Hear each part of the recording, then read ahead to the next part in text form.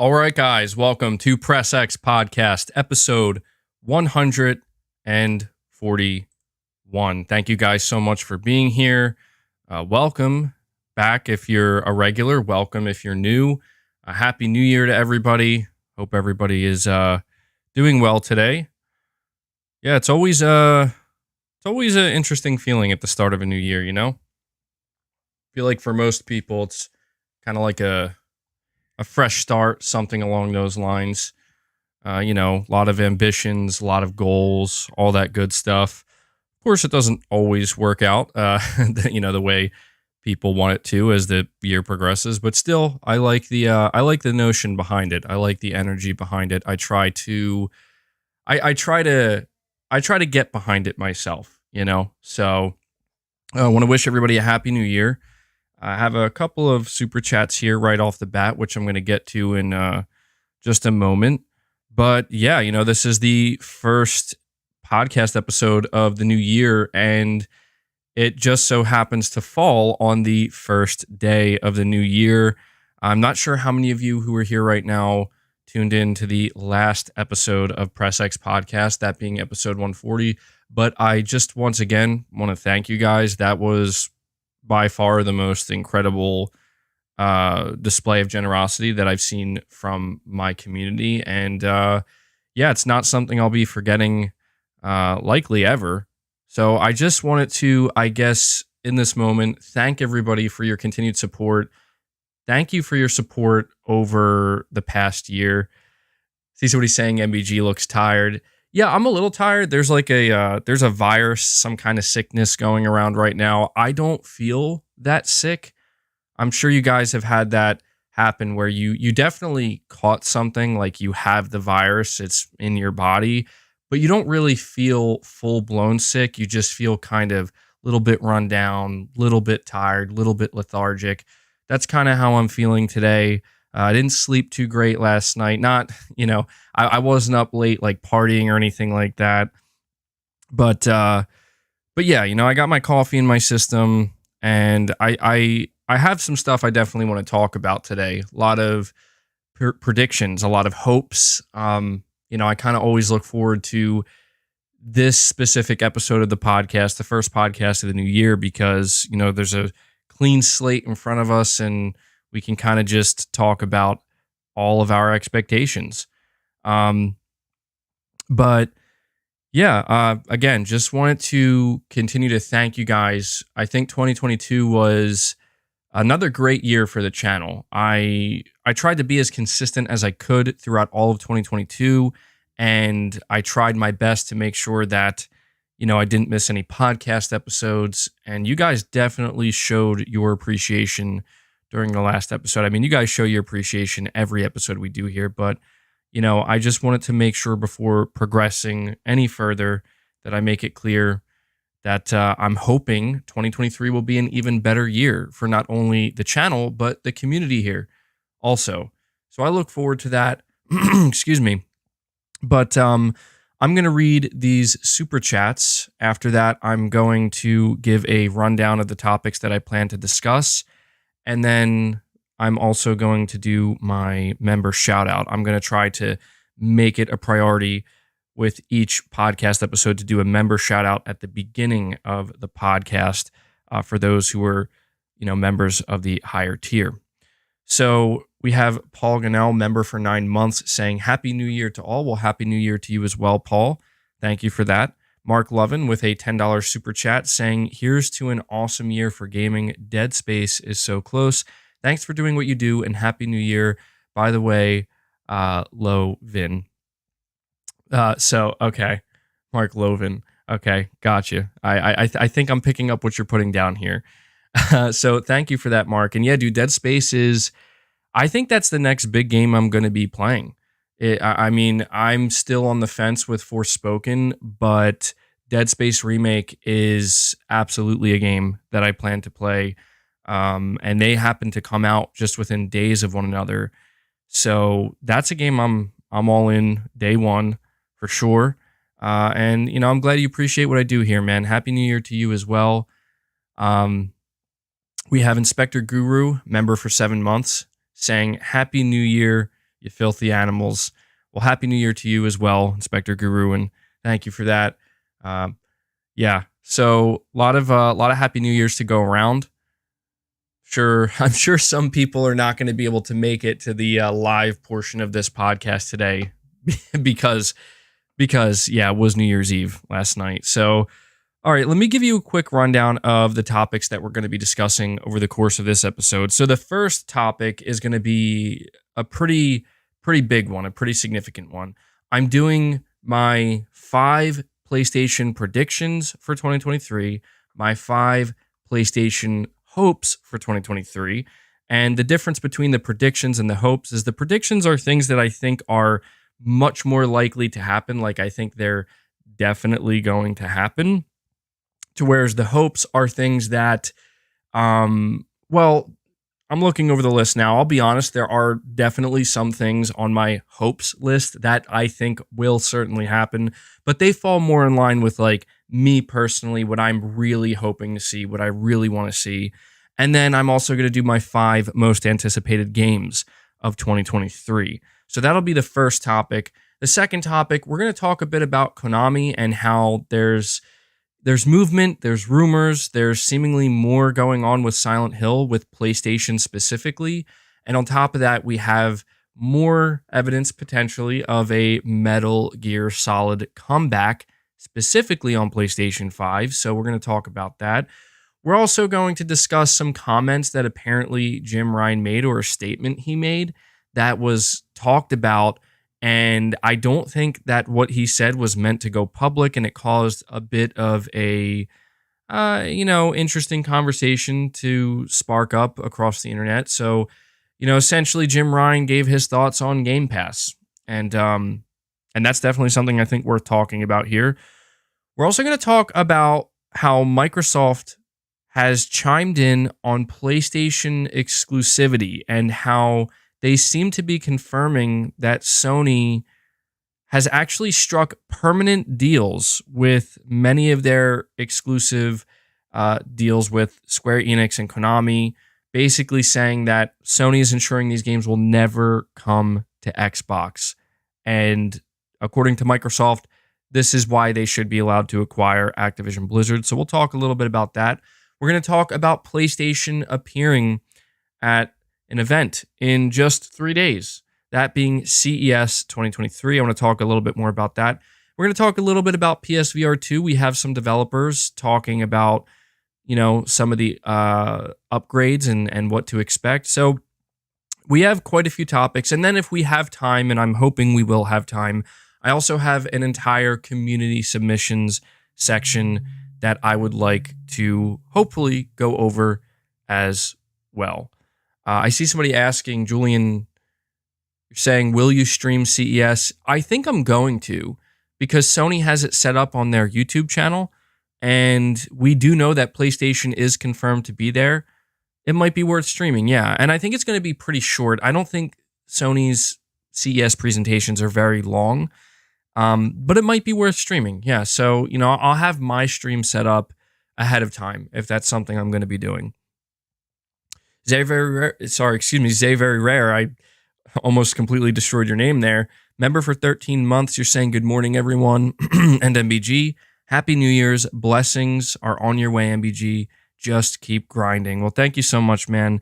Yeah, I mean, dude, I certainly feel blessed with this community here and the way you guys showed up big last podcast. So, can't really ask for anything more. Don't expect anything more at this point. I'm focused on what you're mentioning here, the grind, keeping it going. I want to, obviously achieve some new milestones in 2023 with the channel. Obviously, the biggest one being the 100K subscriber mark. I feel like my channel has been growing very, very slow, but that's okay. I'm not upset by that at all, because what I've noticed is even though my channel growth is slow, the people who are subscribing to the channel, they're not just subscribing because like, oh, I put like a hit video out or something like that, and they're just going to hit the subscribe button. They're subscribing to a community, I think, and to a type of content that I think is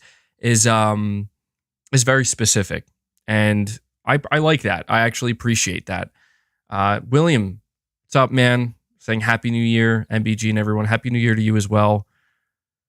All right, so we're going to dive into the first topic here. Actually, before I do that, I almost forgot already. I want to give a quick shout out to my Play Has No Limits Plus and my Play Has No Limits members. These are channel members of the two highest tiers. If you want to, support what I do here directly, you can consider becoming a channel member. It's just a way for you to get a nice little badge next to your name, and hopefully this year we'll be able to at some point roll out emojis. But you get a badge and you get to support me. And if you want to support me in another way, you can also obviously donate a super chat during the live streams. That helps as well. But just being here, watching the content, hitting the like button helps more than anything. So big shout out to Lefty Cross, Chris B, PlayStation Pete, Padsy, Pragmaticat, Skin Tight Salmon, Nakamichi, Hidden Leaf Tutaka, Whiskey Gaming, RU46, N2 Ray, and Josh Z.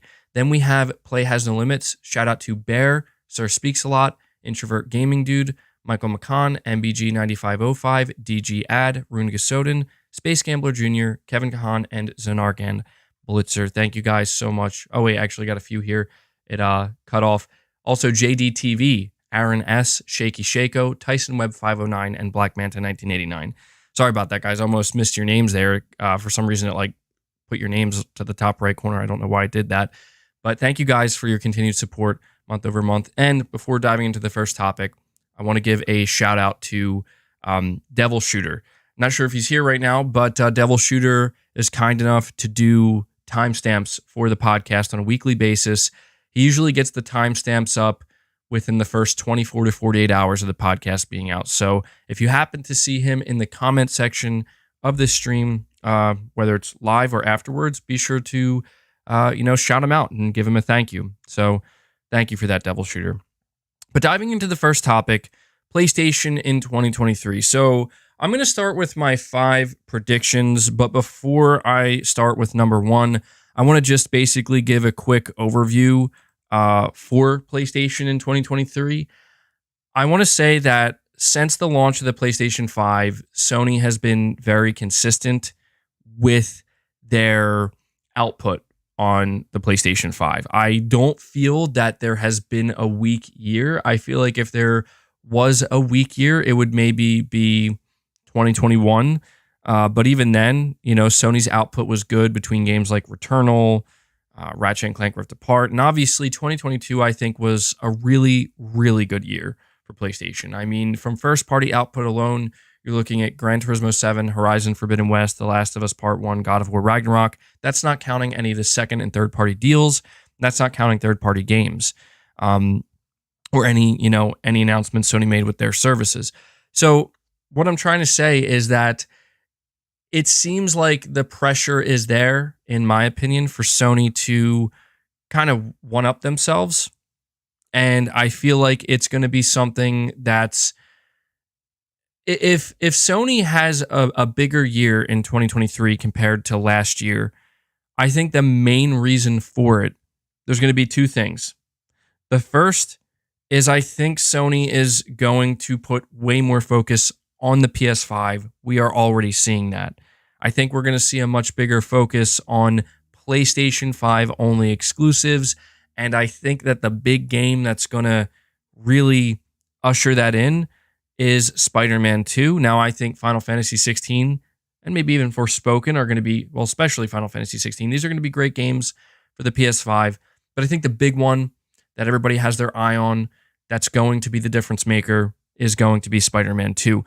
Now, the second part of this that I think is going to completely overhaul, not overhaul, maybe that's not the right word to use, but allow 2023 to be an even bigger year for PlayStation than 2022 was, is the combination of PlayStation VR 2 and new game announcements. Now, not just PSVR 2 announcements. I'm actually talking about Sony having more shows. Sony having more games likely than ever before to announce. And so that leads me into my first prediction for PlayStation in 2023. It's probably the most obvious one. It's very likely something that is on PlayStation fans' mind going into 2023. So prediction number one, PlayStation will have a showcase in 2023, and it will be a big one. And I'm going to go as far as to predict that the showcase is going to take place sometime in June. Okay, so PlayStation Showcase. This is obviously the big thing that was missing for Sony in 2022. And obviously I became a bit of a meme month over month where it's like, maybe this is the month PlayStation's going to do a showcase, or maybe if not this month, the next month. And we even got rumors in October that Sony was planning a showcase apparently, and then they canceled it at the last minute.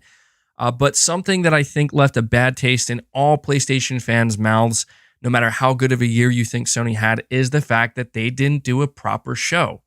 Now, to make up for that, Sony did have some incredible state of plays. They had an amazing state of play in June, and then another amazing state of play in September. And some people have even said that when you combine these state of plays together, I mean, they practically make up a kind of showcase. But I think the problem is not the fact that Sony didn't do a showcase. I feel like it's easy to say that, like, oh yeah, Sony didn't have the best year because they didn't have a proper showcase. What's going on with that? What's Sony doing? It's what the showcase represents that I think matters most, because it's not the showcase that was missing in 2022 that made it so frustrating for some PlayStation fans. It was the lack of announcements from PlayStation Studios. And that's what a showcase represents. That's why people, PlayStation fans in particular, are always clamoring for a new showcase, because when Sony puts on a showcase, you know to expect a significant first-party presence. And I have to emphasize the word significant, because Sony does make announcements all throughout the year. It's not like Sony's studios are completely silent, not doing anything. Of course not. But when Sony holds a showcase, basically what they're communicating to you is, listen, we have all of these PlayStation studios. A lot of people consider many of PlayStation studios some of the biggest and best in the world. And a lot of times, you know, the gaming industry as a whole stops to pay attention to what PlayStation studios are going to announce. And when Sony announces that showcase, people go in knowing that you're gonna see some good stuff. You're gonna see some surprises. That's the point. You're gonna see some surprises. And I feel like any of the surprises that PlayStation delivered in 2022 did not come from their own studios. In fact, I would actually argue that 2022 was the least surprising year we've ever seen from PlayStation, or one of the most unsurprising years. And that's not I don't want to make it sound like that's what made the year bad, because it didn't. The year was great. But I think you can say that Sony had a great but also unsurprising year. Horizon Forbidden West, GT7, The Last of Us Part 1, God of War Ragnarok. You can't argue that first-party output, but I feel like you also can't argue that none of that is necessarily all too surprising when you consider the fact that the new game announcements we got were mainly from second and third parties. Surprise, Silent Hill 2 Remake. It's not from PlayStation Studios, still a nice surprise. Rise of the Ronin. It's going to be a PlayStation 5 exclusive. It's a second-party exclusivity deal, right? And I'm sure there are others that I'm failing to mention right now. But that's like the main thing I want to highlight in why I'm making this prediction, is because I am confident that Sony will not go another year without a proper showcase. And I think that Sony cannot wait until September of this year to have a showcase.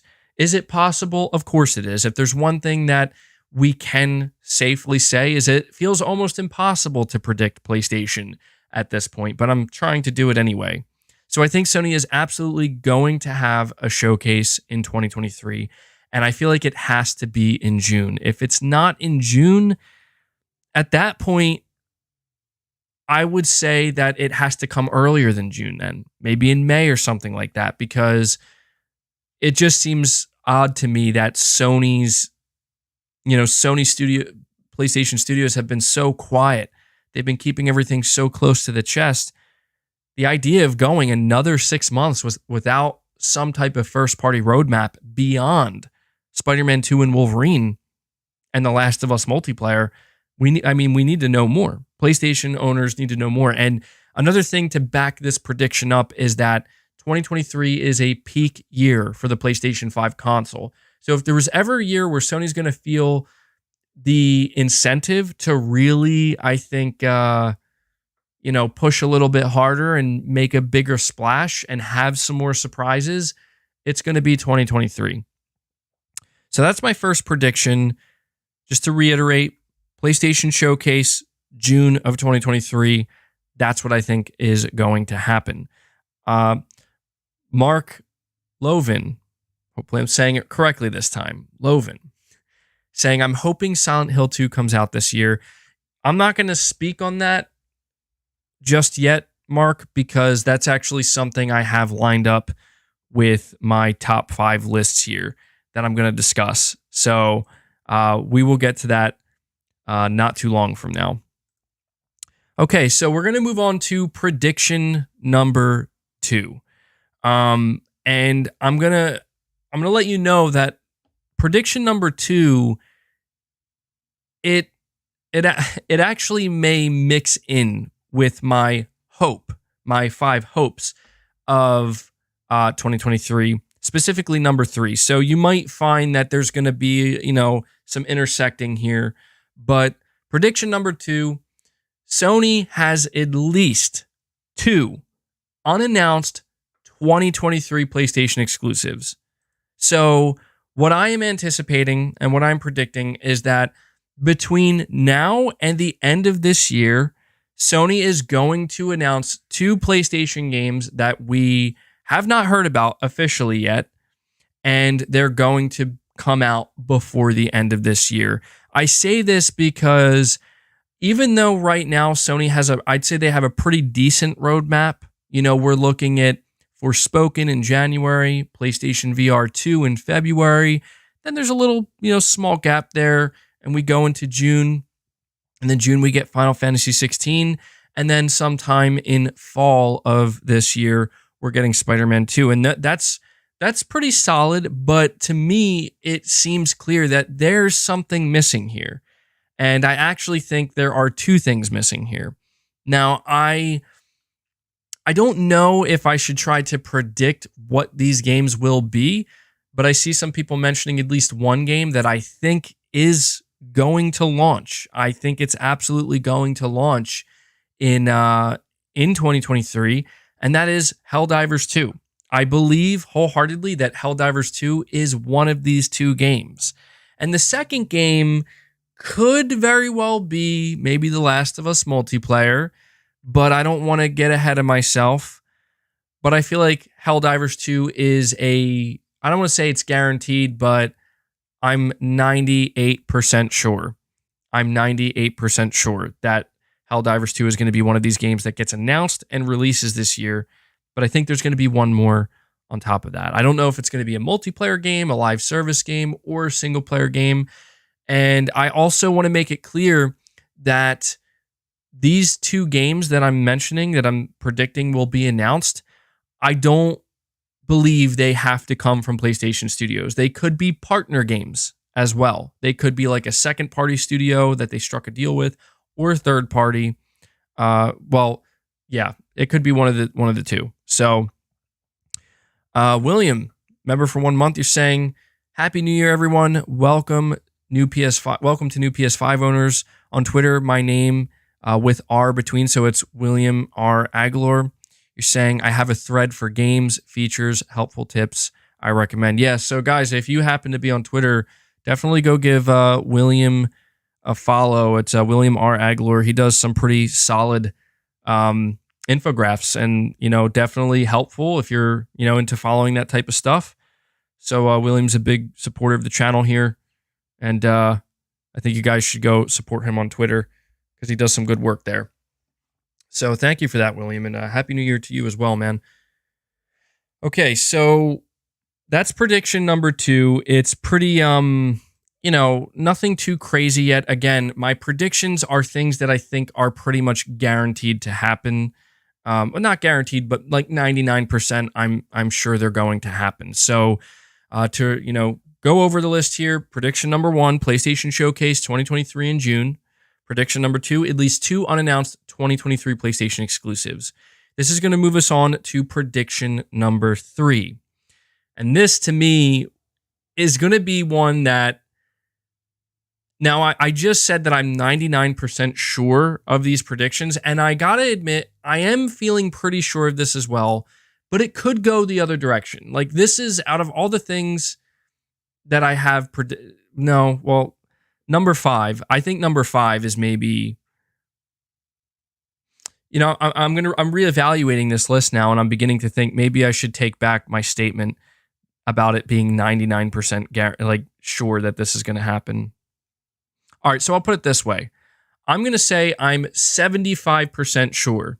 75% sure that these 5 predictions will come true. I feel like I have to lower the percentage because as I go deeper into these predictions, I do begin to realize that maybe they get a little bit, I don't want to say crazy, but a little bit more unpredictable in terms of how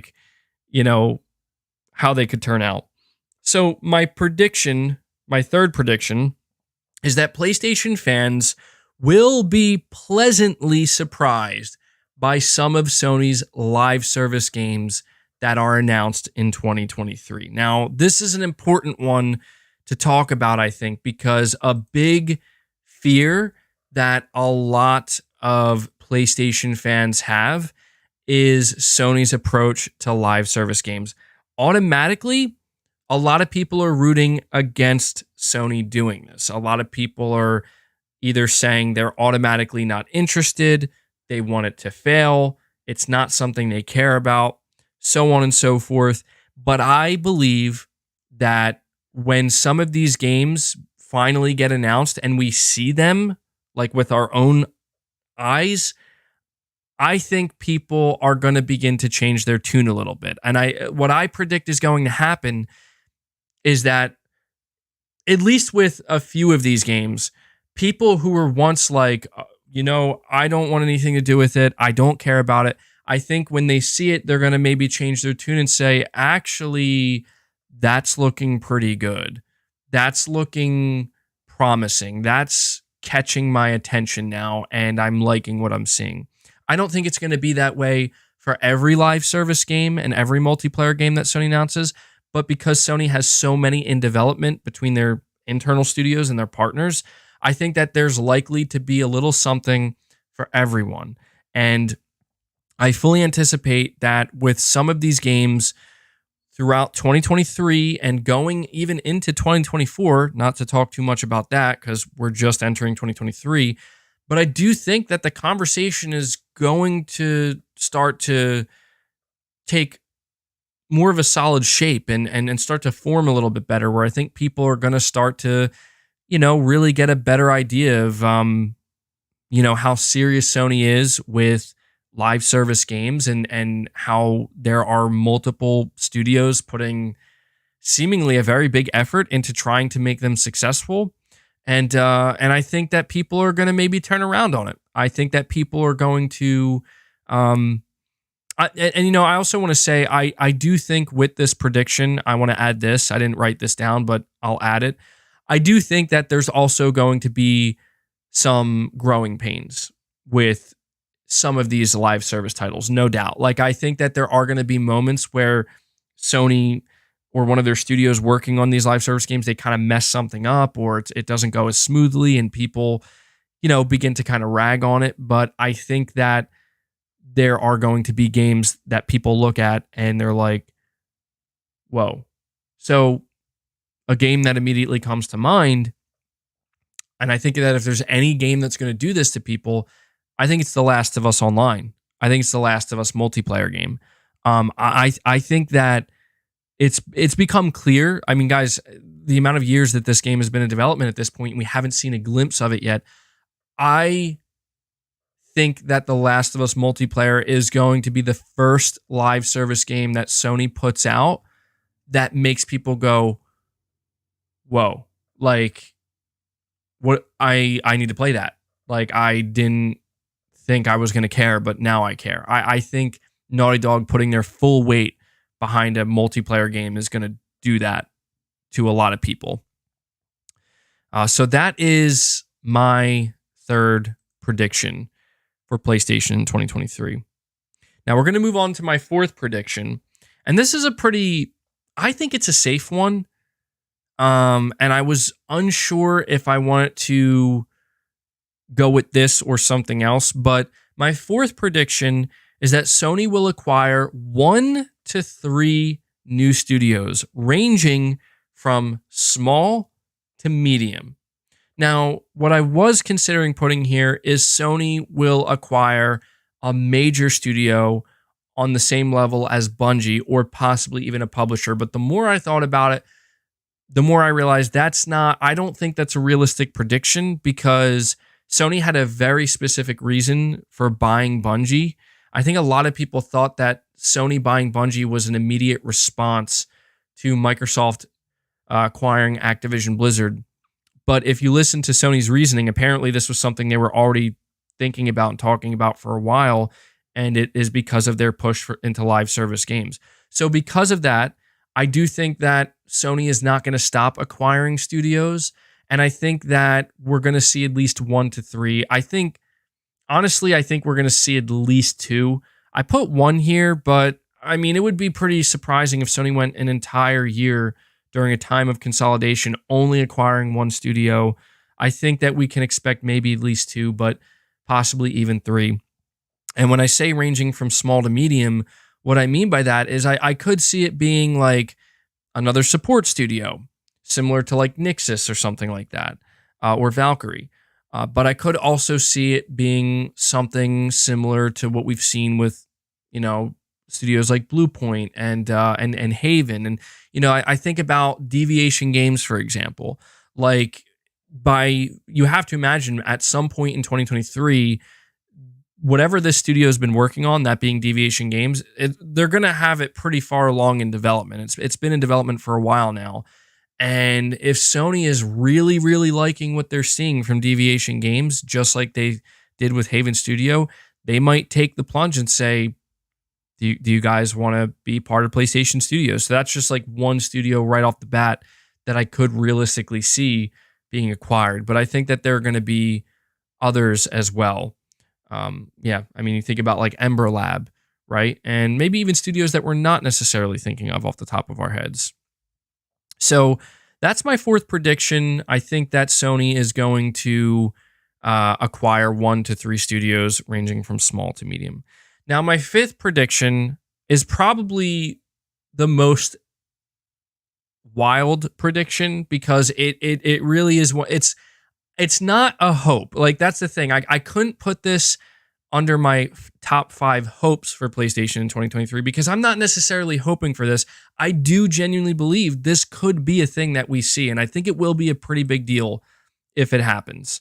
So my fifth prediction, maybe a bit oddly specific, is that Rockstar will announce GTA 6 this year, but it's going to happen at a Sony event, and we're going to learn that Sony actually has the marketing rights to Grand Theft Auto 6. And so pretty much all of the advertising done for GTA 6 is going to feature the PS5 logo, the PlayStation logo, and I could even see it going as far as Sony getting some maybe GTA Online bonuses, or maybe it'll be called GTA Online 2. I don't know how they're going to handle it.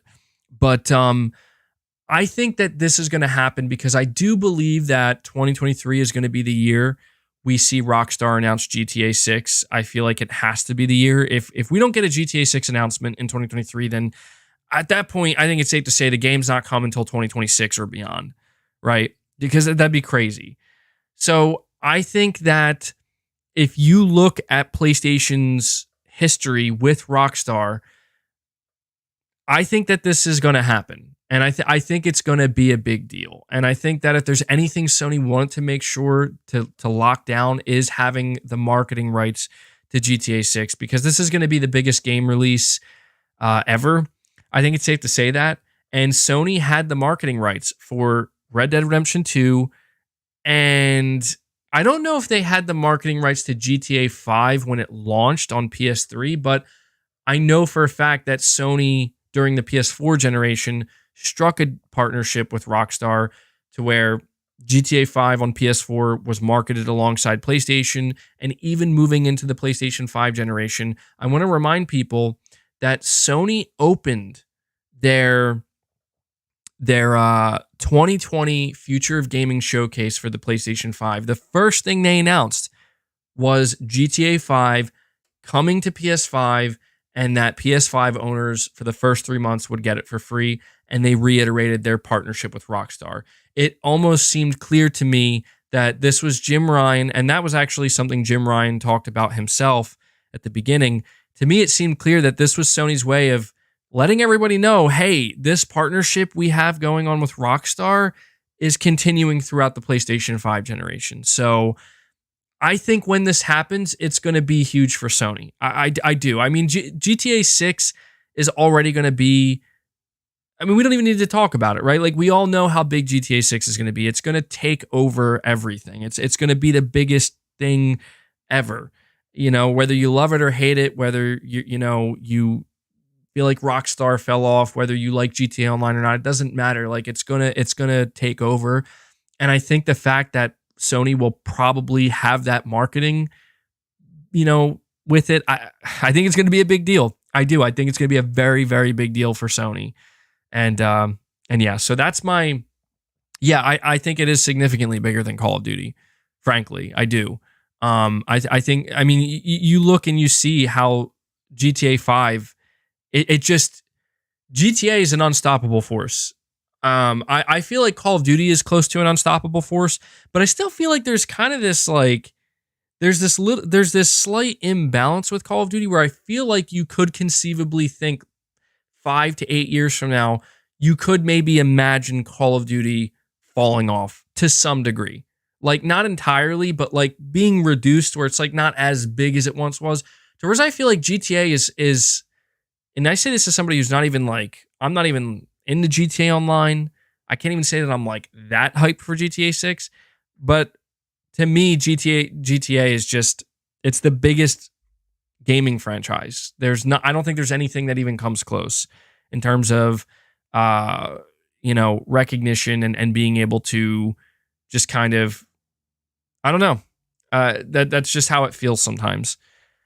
So I think that's going to happen. Those are my 5 PlayStation predictions for 2023. Now, what I would like you guys to do, for those who are in the chat right now or watching live, please come back to this stream once it's done and leave a comment giving some of your predictions. I'll definitely be interested to see what you have to say. PlayStation Pete, member for 14 months, saying, all right, MBG, Switch has outsold PS4 and set to outsell the PS2. Microsoft is coming out with Game Pass, which adds cheaper than 10 a month. Okay, yeah, it's cheaper than 10 a month. By the way, my middle name is John. Brother-in-law, his name is John, and I work for Papa John. So there you go, man. There you go. John everywhere. Yeah, that's funny, dude. But yeah, no, I hear what you're saying, man. The Switch, gonna be really interested to see if it actually does continue to climb. I'm really curious to see if the Switch is gonna be able to hit that 140 million mark. I don't know. I feel like it's beginning to slow down a little bit, just a little bit, but we'll see. We'll see, man. And yeah, Microsoft with Game Pass, I don't know, man. I see a lot of Xbox fans really hyping up Microsoft in 2023, and I can't blame them. I think that if you're an Xbox fan, you have to believe that 2023 is going to be the biggest year for the brand. How could it not be? Like, you have to believe that. And I believe that. Like, there's no way it could be worse than 2022. There's no possible way. And you consider all the studios that Microsoft has and how long they've been, working on their games. Yeah, the time has come, I think, for Microsoft to really do something big.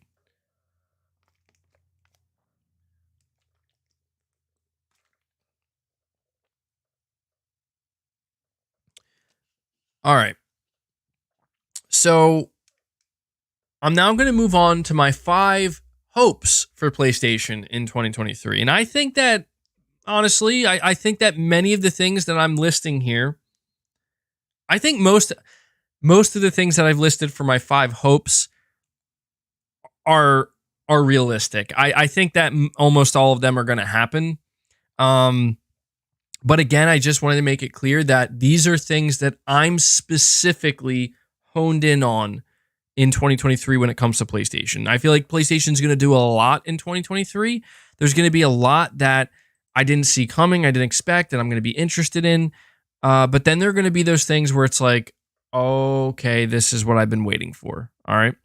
So my big hope for PlayStation in 2023, the first one, probably could have guessed this, the Metal Gear Solid PS5 remake is real and it is announced this year. Not saying it releases this year, but it's announced. We see it. It's glorious. It's everything I wanted it to be.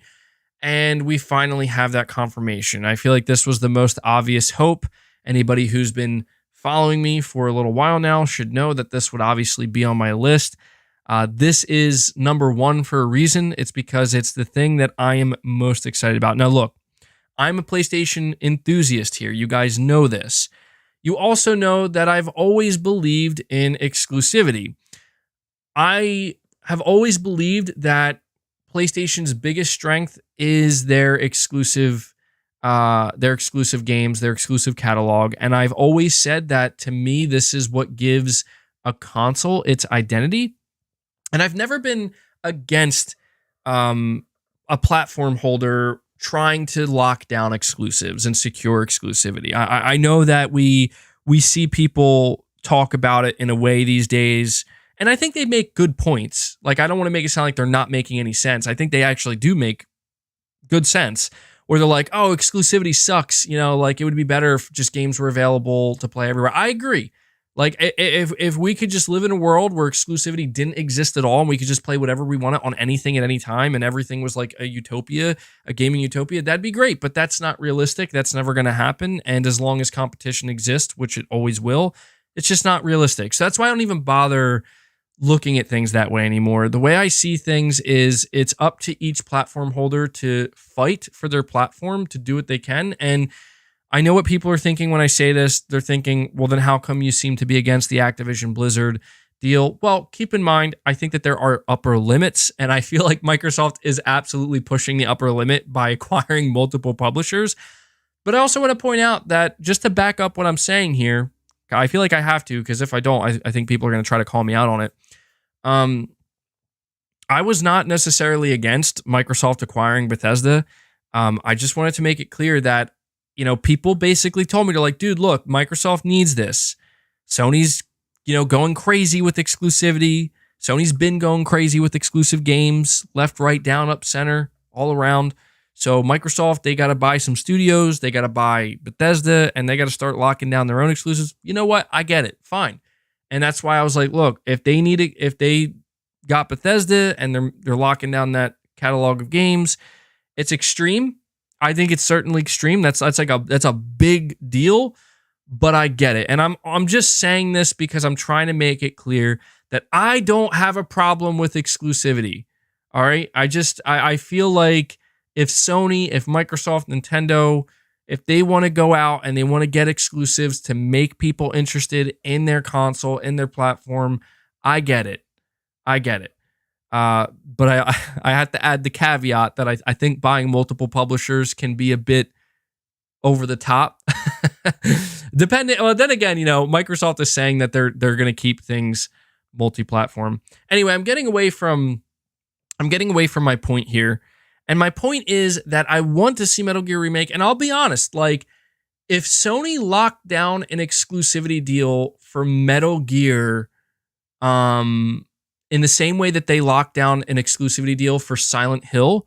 So, like, they announced Silent Hill 2 Remake and it's a PS5 console exclusive. If they come out and they're like, here's Metal Gear Remake, maybe it's Metal Gear Solid 1, Metal Gear Solid 3, whatever it is, and it's exclusive to PS5, I'm going to lose my mind in a good way, because it's like, I'm not saying that it being exclusive makes it any more valuable, but my God, man, like, at that point, I would really feel like, if there was one thing Sony could have done to basically make me feel like I picked the right like console or platform, or like I bet on the right horse, it would be that, because the Metal Gear Solid series is my favorite of all time. And I actually wouldn't mind. I if they announce Metal Gear Solid Remake and it's multi-platform, it's releasing on PlayStation, Xbox, everywhere, I'm cool with that too, because it's like, dude, game's awesome, Metal Gear's awesome, go for it. But man, that would be such a stinger. Like, in my opinion, if Sony comes out, they say, hey, not only is the Metal Gear Solid Remake real, we locked it down as an exclusive. That is like a that is a slam dunk, in my opinion. That is an absolute slam dunk for Sony. That is huge. That is, for me personally, the single biggest exclusivity deal that they could have achieved. Because I'll tell you right now, if Microsoft announced that a Metal Gear remake is Xbox exclusive, I would have an Xbox Series X tomorrow. Like that, just to make it clear how how important the Metal Gear series is to me. I would have a Series X tomorrow for that game. So that'll be a big one. Sir Speaks a Lot, you're saying, now call me crazy, this is a revolutionary idea for Sony. Resident Evil Outbreak File 3. That is revolutionary, man. I mean, Sony wants to get involved in live service. They want to have these partnerships. Make it happen. Make it happen in collaboration with Capcom. Resident Evil Outbreak File 3. I would love to see that, man. I don't know what Capcom's doing. I feel like Capcom is remaking all these Resident Evil games, and that's great. I'm very excited for RE4 Remake, and they're coming out incredible, but I just feel like let me take a step back. Capcom is trying so hard to have a successful online multiplayer version of Resident Evil, and they keep failing, and I'm just like, why don't you go back to Outbreak? This is what fans have been asking for a long time, and you've tried other things. It's not working. Just go back to Outbreak. Give it another try, whether it's a remake, a third one, whatever you want to do. But apparently that's not, they'd rather continue to pursue RE-verse instead of that. So it is what it is. It is what it is. But that's my, so just to sum it up, my number one hope for PlayStation in 2023 is that the Metal Gear Solid Remake is real, it's announced, and I'm not going to say that I hope it's PS5 exclusive, but what I will say is it'll be a big added bonus on a personal level if it's a PS5 exclusive, because to me that would be just a huge deal, I think, for the PS5 and for Sony. And also, I want to say this last thing before moving on to my second hope. I just want to add that, PlayStation and Metal Gear Solid have always been synonymous, right? Like, I feel like they've always been synonymous. Like, Metal Gear Solid has always kind of, I wouldn't want to say it's been exclusive to PlayStation. I mean, MGS4, that's still only exclusive to PS3, not even PlayStation, specifically PS3. But, a lot of these titles in the past have released either on PS first or, how it is. There's always been that history there. I see somebody asking, is Metal Gear Solid without Kojima still big to you? Well, a remake would be, because I feel like similar to Silent Hill 2 remake, it's like, as long as you're not changing like core aspects of the game, like too dramatically, you can really only screw it up. You can only screw it up so much. Like the foundation is there. It's all right there. You just got to make it feel better to play, and you got to make it look better, and you got to, it's all right there. So the idea of getting a remake without Kojima, I think, is perfectly fine. As long as they're not like, we're changing story aspects, we're changing cutscenes, we're changing this, we're changing, like, if they want to change some gameplay stuff, that's fine. I don't think it would be problematic if they wanted to alter a few gameplay things and modernize certain gameplay aspects, without Kojima. I think that the question of Konami doing something with Metal Gear Solid beyond Metal Gear Solid 5 without Kojima, that's a difficult thing. I think it can be done. I do. Here's why. I'll tell you why.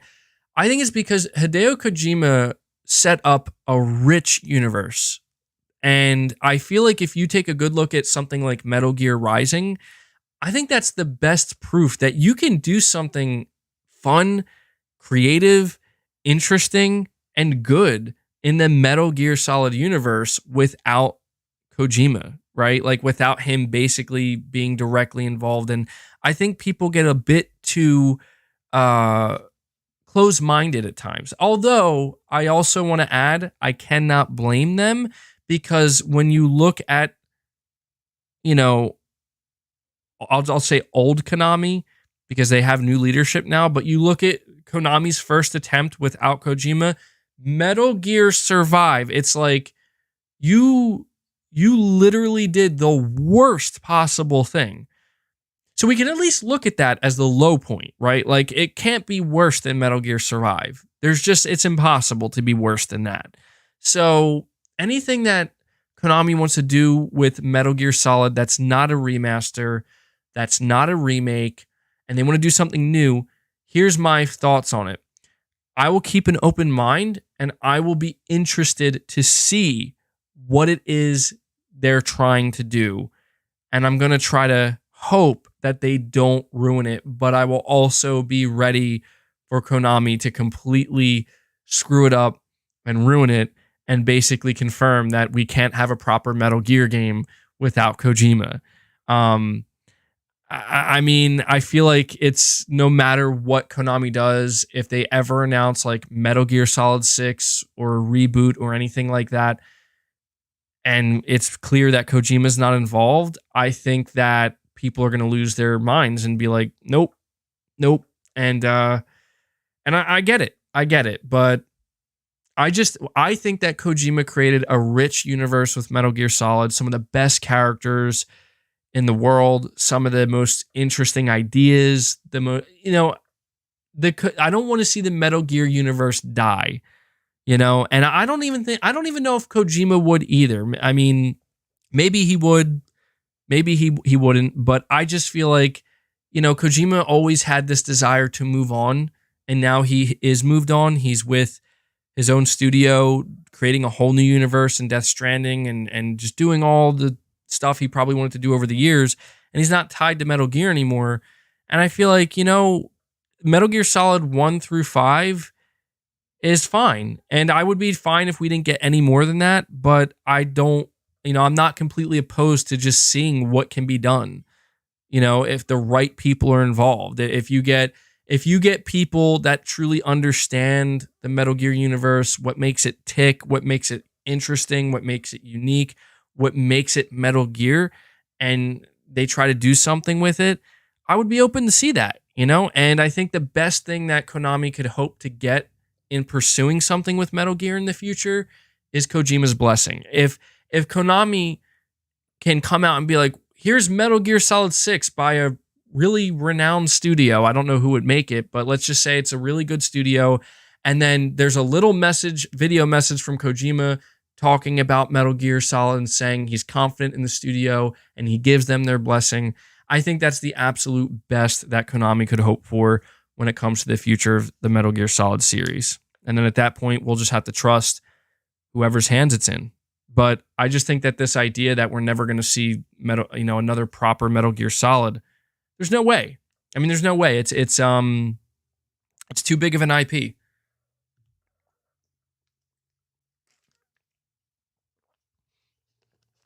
Hicksock, you're saying, Happy New Year, MBG. How do you feel about physical gaming as 2023 begins? Lots of PSN sales. I'm still physical only on PS5, but have occasional doubts. No, I feel you, Hicksock. I feel you, and thank you, RNR283, for becoming a member. Welcome to Greatness Awaits. Appreciate that, man. Appreciate the support. But Hicksock, yeah, you talk about having your doubts. I feel that way sometimes too, man. I do. I sometimes feel like, there's just, it feels like it's inevitable and it's impossible. And, I just saw an article that came out the other day that said like 94% of all gaming transactions or something in 2022 were digital. And, you see how more and more people are becoming open and okay with going all digital and partaking in these digital sales and digital only consoles. I'm an advocate for physical media.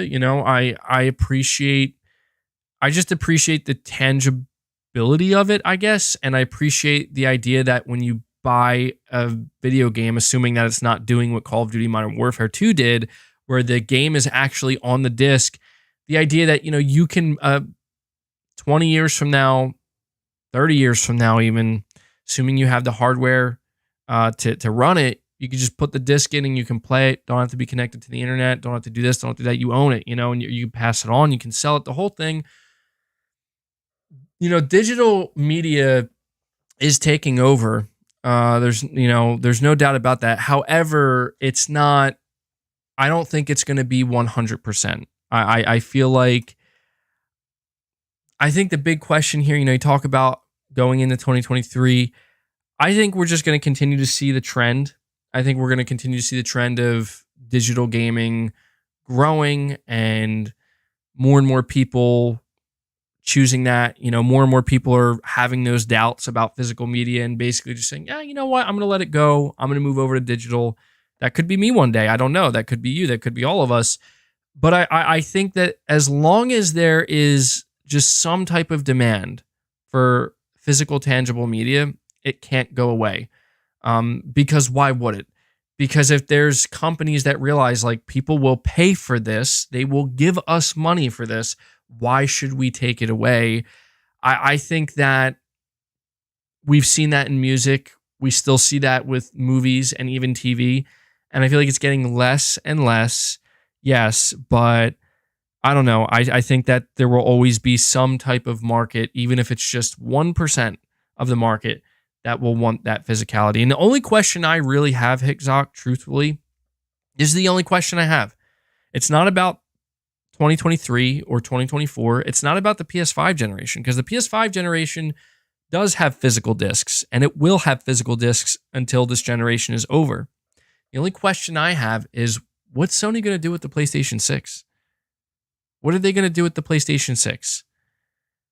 I mean, I think some people are anticipating that Sony's going to announce no more physical games with the PlayStation 6. I don't see that happening.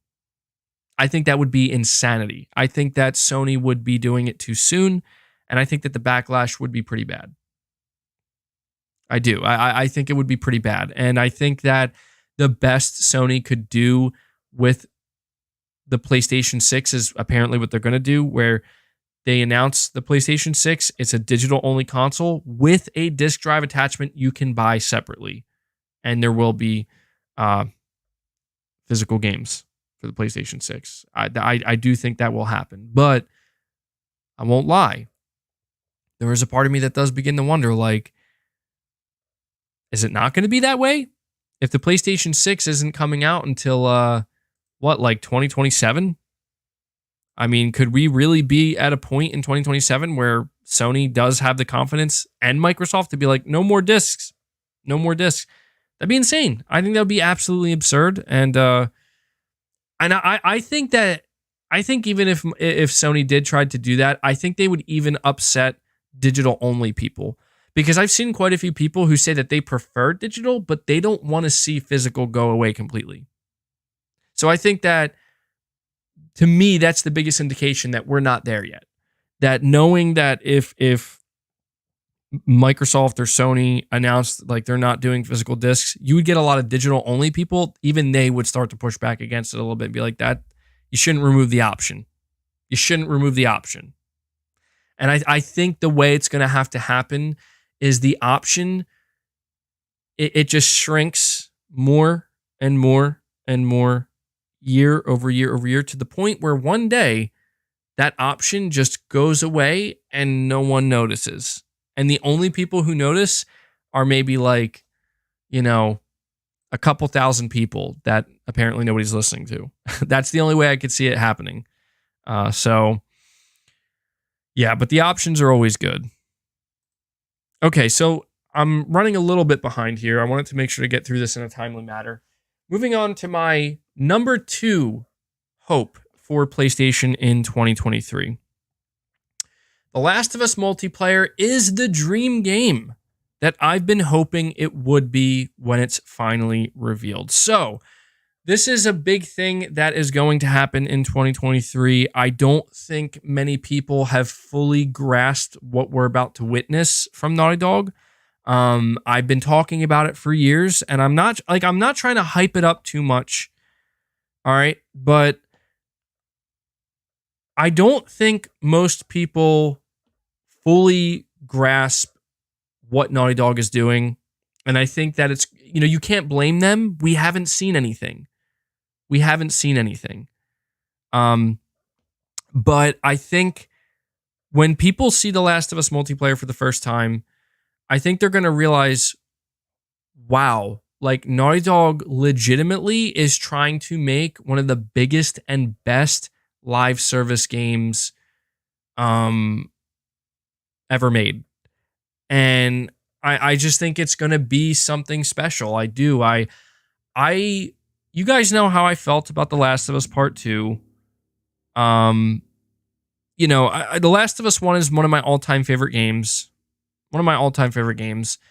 And I enjoyed the factions mode for a little while. And I thought it was actually like way better than it had any right to be. The Last of Us Part 2, while I didn't enjoy the story, the thing I did love about The Last of Us Part 2 is, my God, that gameplay. I mean, it is stellar, man. It is some of the best around, and the universe and everything about the universe of The Last of Us and the gameplay of The Last of Us, I absolutely love.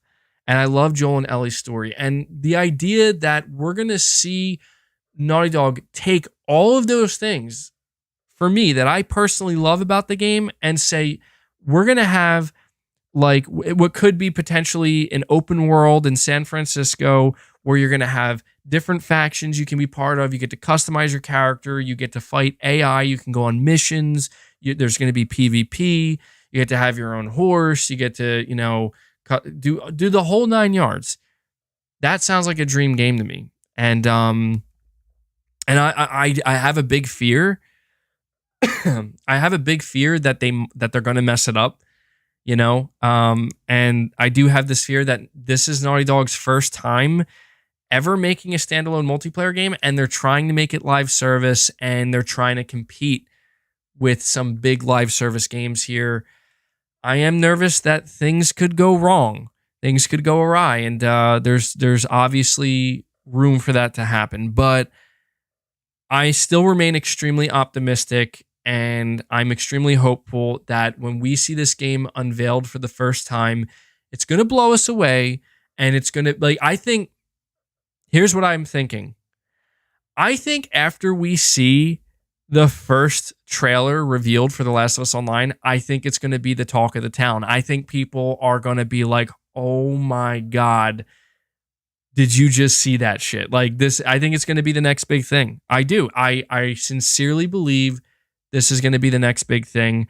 I think about all of the different multiplayer games and live service games that are in development at Sony, and I think many of them have the potential to be big and to be awesome, but I just think that there's something about the Last of Us universe, between the clickers, the combat, just the environments, everything about it, and the fact that they're probably still going to be telling some type of stories as well in this with new characters. I think it's going to be the next big thing, and I don't think people are fully prepared. I see somebody asking, will it be on PC day one? Yeah, it will. It will. For sure. The Last of Us multiplayer is going to be free to play, and it's going to be dropping on PC day one. The only question I actually am unsure of is whether or not it's going to be cross-gen.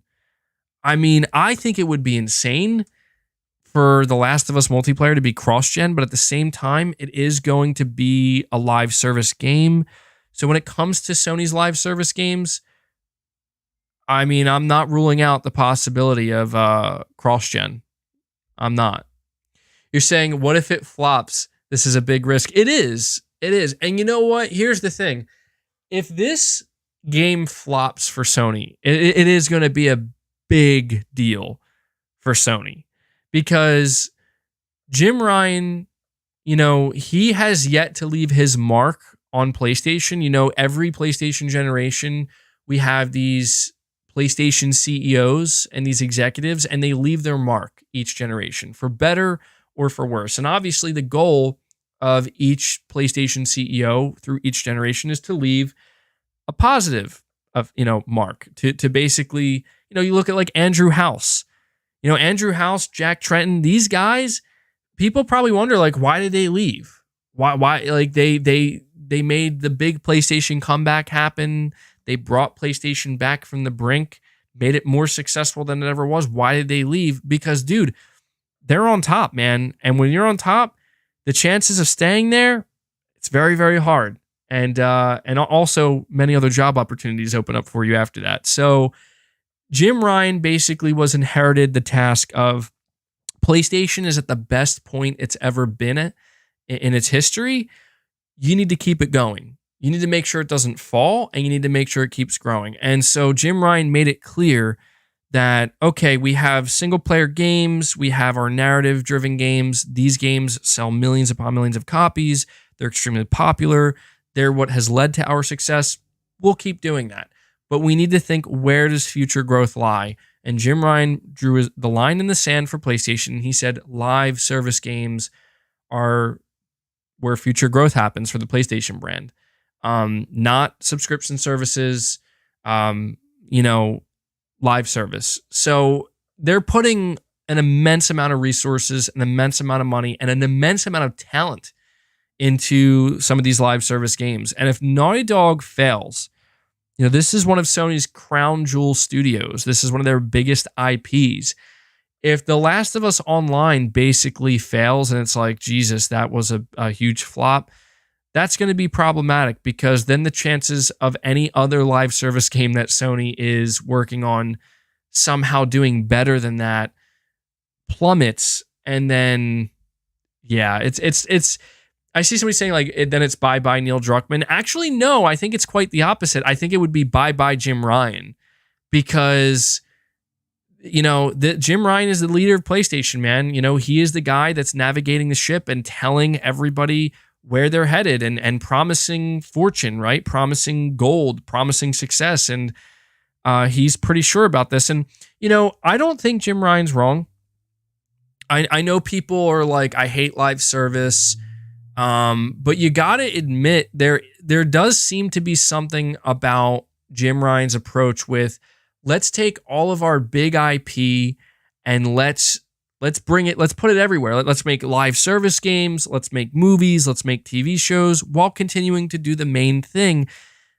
He just wants to expand, and I'm not against that. The only time I will be against it, and this actually leads me to my next hope, the only time I'm going to be against it is if that expansion and that growth seems to come at the cost of new ideas and new IP and innovation.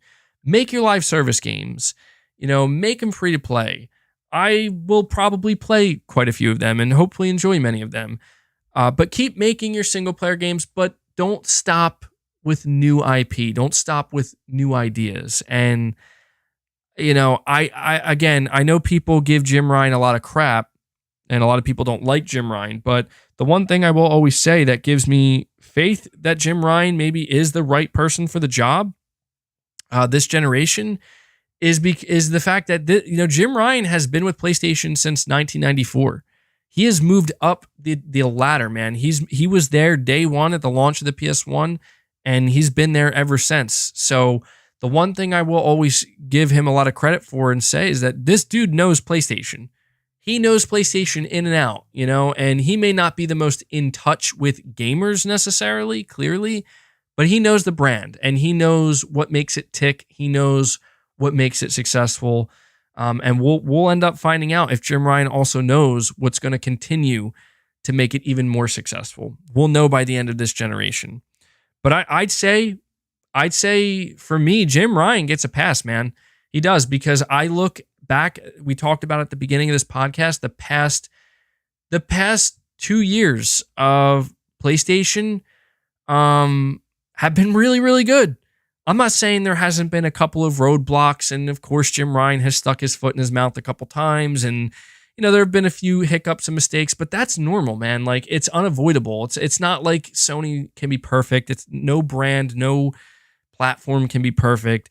But when it comes to what I, as a PlayStation fan, expected from the brand investing into the PS5, I just expected quality and consistency and some new announcements. And the only thing right now that I'm looking at Jim Ryan and I'm like, all right, Jim, you've been doing good so far. Let's see if you can continue going. Now in 2023, I'm looking for some new quality game announcements from their first party. And that leads me into my third hope. Great segue here.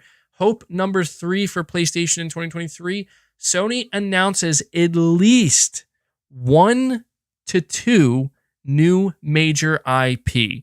Now, the one thing I want to add to this, I didn't write it down. I want these major new IP to be from PlayStation Studios. I will be okay with it if they're not. Like, at that point, I think at least one major new IP from an internal PlayStation studio. I think that's a must for Sony in 2023. I think that we've seen Sony double, triple, quadruple down on sequels, on established brands, established IP. The one good thing about this and why I'm feeling very confident in this hope is that, they did make it clear, Sony that is, that they're investing quite a bit of money and resources into new IP. It's worth noting that I believe it was I think it was the last yearly update they did, like their fiscal year update. They announced that 50% of all of their investment is going into new IP between PlayStation Studios and partners. So I feel very confident in that. Let me see. Broccoli Rob, member for 1 month, saying, broccoli helps you poop. Just saying. Well, thank you for that, Broccoli Rob. I guess Broccoli Rob just felt the need to kind of, drop that knowledge on everybody. I like broccoli. I'm not the biggest fan of broccoli. I've eaten broccoli raw before. It's okay. But, I prefer it like steamed, seasoned a little bit. But yeah, broccoli's good for you. I think that's what Broccoli Rob's trying to say. So thank you for dropping that on us, man.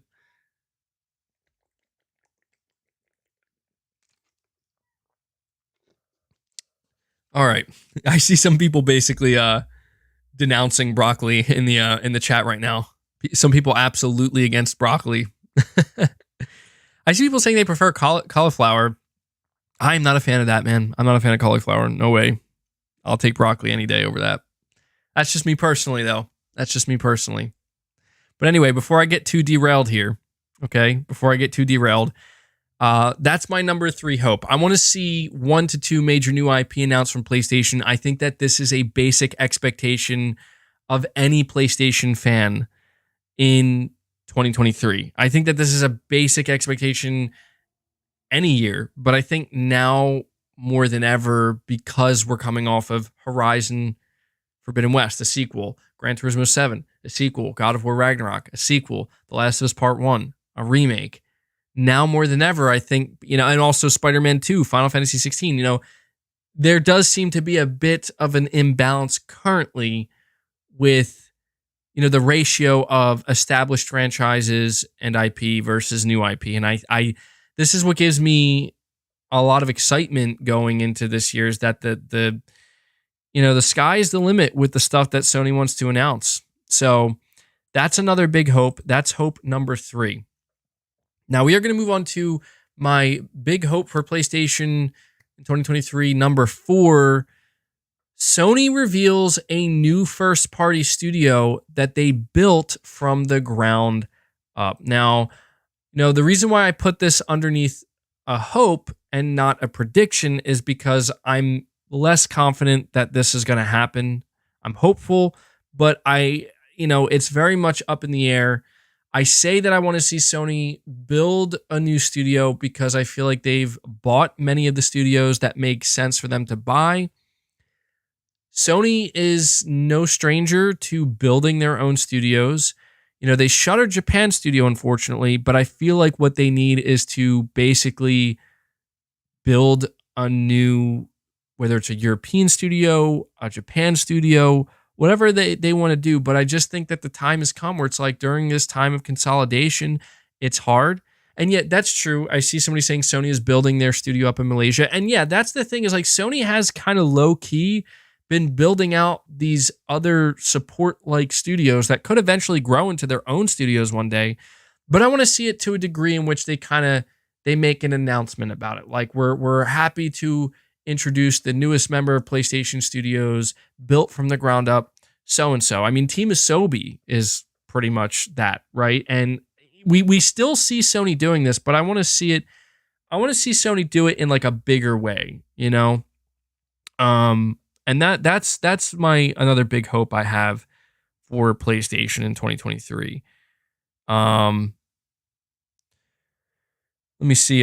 Sir Speaks a Lot. You're saying, so I've just now realized that MBG changes rooms when he streams. Do you guys think he brings his behemoth of a PC into different rooms?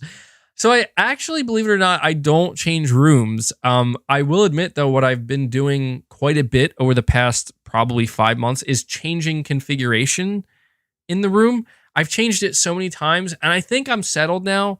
You know, I think I've settled on it. Like, this is the best configuration because I have other stuff in here, and this just makes the best sense. I know the camera angle to some people is a little weird. Like, they're like, how come it's a side view?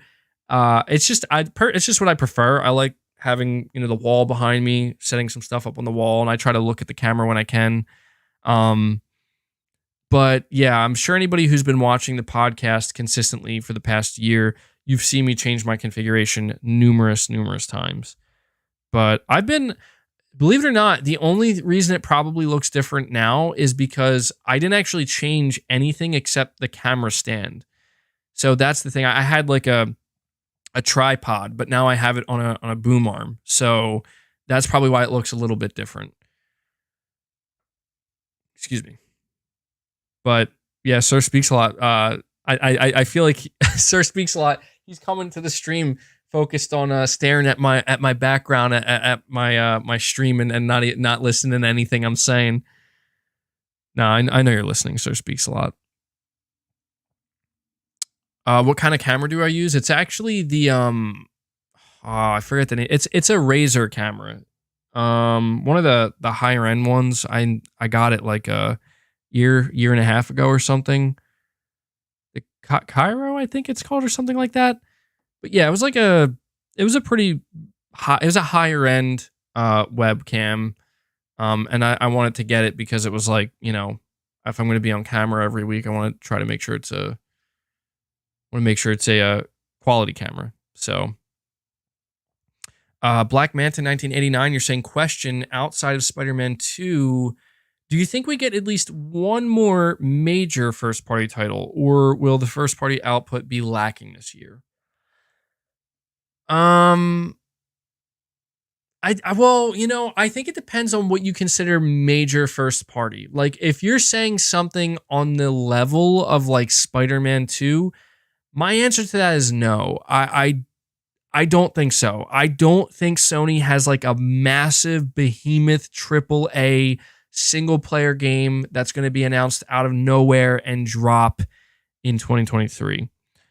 But if you consider maybe a game like we talked about earlier, Helldivers 2, apparently that's going to be a AAA game. I think that's going to, I don't want to say it's going to be stealth dropped, but I think that's coming next year.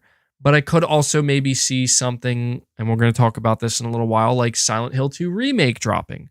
Now, I think it's safe to say that these games are not on the same level as Spider-Man 2.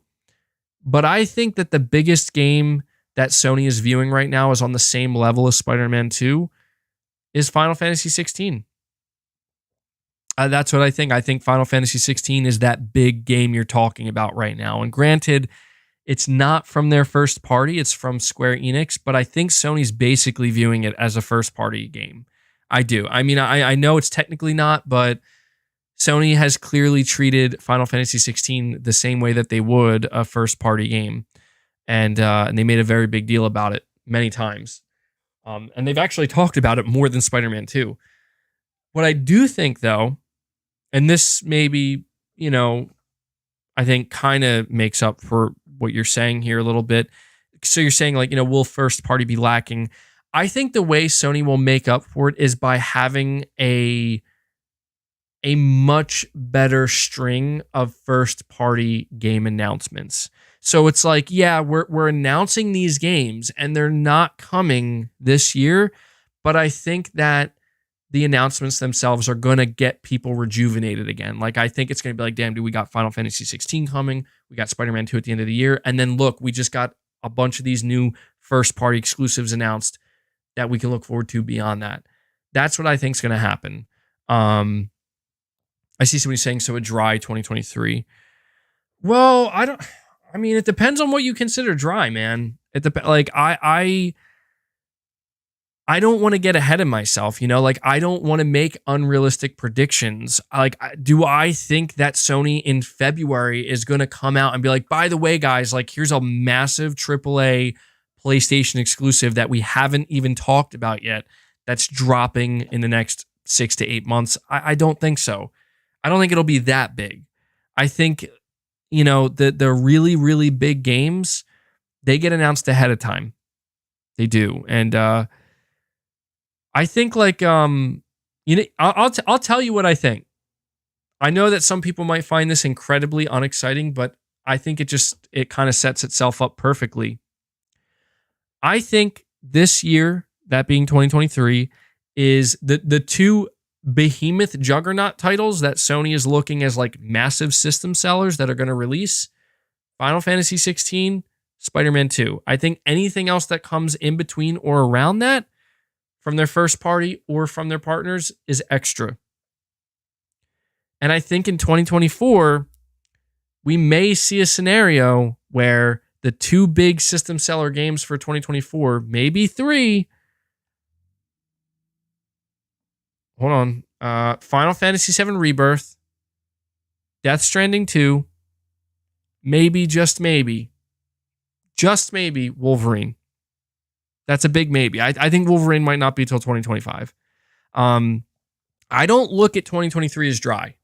I don't. I do feel that the only reason people are feeling like Sony doesn't have as much going on, I'm telling you, it's because Sony has been high. They have been holding their aces, man.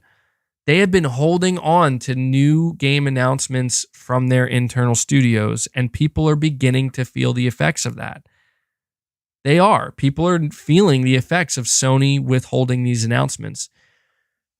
Like, yeah, I see somebody mentioning Ghost of Tsushima 2. Dude, if Ghost of Tsushima 2 is announced this year, it's not coming this year, but that's going to be a big deal. Like, that announcement alone is going to serve to make 2023 a bigger year for PlayStation. Even if, even if it doesn't come out this year, which it's not. I think Ghost of Tsushima 2 could be like a 2025 game. Yo, what if we saw in 2025? It seems a bit too good to be true, because I feel like it's still a little too soon. But imagine 2020. I know we're getting ahead of ourselves here, but I got to mention this because it just popped into my head. Imagine the lineup for 2025, two games that are coming out from PlayStation: Ghost of Tsushima 2 and Wolverine. Oh my God, bro. Could you imagine that? Now that would be an insane year. But I think for now, Sony is looking at Final Fantasy 16 and Spider-Man 2 as the big heavy hitters for 2023 for their platform. Okay, Kapapa, you're saying Happy New Year, MBG, and the whole community. Well, thank you so much, man. I appreciate that super chat. Happy New Year to you as well. Happy New Year to my whole community. Thanks for the support, bud.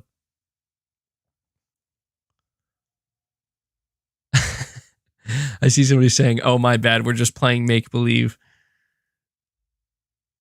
MBG, did you see that the producer on Rise of the Ronin is saying that the game may release before 2024? No, I didn't see that. Yeah, dude, see, that's the thing, man. I feel like Sony has these games that are set up to possibly be sleeper hits. Like, Rise of the Ronin looks amazing, and I don't know if it's going to be as big as, like, what... Rise of the Ronin could be a sleeper hit in the sense that this could be a huge game for Sony if it really does everything that I think people are hoping it will. It will do, because it looks very promising. It really reminded me a lot of Ghost of Tsushima, but with a different flavor to it, different tone. So I'm really looking forward to that. That was a nice surprise we got. That was one of the bigger surprises I think we got of 2022. So looking forward to seeing more of that. All right, now with that being said, I'm going to move on to my fifth and final hope for PlayStation in 2023. And this is a very basic one. I think that this is a guaranteed one. And I'm going to be honest, I played it very safe.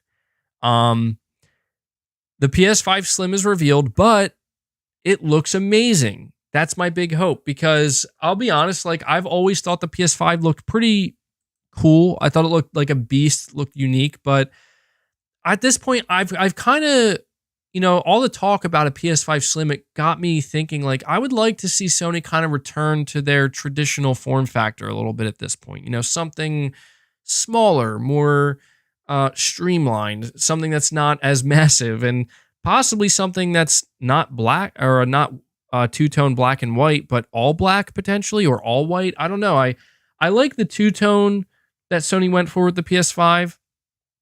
And so, I'm just really hoping that when we see the Slim for the first time, it looks really cool and it really stands out. Because I think that it would be strange, in my opinion, for Sony to try to mimic the look of the PS5 that they have now. Because I remember hearing that apparently Sony was not fully aware of just how massive the PS5 was going to be.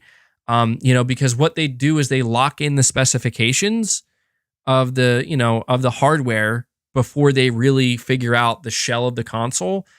And I guess, like, they kind of realized after they locked in the specifications, Mark Cerny, I think, had to come in and be like, so good news, Jim Ryan, we have achieved the insane 2.23 gigahertz clock speed on the PlayStation 5. And Jim's like, great job, Mark.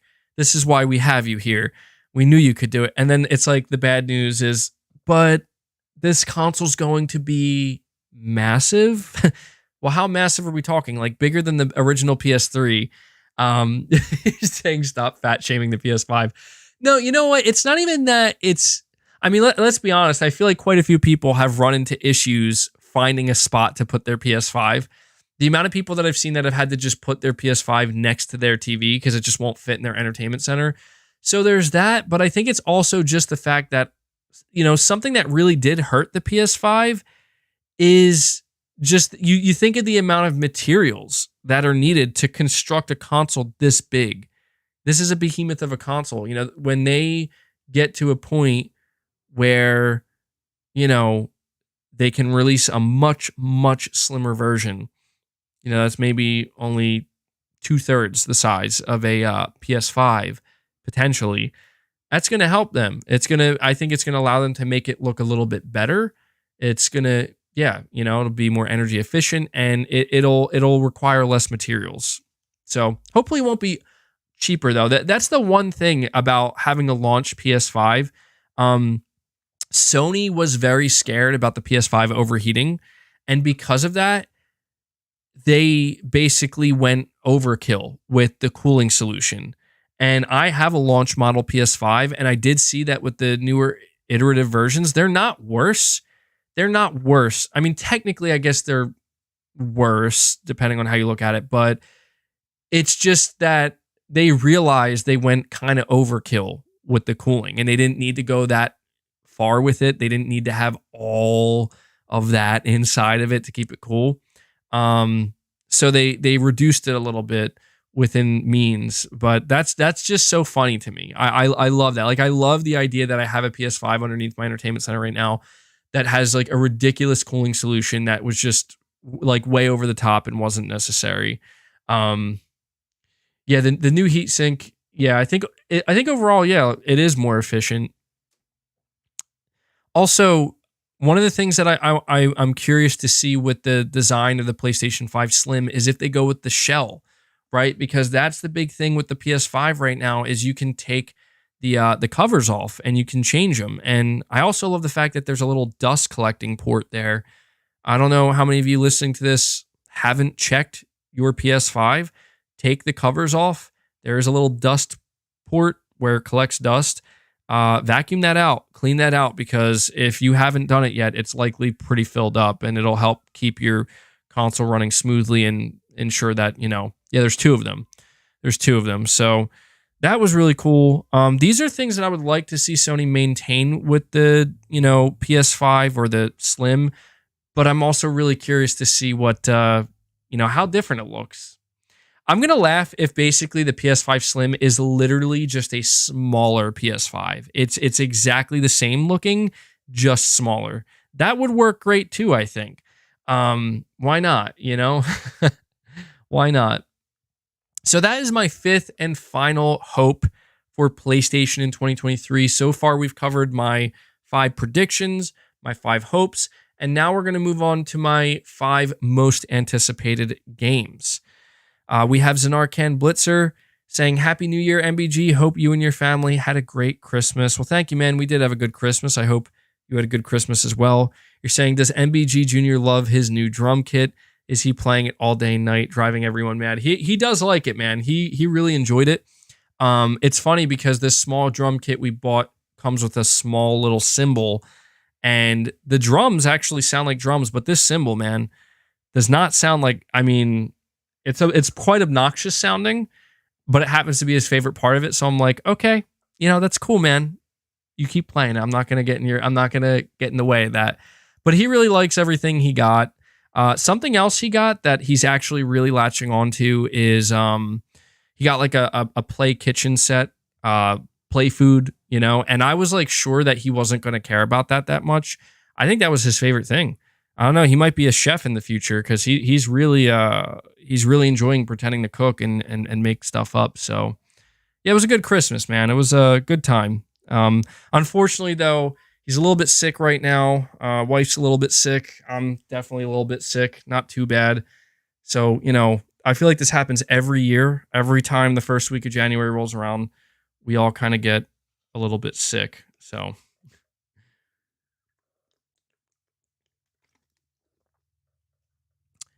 Drummer chef. It's like a Yakuza character. Yeah. It's like a Yakuza character. I love it. Yeah, so he's doing good, man. I appreciate you asking about the fam. The fam. I don't say that word. I feel like that's the first time I ever said that word. The fam. Fam. I'm trying to be hip, guys. I'm trying to be cool. I'm trying to be with it. All right. Before I end up cringing people out of existence here. Subtext member for 4 months. You're saying Happy New Year's. 2 questions. 1, predicted showcase month, and 2, backlog game you want to tackle most. So number 1, I did talk about this earlier, but my predicted showcase month, I know I might be playing it too safe, but I said June. I think it's going to be June. I think it would be too hopeful for Sony to do a showcase earlier than June. I think they'll do a state of play, maybe even 2, but I don't think it's going to be like a full-blown showcase. I would love to be wrong, though. I would love for Sony to be like, yo, you know what? We waited too long. Boom, full-blown showcase in February. But I'm thinking June. And the backlog game I want to tackle most, probably a Plague Tale. That's one that stands out. There's another one, though. I'm drawing a blank on it. I know that there was another game that I really wanted to play at some point, and I don't know why I'm not thinking of it. But A Plague Tale is the first one that comes to mind. You know what I'm actually doing right now, though? What I'm doing is I'm basically just prepping myself for the onslaught of upcoming games. Because I was like looking at it, and obviously I'm going to talk about my 5 most anticipated games, but when I was looking at it, I'm like, oh my God, dude, it's getting getting crazy. Like I don't want my backlog to really grow anymore than it is, but it's going to happen over the course of 2023.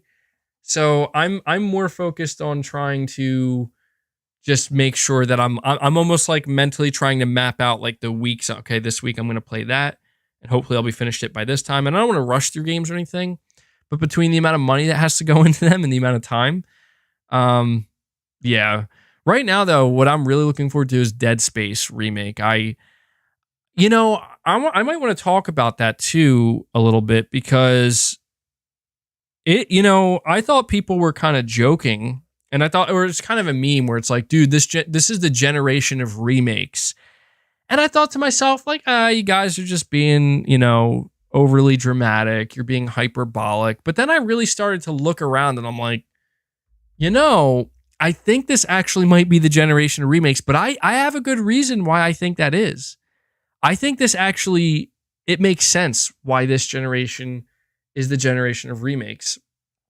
I'm going to tell you in just a moment before I move on to my top 5 games I'm looking forward to.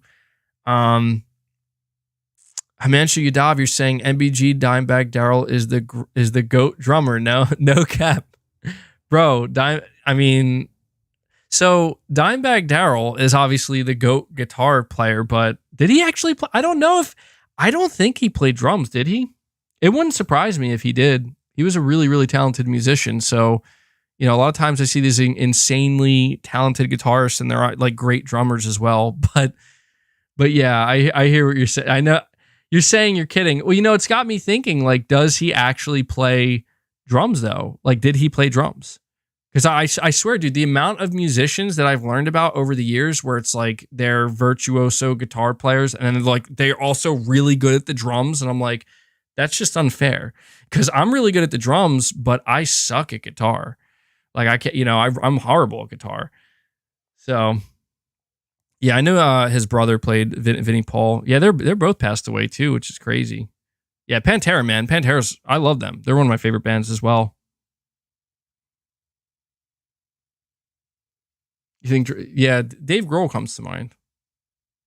But I hear you, man. You know what I think my favorite guitar lick from Dimebag Daryl is, just to mention this real quick before I continue, is the song by Pantera called Floods. That entire song, and it to me is a masterpiece, but the ending, like the last, I think it's like 30 or 40 seconds, there's just this guitar outro. It's like, it's another level, man. And to me, like that, like when I think of Dimebag Daryl, like it gives me like goosebumps because obviously the way he died, which is incredibly unfortunate, but that is that to me is like the guitar line from him or lick. Will I ever post a 15 to 30 second drum solo? Who knows, man? Who knows what'll happen one day? You never know.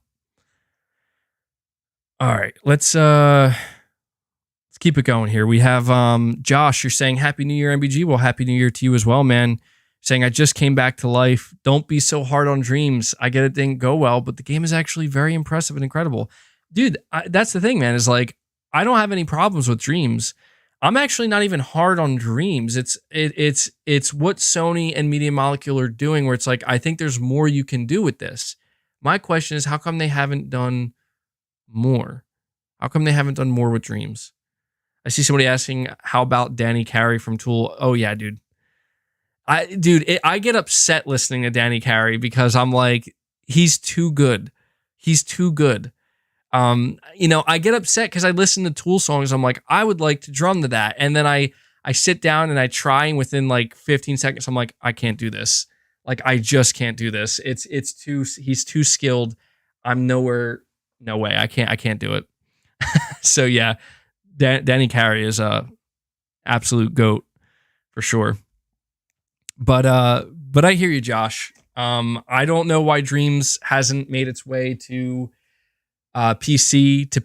I know that they like updated it for PS5, but I've seen it, man, and I've played a little bit of it, and it is impressive. It is impressive what can be done with it. So we'll see what the future of Media Molecule looks like, man. They've been very quiet for a long time. Obviously, with the Dreams community, they haven't been quiet, but you know what I mean when it comes to like future plans. All right, now we're going to move on to my top 5 most anticipated games of 2023. And before I dive into these top 5, I want to explain really quickly why I think this generation of consoles, was it the 9th generation now? This is the generation of remakes. Now, I don't say that in like a bad way. I mean, I know a lot of people talk about remakes where they're like, we need less remakes, and I get it. Like, I'm always an advocate for new stuff, but the reason why I think more and more remakes are happening and why people are continuing to buy them, because that's the thing, is like these remakes come out because people buy them. I think it's actually really simple. I think it's because we have now reached that point where, you know, the law of diminishing returns has kicked in and games are achieving graphical fidelity that we haven't seen before. But you also have to ask yourself, how much further can it go? Like, I want you to think about the PlayStation 6 and maybe any generation beyond it. How much further can it go? How much better can it look? And I think the answer realistically is not that much. Like, it can for sure. Like, we can get better fidelity, but not by that much. I mean, when we look at games like Ratchet and Clank Rift Apart, which I think is considered one of the most graphically impressive games, but even games like Horizon Forbidden West, and then we compare them to games that come out at the very end of this generation, I think we're going to see a difference. Like, I think people are going to look at the games that come out at the end of this generation and be like, my God, they look unbelievable, right? They look unbelievably incredible. But I think if you compare it to like some of the games that we're getting now, it's not going to be like night and day difference. And so I guess what I'm saying is, I think that now maybe is the right time for a lot of these older games. Why a lot of developers, a lot of players, a lot of gamers want to see these older games brought up. It's because, like, okay, let's take a look at Dead Space Remake. All right. Dead Space Remake is coming out, and we could even look at Demon Souls, like what Bluepoint did. And when you look at these games compared to, you know, their original versions side by side, you're like, wow. Like, that is a night and day difference. Look at what Dead Space looked like on PS3 compared to what we're about to get on PS5. Look at what Demon Souls Remake looked like on PS3 compared to what we're about to get on PS5. But then the question I ask is, now when you look at Demon Souls Remake, when you look at Dead Space Remake, now ask yourself, how much better can that look? And I feel like the answer to that realistically is not that much better. Not like you could remake Demon Souls again for the PlayStation 7, but chances are it'll be so minimal. So minimal, you know, that it's like it really doesn't look that different, you know? And I think that that's just where we are right now, and why a lot of these games, why a lot of people are like, you know what, sure, you know, let's remake this, let's remake that. Yeah, it's we're hitting that kind of ceiling, I think, where the upgrades and the leap forward is going to be, you know, less and less and less.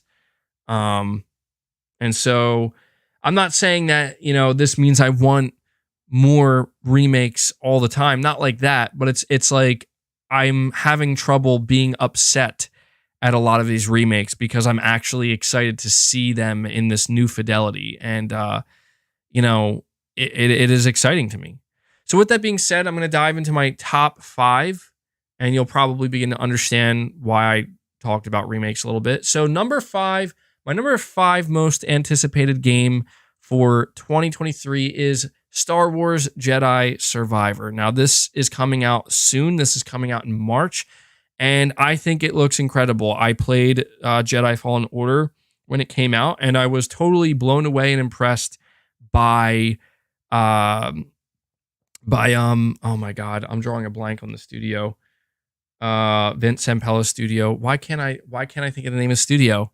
Help me out here, guys. My brain is drawing a blank. I'm trying to get it before somebody says anything. Somebody will get it.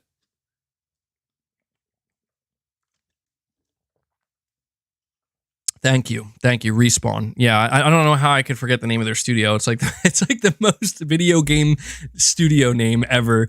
But yes, I was incredibly impressed with Respawn and what they did. I'm going to be honest. I'm not much of a Star Wars fan anymore. I'm more casual. I'm not hardcore into it. I'm like an on and off Star Wars fan. But Respawn did such a good job with Jedi Fallen Order.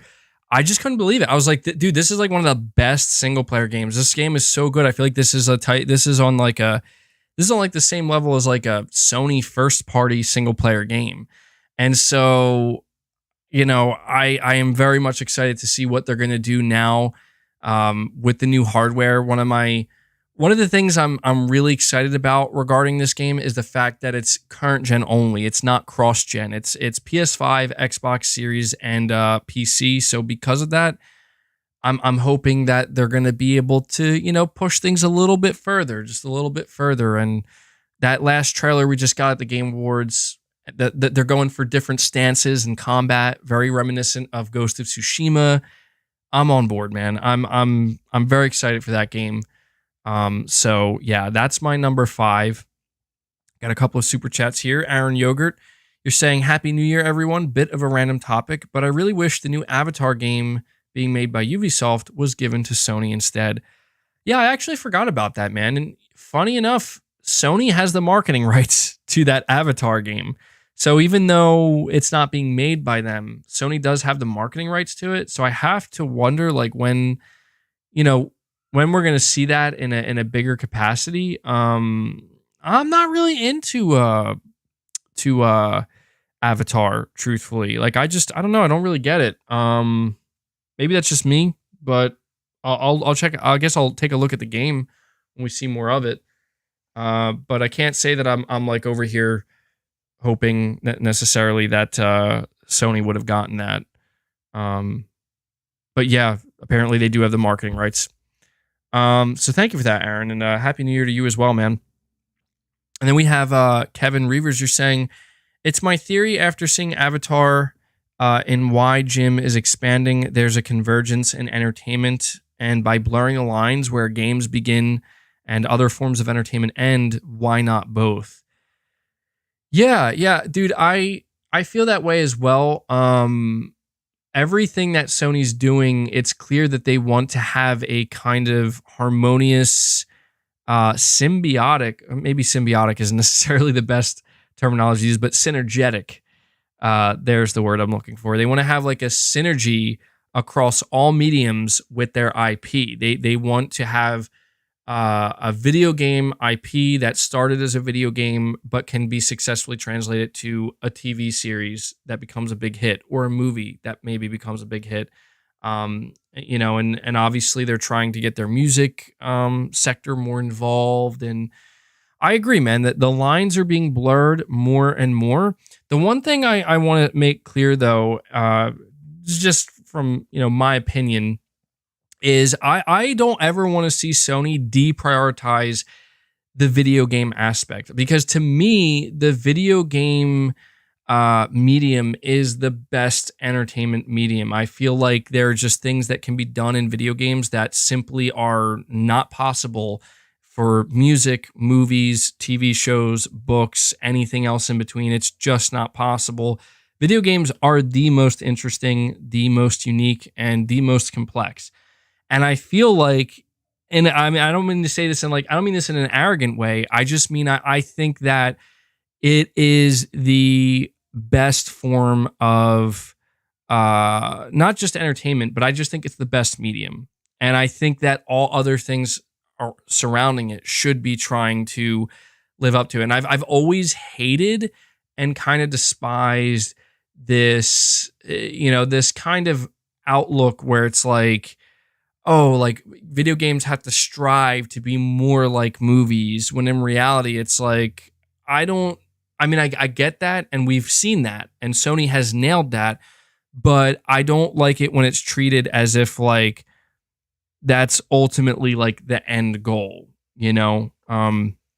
I don't like, I think like maybe even the Order 1886, I know that's a really random game to bring up, but to me, that was like a game that, because I actually just watched a documentary on that game recently by, I think it's like this channel called Gamers or something. They do like video game documentaries. I just watched one on the Order 1886, and it was like clear to me that the most important thing to the development team was like cinematic level quality, to the point where it like almost, they kind of almost forgot like, but this is a video game, bro. Like, you know, and you gotta find the balance. And I think that that's a game, even though I loved it, you know, when I played it, that's a game that I think went too far in that direction, where it's like it focused too heavily on the cinematics and maybe forgot a little bit at certain points that like it's a video game, you know. But yeah, I get what you're saying, Kevin, and I actually agree. I think that Sony's just looking for that synergy across all mediums. I mean, we're going to be getting a Gran Turismo movie this year, guys. Oh, and the Last of Us HBO show is coming up, and I'm very, very interested to see what goes on with this Last of Us HBO show, because as we get closer to the launch, it's becoming clear to me that, dude, Sony, I'm nervous. I'm nervous. I'm going to tell you why I'm nervous. I'm going to go on a little bit of a side mission here, side quest. I'm nervous about the success of The Last of Us HBO. And I'm going to tell you why. The Last of Us HBO has the ability to do something that the video game never could, which is it has the ability to appeal to a much, much wider audience. An audience that has no interest in video games, that doesn't care about video games, that just maybe even dislikes video games. And I'm afraid that one day we might see Sony strike gold. And The Last of Us HBO could be that, to the point where it's like, let's not, like, you don't want to see that thing happen where it's like, don't forget where you came from. That's why when I heard Neil Druckmann came out and he was talking about the next Naughty Dog project, how now they're going to have a whole writer's room. And I'm like, what? Like, this isn't a TV show, man. Like, why do you need a writer's room? Like, you're making a game, and maybe it could be good. Like, I think the idea of being more collaborative is intriguing, but it's just this idea that it's like, I'm so sick and tired of seeing like, oh, like we're taking things that are done in movie making and bringing them to video games. Like, again, I feel like there are just some things that maybe, well, I guess it doesn't translate the same. I'm just a little bit nervous that, after Neil Druckmann working on a TV show for The Last of Us, I guess I just kind of feel like Naughty Dog, you look at The Last of Us 1, you look at Uncharted 4 and the Uncharted series, and I feel like these guys are the best in the business. I find it a little bit surprising that they're walking away from a TV set at a TV show thinking, oh, yo, there's something that they were doing on this TV show that we weren't doing for our video games that we now need to do for our video games. And I'm like, you do realize you're like the most awarded studio in gaming, right? Like you guys do it better than anybody. So I'm surprised to hear that, this is the approach they're taking next, only because it seems like maybe this has never been done before. The idea of having like a writer's room for a video game. It could be good. It could be good. I think I maybe mixed two separate topics here, but I guess what I'm ultimately trying to say is I don't want to see a situation happen where if one of Sony's TV shows like the HBO Last of Us show, if it blows up and takes off to a point in which it's like, everybody's talking about it. I hope that people, I hope the focus doesn't shift. That's all. That's all I'm saying, because there's always that risk. We talk about it, about like, oh, maybe the Last of Us TV show is going to convince people to go play the game. I don't think so. Maybe some people, maybe a few, but I don't think it's really going to work that way. I think it's actually quite the opposite. I think it's that Naughty Dog told an incredible story in the Last of Us video game, and they realized that, there are more people they can bring it to, and it's about a balance. That's all. Just to end this side tangent, this side quest here, I just hope that there's a balance where if Sony finds immense success with any movies or TV shows, I don't really want to see that, overshadow the original thing, where it came from, because that would be, in my opinion, that would be quite disappointing. And I did see, I don't know where I heard it. I forgot where I heard it, but I noticed that, that in all of the marketing material for The Last of Us HBO, there's like no reference of PlayStation. There's like zero reference of Naughty Dog, PlayStation, or any indication that this is a video game. And that bothers me a little bit, because it's like, are you guys like afraid to like, stick your chest out a little bit and be like, yeah, that's right, this was a video game. See what you're missing? I don't like that. Like, show some, yeah, like, it's like game shaming. Like, no. That's not what we want to see come from this. We want it to be the other way around. We want to show people what they're missing in the video game space, and why they might want to take a look. The show will start with the PlayStation logo. Yeah, it should, right? It should. PlayStation Productions. Could you imagine if it didn't? That would be the biggest slap in the face, bro. Saying it's marketing, man. Look at Halo. You think gamers want to watch it after trash like Halo released? I don't know. Saying Game of Thrones did the exact same thing, though. How many times in the show and trailers did you see the books mentioned? That's a good point. Yeah, you're right. You're right. Well, I guess just to finish what I'm saying, I'm incredibly interested and intrigued to see what happens with this Last of Us show, because I feel like the Uncharted movie kind of did better than expected. Not immensely, but it seemed like, I don't know, man, an Uncharted movie, this could flop. And then it like came out and everybody was like, well, this is pretty inoffensive, like it's a decent time. It's a decent action film. And I saw it and I was like, yeah, it's fine. It was pretty good. No complaints. Wasn't great. It was inoffensive. And it like made Sony more money than I think they anticipated. So I'm not getting the same feeling with this Last of Us HBO. The feeling I'm getting with the Last of Us HBO is that they're expecting this thing to be a big deal and to be like very prestigious. And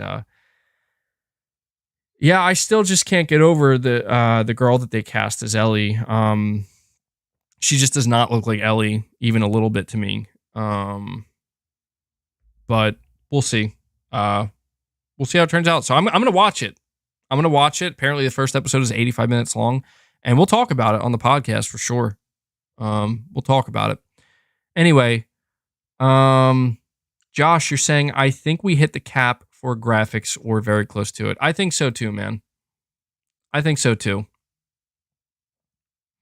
Okay, let me move on to my number 4 most anticipated game of 2023. That being Final Fantasy 16, which is quite surprising to me, because I never would have thought that I would have been like, feature a Final Fantasy game on my top 5. But after seeing all the trailers, and especially the last trailer, all the combat in it, and after experiencing Final Fantasy 7 Remake, Final Fantasy 16 is my number 4 most anticipated game of this year. And I'm excited for it, man. Like I'm most excited for, I think, the combat. Like it looks really good. Like it just looks really good. It looks really, really fun to play. But something I was quite surprised about when I played Final Fantasy VII Remake is just how how good the story was, and the characterization and the dialogue. I enjoyed all of it, and I'm assuming all of that's going to be there for this new mainline Final Fantasy entry. And yeah, so that's my number 4 most anticipated game. My number 3.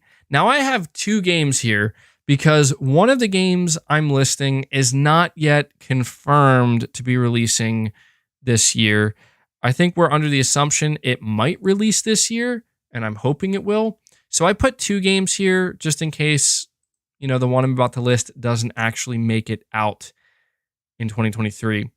But at number 3, I have Silent Hill 2 Remake. Now, I've rewatched this trailer like a couple times, over the months since we learned about it. And I know people have their reservations about Bloober Team, and I do too. And it's like, they're somewhat iffy, but the more I watch this trailer, the more I'm like, this looks really good, dude. Like I almost wonder if Sony's helping with it because it looks good. Like it looks very, very good. Graphically, it looks good. And it's just so cool to kind of see, to see the town of Silent Hill and these, just everything that goes with it brought up in this way. And I'm very excited to see gameplay. And so assuming that Silent Hill 2 Remake is a game that's coming out this year, that's at my number 3. But I have another game here in case Silent Hill Remake ends up being like a 2024 game. And I think maybe this one's a little bit unexpected. I think some people might find it incredibly unexpected. My number 3 game to take place of Silent Hill 2 Remake, if it's not this year, Wild Hearts. This is a game that is coming out, I believe, in February, and it's basically like a Monster Hunter type game, but it's coming from EA and I think Koei Tecmo, if I'm not mistaken. I'm trying to remember the name of the studio that's working on it, but I saw like some trailers for Wild Hearts, and I'm like, dude, this looks really good. And I know that people are like, oh, it seems like it's maybe somewhat of a copycat of Monster Hunter. But that's kind of what I like about it, because I feel like Monster Hunter is a great series, and I feel like there should be more games trying to do something similar in that space. And I'm interested in it. I think one of the reasons why it's high up on my list is simply because it's coming out soon, and I recently saw gameplay of it. I'm like, this looks really good. So I'm probably going to pick that game up and play it. I'm really liking what I'm seeing of it. So maybe a bit of recent, if you can say recency bias there, but it's coming out very soon. So that's tied with my 3rd game. But my number 2 game, Resident Evil 4 Remake. I was absolutely blown away by the gameplay presentation that we saw in October of RE4 Remake. Like, Resident Evil 4 is one of my favorite games of all time. Masterpiece game. It's one of my favorite games of all time. Like, to me, it's like the closest thing like a perfect game. I love it. And after playing RE2 Remake specifically, I played RE3 Remake, but RE2 was incredible. I'm so locked in on this game. And this is why I went on that little tangent about remakes, because I realized that, like, yeah, some of the games I'm most excited about are remakes, but I don't really care, like, what people think of that. You know what I mean? Like, I'm excited for it. RE4 Remake looks absolutely incredible. That's my number 2 game. And obviously, my number 1, guys, Spider-Man 2. I don't think there's much that needs to be said about Spider-Man 2, because I think that for a lot of you guys, that's also your number 1 game. But the thing that has me most excited about it is just the fact that, look, Spider-Man was, I think, the best superhero game I ever played, or at least certainly one of the best. But we're going to see Insomniac, PS5 only, Venom. There's a lot to be excited about. There is a lot to be excited about, I think, with Spider-Man 2. And so I'm very excited to see the first gameplay.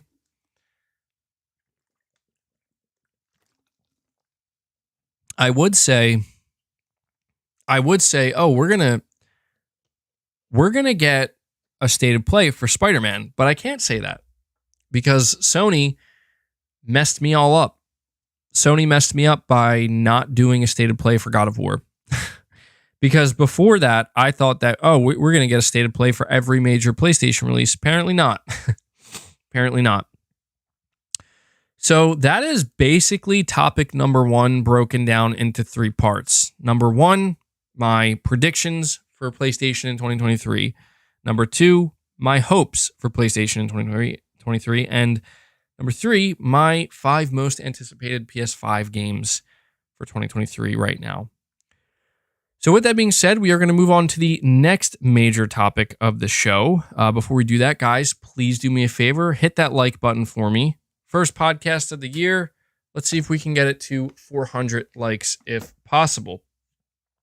So the next major topic I want to discuss are Jim Ryan's thoughts on Game Pass. Okay? I'm going to have to read this word for word. And maybe you watched my video talking about it, but we didn't get to discuss it deeply on a podcast episode. I have to find it, though, real quick. I should have had it up. But yeah, Jim Ryan basically came out and slapped Game Pass around a little bit. Which, dude, I gotta be honest with you guys. Like, I see somebody saying you feel like this was blown out of proportion a little bit. I do think so.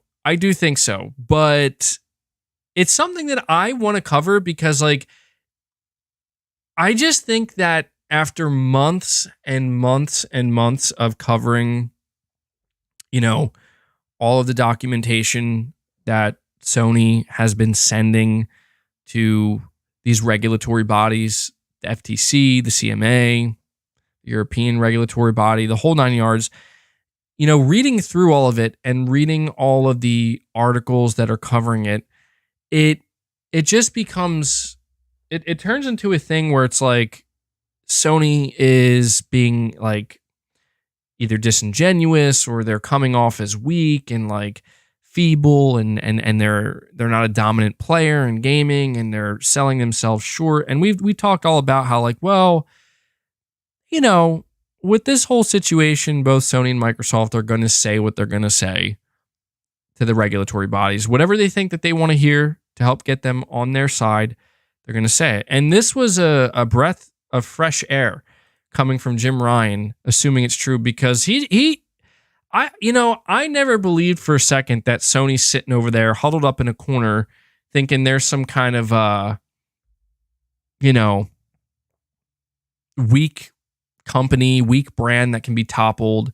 And people are calling out Jim Ryan's comments because they're like, well, if you're speaking so confidently, then why are you trying to make yourself sound so weak to the regulatory bodies? And it's like, guys, like, you can do both to a degree anyway. Like, you can express confidence in your brand and basically say like, yeah, we're not worried about Game Pass, but we are maybe worried about Microsoft buying publishers. You see what I'm saying? Like, they're two different things. And I feel like when people read this article and when they wrote stuff up about it, they basically tried to combine two things where realistically they're two separate things. Anyway, let me read to you what was said for anybody who may have missed it. There was this article written up by Insider Gaming from Tom Henderson, and it's missing context. I want that to be known. There is context missing here, so we have no idea like what else was said. And to me, these quotes are so cherry picked. It's it's actually strange to me that this was even reported on, but it's still worth covering, I think, assuming it's true. So Tom Henderson at Insider Gaming wrote up this article, and the title says, Sony doesn't view Xbox Game Pass as competition, sources claim. It's been claimed by Insider Gaming sources that Jim Ryan, CEO of SIE, has implied that the company doesn't view Game Pass as competition despite the company expressing concerns about Microsoft's proposed acquisition of Activision Blizzard. One source, who wishes to remain anonymous because they couldn't speak about their knowledge of the information, publicly, has said that Jim Ryan had an employee Q&A session earlier this month where he talked about market competition. In response to a question about Game Pass, they don't mention what the question was. We can assume that the question was something along the lines of, how do you feel about Game Pass? Do you view Game Pass as competition? Something along those lines. Jim Ryan reportedly said, quote, "When we consider Xbox Game Pass, it seems to be getting lower when referring to Game Pass numbers. When we consider Xbox Game Pass, we've sold more PS5s in 2 years than they have gathered subscribers, and they've been doing that for 6 or 7 years." Jim Ryan reportedly continued by saying, quote, "We're just shy of 50 million subscribers, and they are in the low 20s. But there's more work to do to grow that number," end quote. And so, this was something that people were reporting on and talking about. And you know what? I'm just gonna say it, man. Like, Jim Ryan's just speaking facts here.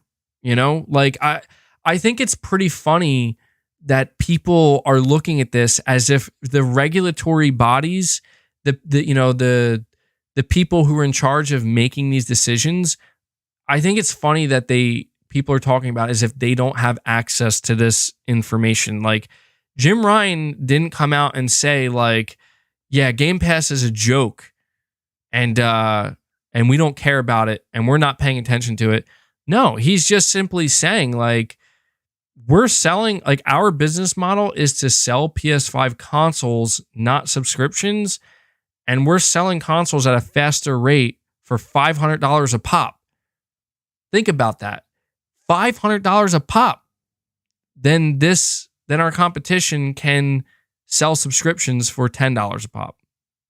You're saying, but MBG, Jim is being two-faced. Well, don't get me wrong. Like, Jim Ryan is not going to go to the regulatory body and say, just so you know, our PS5s are selling at a faster rate than they can sell Game Pass subscriptions. Like, yeah, of course he's not going to go in there and say that. But at the same time, all the regulatory bodies would have to do is just look at the data and it would clear them. But this is where I feel like I just feel like it's crazy to think that, like, oh, well, look, Sony's selling PS5 consoles at a really fast rate, and they're selling great, and Xboxes are selling really well too. I think that's worth mentioning. So this just means Microsoft should have Activision Blizzard. Like, I feel like the two are kind of at odds a little bit. You know what I mean? Like, it can't be that simple one way or the other. Like, you can't turn to Sony. The regulatory bodies cannot turn to Sony and say, well, you're claiming that this would be bad for gaming, so we're just going to listen to you and block it. Like, they can't do that. Just like they can't turn to this data and say, well, you're selling more PS5s than Xbox is gaining subscribers, so we'll just let them have Activision Blizzard. It doesn't work that way. And I feel like that's the problem with getting out of context quotes like this, is it makes people think that way. It makes them think, well, it should be one way or the other, when in reality, it's a lot more nuanced. And, the thing that I really appreciated about hearing this is the Sony that I miss. And this is the Sony that I think most of us know and love. And that is the confident Sony. I've grown so tired of seeing in 2022, ever since Microsoft announced their acquisition of Activision Blizzard, I've grown so tired of seeing this tiptoeing, walking on eggshell Sony, where it's like, who are you trying to fool here, man? And I see somebody saying, MBG, you froze. Am I froze up, guys? Am I good? Is everything good with the... Maybe it was just on your end, man. Just want to make sure everything's good. Okay. All right. Just wanted to make sure. It says everything's good on my end. I just don't want to keep talking and if people aren't there listening. All right. Anyway, I just, I don't want to see a completely dominant Sony. And I think people misunderstand me or misperceive me when I talk about my enthusiasm for PlayStation. I don't want to see a Sony that literally destroys competition out of the market, because I don't think that's necessarily good. I've always been an advocate for competition. Granted, I'm kind of against the Activision Blizzard acquisition because I don't think this is as much about competition as Microsoft makes it seem, and I think that that's the important thing here. Is if this was about competition, I feel like Jim Ryan wouldn't be saying what he's saying right now, and I also feel like Microsoft wouldn't, they wouldn't necessarily be doing what they're doing. I say this because if this was about competition, then it doesn't make much sense for Microsoft to say, we don't want to make anything exclusive. You know what I mean? Like, we're not going to make Call of Duty exclusive. No, we're never going to do that. We're going to keep everything multi-plat. And that's what's strange about this is it's not strange, but it's not about competition as much as it's about changing the rules, changing the business model. And we've talked about this at length and ad nauseum. And this is just why I don't want to see the day come where Sony views Game Pass as competition. I don't want to see that happen. And I don't think Sony wants that to happen either, because let's dissect these quotes a little bit deeper or a little bit further here from Jim Ryan. So Jim Ryan says, when we consider Game Pass, when Sony considers Game Pass, it seems to be getting lower. So he's basically saying that from what they've observed statistically and with data, Microsoft's Game Pass numbers are actually decreasing. Now that's fascinating. You do have to wonder where exactly that data is coming from. I mean, we did hear Phil Spencer claim that they're reaching the saturation point on console. So basically, they've gotten as many subscribers from the console, the Xbox console anyway, that they feel like they're going to get. Like, they'll still gain more, but not like a lot. So now they're trying to find growth in PC, which apparently they're finding some decent growth there. And then they have to go beyond PC, obviously, to keep it going.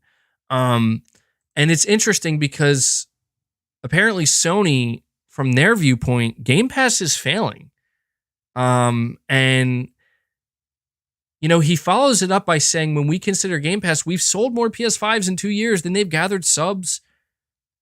And he's saying that they've been doing this for over half a decade, right? And if you think about Jim Ryan's comments, what it really shows to me is it reveals that, and I'm not saying this to I'm not the only one that has said this. So please don't take this as me like I'm tooting my own horn here and be like, I was right.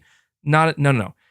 This has been said by many other people, but I feel like I have said it many times myself. And that is, this basically proves correct that we are just seeing a complete divergence in business models where Sony has the successful business model. They've had the successful business model. It's still the overall most successful business model. Microsoft decided they're not going to compete with that business model. They're going to create a new one, and their hope is that this new business model will overtake the current status quo. And if Jim Ryan's comments are anything to go by, assuming that he wasn't just, of course he's going to speak confidently. He's the leader of PlayStation, but, if you look at the way Sony's handled PlayStation Plus Extra and Premium, you look at how well God of War Ragnarok is selling, you look at how well the PS5 is selling, and you look at what is needed, what Microsoft is needing to do. I'm telling you now, let me simplify this. What this confirms is that the reason why Sony is desperately trying to block this acquisition, it's not because they fear, I'm telling you, it's not because they fear losing Call of Duty. I think Sony has latched onto that to really kind of make that seem like oh man, they you can't let them make Call of Duty exclusive. I don't think that's what it is. I think the big fear, and I think this confirms it, is that Sony is afraid that if Microsoft eats up Activision Blizzard and brings them on, and they can start flowing those games, such as Call of Duty and many others, alongside Bethesda into Game Pass, it's going to make Game Pass grow a lot, like a lot more presumably at a substantial rate. And this is what a lot of people have been pointing out. They're like, dude, all Sony cares about is defending their market dominance. And I laugh at this because I'm like, well, what the hell do you expect them to do? What are you expecting Sony to do? Not defend their market dominance? But where I have a personal stake in this, because we have to boil it down. I'm not a Sony executive. I don't work at Sony. I don't have stock in Sony. I'm just a PlayStation fan. I'm just, a fan of the brand. Where I have stock in this personally is I feel like I don't want to see the Game Pass model ultimately become the dominant model, because I'm not at all sold on the notion that it can work in the way that I would hope it would. I'm not sold on the notion that, you're going to get Horizon Forbidden West, GT7, Last of Us Part 1, Spider-Man 2, Final Fantasy 16, day one, PlayStation Plus, and it can work.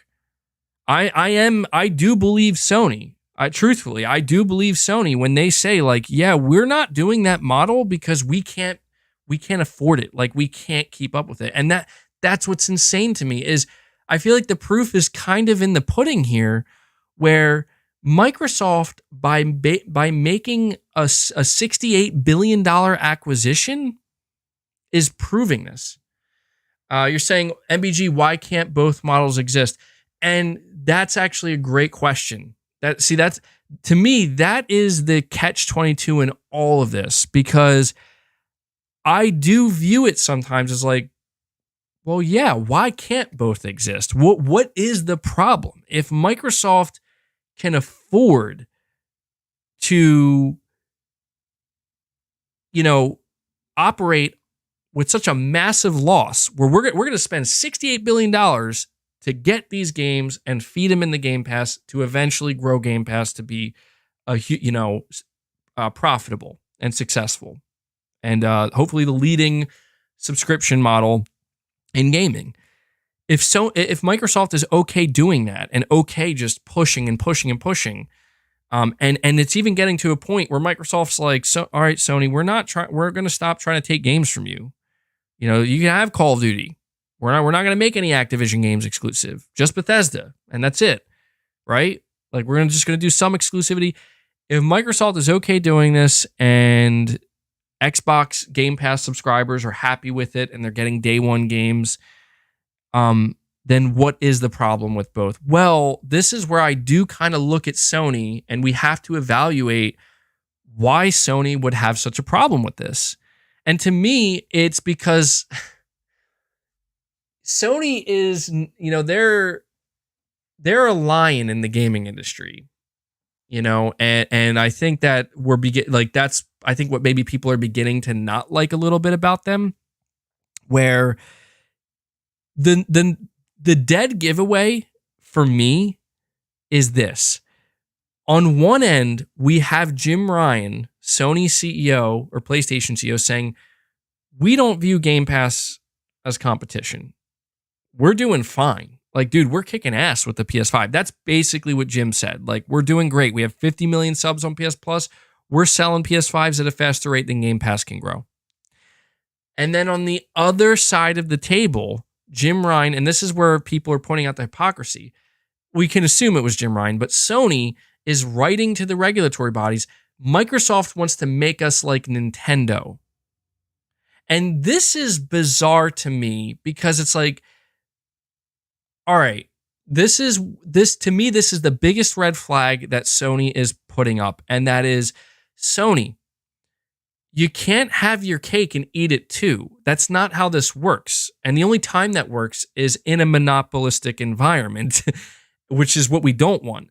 And I'm not saying that Sony could create a monopoly necessarily, but it's like, if it's either Game Pass is your competition or it's not. Because if you're afraid that Microsoft's going to make you like Nintendo, that's implying that,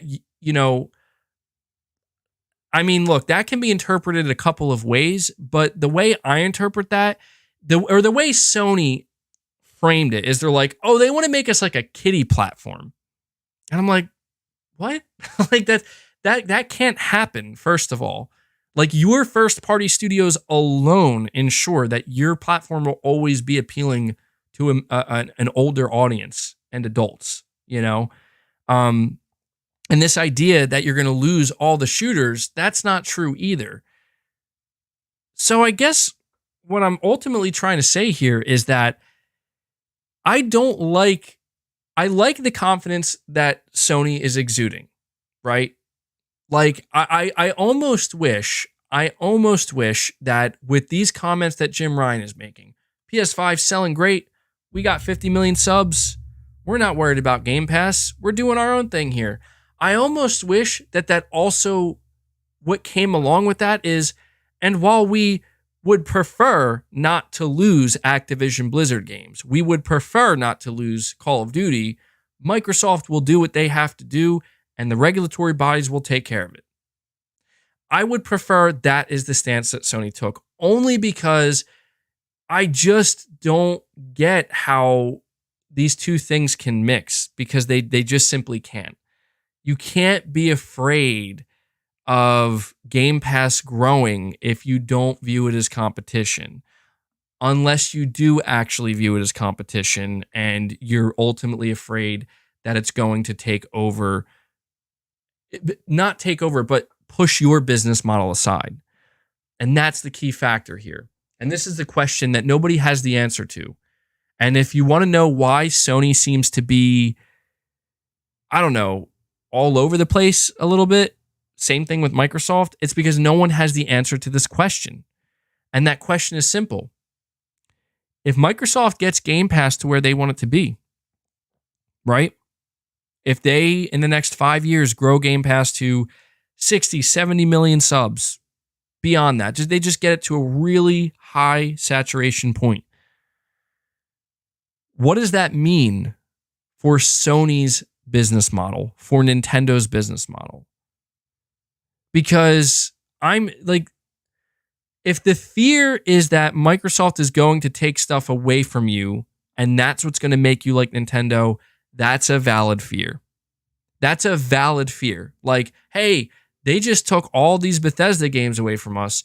What if they take Call of Duty next and all of Activision Blizzard games? Yeah, that's a valid fear, because that's a huge loss.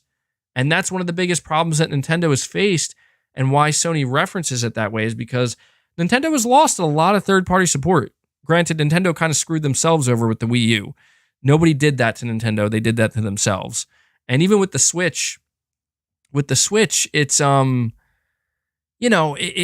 it's still kind of in that middle area where, yeah, it gets some third-party support, but it's a secondary console for a lot of people. If you're already buying, like you're probably buying a PlayStation or an Xbox, or you're playing on PC for the big AAA titles that aren't Nintendo, and then you buy the Nintendo console for the Nintendo games, and then occasionally play some third parties on it. That's not what Sony wants. Sony doesn't want to be an auxiliary console. Sony wants to be number one. They want to be the leader in all areas, and that's where it's like, I just don't. I don't know if Sony's back. Like, I guess at this point, I'm curious what Sony's backup plan is. MBG, everyone forgets that Nintendo can do what they do. It's because they happen to have franchises like Mario, Zelda. No one else can do this like Nintendo. That's true, but at the same time, like, assuming that Microsoft. I mean, look. You guys tell me what you think, because I don't know. I guess I'm under the assumption that if the Activision Blizzard deal goes through and Microsoft gets them, I'm under the impression that, well, that's it. They can't just go on continuing to buy publishers. Like, this is as big as it gets, and they're not going to be able to pull another publisher off like this. It just can't happen. I could be wrong, but that's the impression I get. So, assuming that that's true, and the only thing that Microsoft really will do after that is smaller developers, similar to like, what they did a couple years back. Assuming that's what they do, Sony will lose. Like, it's just weird to me at this point, because it's like, I don't know, man. I at this point, I think what Microsoft is doing kind of sucks. I'm not ever going to cheer on industry consolidation in this way. I'm never going to cheer on the buying of a massive publisher like this. But at the same time, if they really do intend to keep Call of Duty on PlayStation, then at this point, I just begin to think that it's clear Sony's fear is they don't want Game Pass to succeed. And my big fear is, the reason why I don't want Game Pass to succeed is because I don't want to see Sony chase Game Pass, because they can't. They can't. And I don't want to see them ever try. And I think that that's what Sony ultimately fears, is that, we've reached a point where the video game market is still dominated by the traditional console model. And that has yet to be that has yet to be overtaken.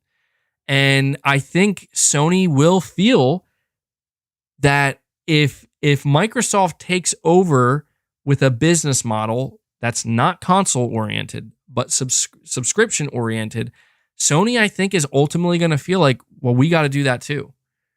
Because you got to wonder what Sony's doing with things like PS Plus Extra and Premium. It's strange to me.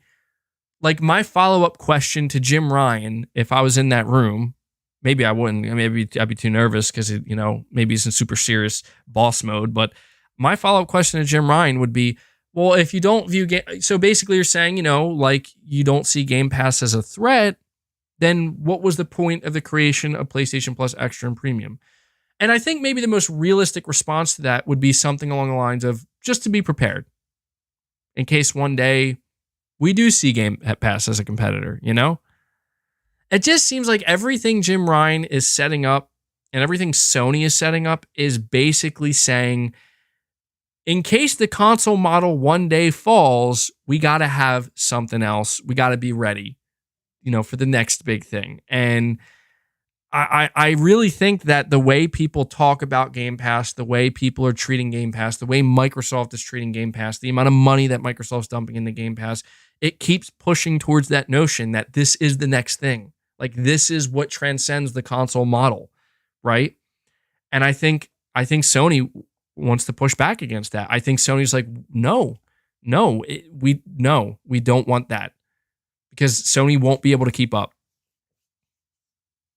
I don't know. It's interesting. It's fascinating. Space D, you're saying Game Pass taking over is inevitable. MBG, you sound like Agent Smith. That is the sound of inevitability, Mr. Anderson. Like every other digital media evolution, but PlayStation can still be successful, a la Nintendo. Oh, sorry guys, my throat's a little bit sore today.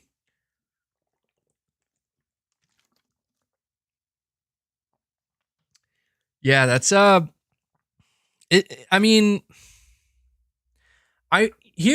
the thing. I want to challenge the word you're using. Inevitable. For those, I'm sure most people know, but inevitable means you can't stop it. Inevitable means it's going to happen no matter what. No matter what you say, no matter what you do, nothing will stop it.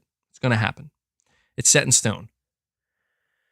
I don't doubt that a Game Pass-like model, a successful one, is inevitable at some point in the future. Just like I don't doubt that a 99% digital future is also inevitable in gaming.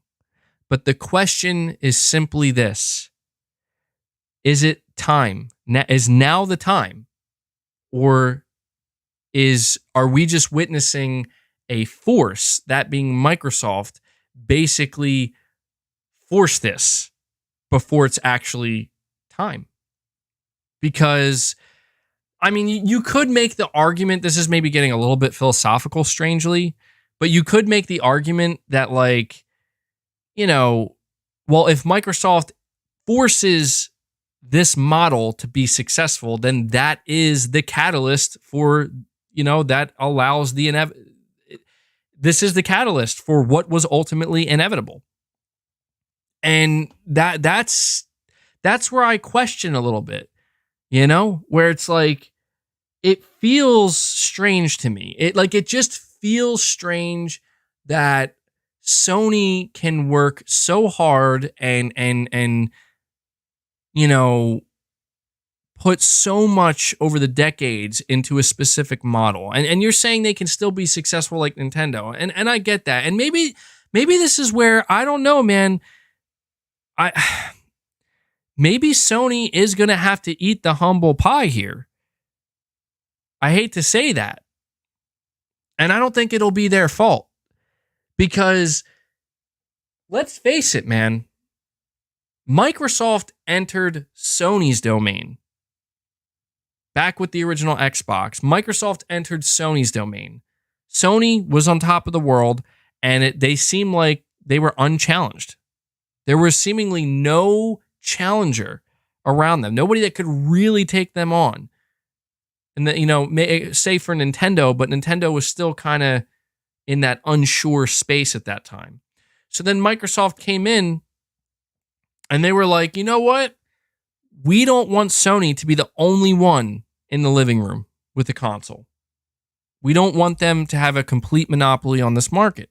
And that's good. Like, that was, I think looking back at it, like, that was one of the coolest things to see a big company like Microsoft say, we're gonna enter the console space and we're gonna put so much money. Basically, Microsoft took the same approach with the Xbox console in the year, 2000, 2001, that they're taking now with Game Pass. Let that sink in for a moment. That should tell you exactly what's going on here. Basically, Sony won, man. I don't know how else I don't mean to put it that way, but if we're talking in competitive terms, Sony won, but that doesn't mean, and I want to make this clear, that doesn't mean that Xbox lacked the ability to continue to compete. Not at all. Sony bested Microsoft with the, I'm not even going to count the PS2. I mean, the original Xbox stood no chance. That's not Microsoft's fault. That's just the nature of entering a new market.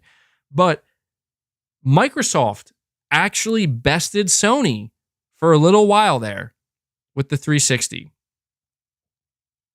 Then Sony, in the long run, basically caught up, and they were tied. They were basically tied with that generation. They basically sold the same amount of consoles. And the next generation, Microsoft screwed up so royally, okay? And I don't mean to, I'm not trying to weaponize this in 2023 now, but it's just a fact that we cannot ignore. Microsoft messed up so royally that they damn near killed the Xbox brand.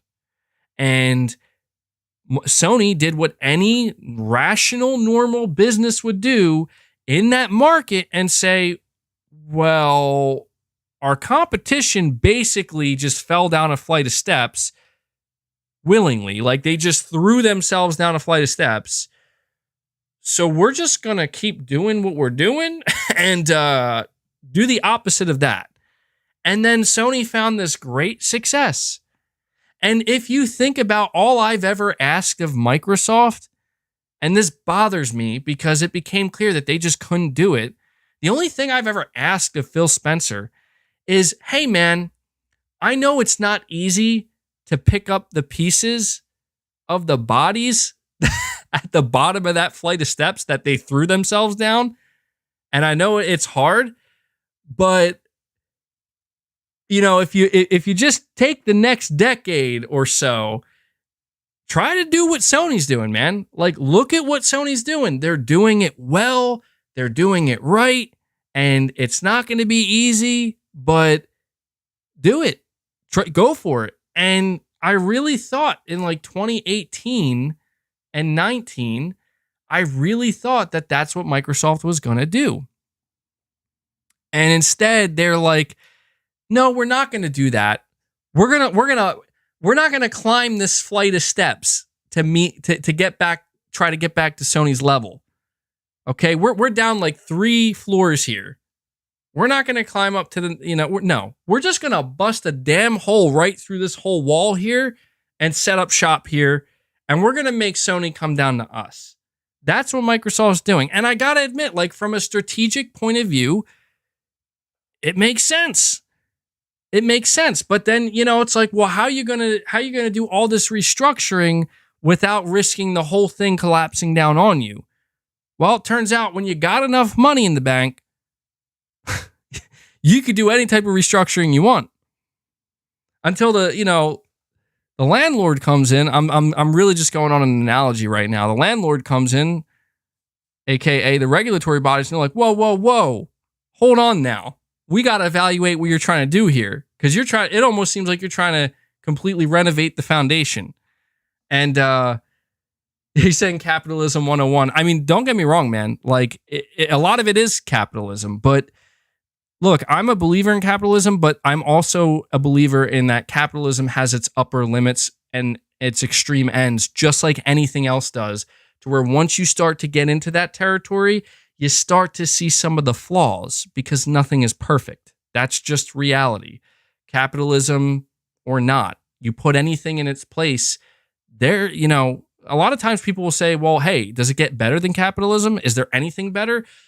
Realistically, no, because the truth is, like, humans are flawed. Like, we are flawed, and everything about life to a degree is flawed. So there cannot be a perfect solution. That does not exist. This is not, the Garden of Eden per se. This is life as we know it. And as of right now, man, like, there's no sign of any perfect solution. You're saying capitalism with regulations is best. I mean, yeah, as of right now, that seems to be the best solution we have. And I think that this is where, I'm not opposed to seeing the regulatory bodies do their job, which is to inquire. Like, whether this goes through or not, I'm just happy to see that, like, it shouldn't be so easy for any mega corporation with an infinite amount of money to spend. It shouldn't be so easy to just walk in and completely rewrite the rules. There has to be more to it. And that's the thing that I can't blame Sony for feeling maybe really annoyed about.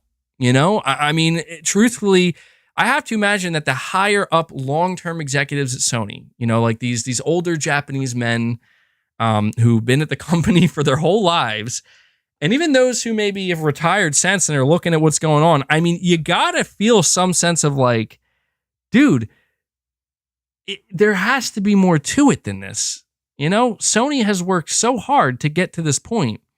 And I also want to say that some people were saying that Jim Ryan's comments were arrogant. And I get that. Like, don't get me wrong. I do not want to see arrogant Sony come out, because arrogant Sony is only going to go one way, and that's down.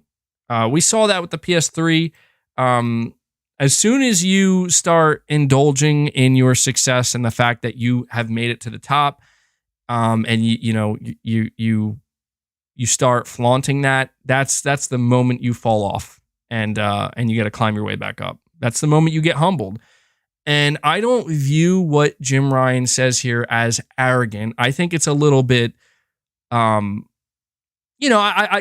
think there's a sense of, yeah, Jim Ryan's pushing back a little bit.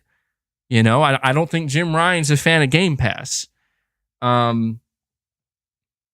but I do think that it's basically that confident version of Sony that we saw come out at the start of this generation. And as soon as Microsoft started buying publishers, they retracted. That version of Sony has now calmed down. And I get it because it's like, this, if you think about it, a lot of PlayStation fans have been hoping that Sony would give up on trying to fight the Activision Blizzard thing, because a lot of PlayStation fans are like, come on, Sony, like put out a damn showcase, start showing your games, flex your exclusives, show your power, in this industry. And it's like, you can't really do that. You can't take shots at Game Pass publicly when you're trying to play the victim or the potential victim. And that's the thing is Sony isn't necessarily the victim now, but they're basically positioning themselves like, we will be the victim. You want to see us be the victim? And it's like, well, it's hard. It's hard because the biggest problem that Sony has going against them right now is Sony can't afford what Microsoft can. And that's a tough, that's a tough pill to swallow, because you're like, yeah, if you think about it, like that is capitalism at its peak, right? Like this company has way more money than this company. So therefore the company with more money can make different things happen that this other company can't. And if that's a threat to the other company, why is that their problem? I get it. But again, from the ground floor here, as a gamer, the only thing I really am worried about in the end is how this could affect game development from a long-term perspective. That's it. That's all I really care about. You're saying they're not even in the same industry. And I'm going to get to these super chats in just a moment. And that's true. They're not in the same industry. At least like the money that Microsoft is or Xbox is tapping into is not money that's being made from the Xbox division underneath Microsoft. Yes. So, that's where it's like, I am that kind of person where it's like, well, is that why is that Microsoft's problem? I mean, it's really not. But I will say, though, I know I'm talking about this today on January 1st, but I ultimately hope that this conversation dies down a lot in the coming weeks and months, right? Like, I'm interested to see what else happens next. Top Shotta, you're saying the goal with Microsoft's Game Pass is to get so big like Steam, where eventually Sony has to put their games on Game Pass. Yeah, and that's, again, that kind of highlights the problem, the catch-22 that Sony finds themselves in, where it's like, at that point you would think, well, wouldn't they just put their own games in their own service at that point? Yeah, but if Sony does that, see, the moment Sony ever feels like they have to put their games anywhere, whether it's on PS Plus or on another service, is the moment that Sony immediately, like, they lost. Like, that business model that you've been making your money and finding your growth from, selling 10, 15, 20 million copies of a game, yeah, that's done. That's gone. And that's where it's like, if this is ultimately going to be the dominant business model, Sony's going to have to ask themselves, do you follow that at potentially the risk of your games either not being as profitable anymore or reducing the production costs of these games? Or do you just stay in your lane and stay in the Nintendo lane and say, Microsoft, you do you get 80 million subs, you become dominant, you go ahead, we're sticking here. We're staying here. That's risky too. That is risky to a degree as well. It's a tough thing, man. Like, this is a very strange time for the gaming industry. It really is. I guess like this happens every now and again. Even Jim Ryan says that first party sales aren't enough. That's the weird dichotomy here, is Jim Ryan is the person saying like, yeah, we would love if these games could reach 100 million people. But it's like, dude, you got to know like that I just don't. It's so bizarre because it's almost like he's saying the same thing that Phil Spencer is. And like, we want to get here and we want to be everywhere. We want to be on PC. We want to embrace mobile. We want saturation. We want more people experiencing our games, experiencing our IP, but we also still want to sell them at full price. To whereas Microsoft's like, and we're going to put them on Game Pass. And you know, here, if that's the race right there, if that's the ultimate race that Microsoft and Sony are in, who's going to reach more people at the end of the day? Microsoft is going to win that. At the end of the day, they're going to win that. Not this year, not the next 3 years, but eventually, as long as Microsoft keeps buying, putting into Game Pass, and they keep that Game Pass price at $10-15, whatever, there's no way Sony's going to be able to continue. I mean, that would be the most impressive feat in the world, in my opinion. That would be the ultimate flex on Microsoft, is if 10 years from now, Sony's selling the PlayStation 6 at $400 or $500, and it's still like doing better numbers than Game Pass. That would be the ultimate flex, and still selling games at full price. That'd be crazy. That would be absolutely insane. And I think Sony, you know what the thing is though? Is there any sign that can't happen though? Because I'm not seeing it. I'm not seeing it. Onyx, you're saying, MBG, share with us your PlayStation 2022 wrap up. You know, yeah, I did it, I think like what was it, 2-3 weeks ago at this point. My wrap up was actually pretty much exactly what you would expect. Although I think the only surprise was that I apparently played a ton of Call of Duty Black Ops Cold War, ironically enough. But, you know, I've been playing Black Ops Cold War since it launched in 2020. Not really too interested in the Vanguard. Didn't care about that. Not really too interested in Modern Warfare 2. Still not sold on it. Played the beta. But that, I think I had the most hours in. Behind that, I had I had Horizon Forbidden West. Behind that, it was either Ghostwire Tokyo or God of War Ragnarok. I think it was God of War Ragnarok. Behind that was Ghostwire Tokyo. And what was the other game? I'll have to look at it again, man. But you know what? Also, I had like, I think I had like 1,300 hours played as well, which that surprised me. Like that sounded like more to me. I'm like, man, I played that much? Jeez. But I've MVG, so you love Activision and Bethesda games. Dude, yeah, the irony, right? Yo, in all seriousness though, when Ghostwire Tokyo drops on Xbox, you guys should definitely like that. That game was actually way better than I thought it would be. It was not amazing. There's like a charm to it. I don't know how to explain it. Like, I really enjoyed it. There's a charm to Ghostwire Tokyo that I wasn't expecting to be there. And I was really disappointed that it like wasn't the Evil Within 3, but it's very, very different. But yeah, that's probably like the one of the best studios that I think Microsoft got with Bethesda, Tango Gameworks. So definitely play Ghostwire. I did platinum that. But yeah, I've since stopped playing Call of Duty Black Ops Cold War. I feel like, you know, I play that game 2 years straight. At some point, it's like, all right, I got my fill. I'm good. I'm good. But Call of Duty Black Ops Cold War, shout out to that game. That game came out in 2020. I love Treyarch, man.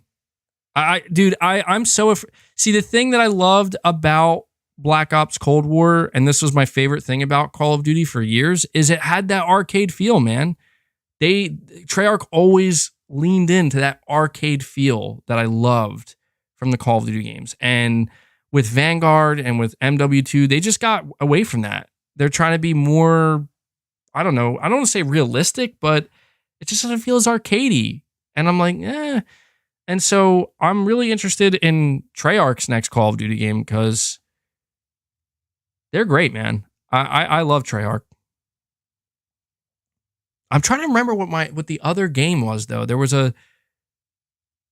obviously there's 5 games, but My wrap up was pretty, I didn't share it out, but it was pretty tame. Maybe I'll consider sharing it out. I don't know. Maybe next year. At this point, I don't even know. I don't even know where to look. I guess maybe it's still on the website. But I got to get to some of these super chats because they're starting to pile up here. Where did I leave at here? Dr. Moda 989. You're saying just platinumed one of my favorite childhood games, Ratchet Deadlocked on PS Premium. Do you have a history with Ratchet and Clank besides Rift Apart? I actually do. Back during the PS2 days, I think I played like the first 3 Ratchet and Clank games. And you know, it's funny because I don't think they ever really stood out to me. And that's like not a shot at the games, but I feel like my feelings on Ratchet and Clank, having played the first 3 games, is that I just felt like, oh yeah, they're good games. Like they didn't resonate with me in a similar way that, like, say, playing a game like when I played Metal Gear Solid 3 for the first time on PS2. Like it wasn't on the same level. But I was always fond of them. But I was never like fond enough of Ratchet and Clank to be like, oh, I gotta buy this console for Ratchet and Clank. You know what I mean? To me, it was always like, oh, they're fun games. They're enjoyable. And that's how I felt about Rift Apart as well. Like Rift Apart, to me, it was really cool to see them like flex Rift Apart as like here's what the PS5 can do. Like that was cool. But after playing it and platinuming, I'm like, yeah, dude, Ratchet and Clank, solid game, man. Solid franchise, solid series, always enjoyable.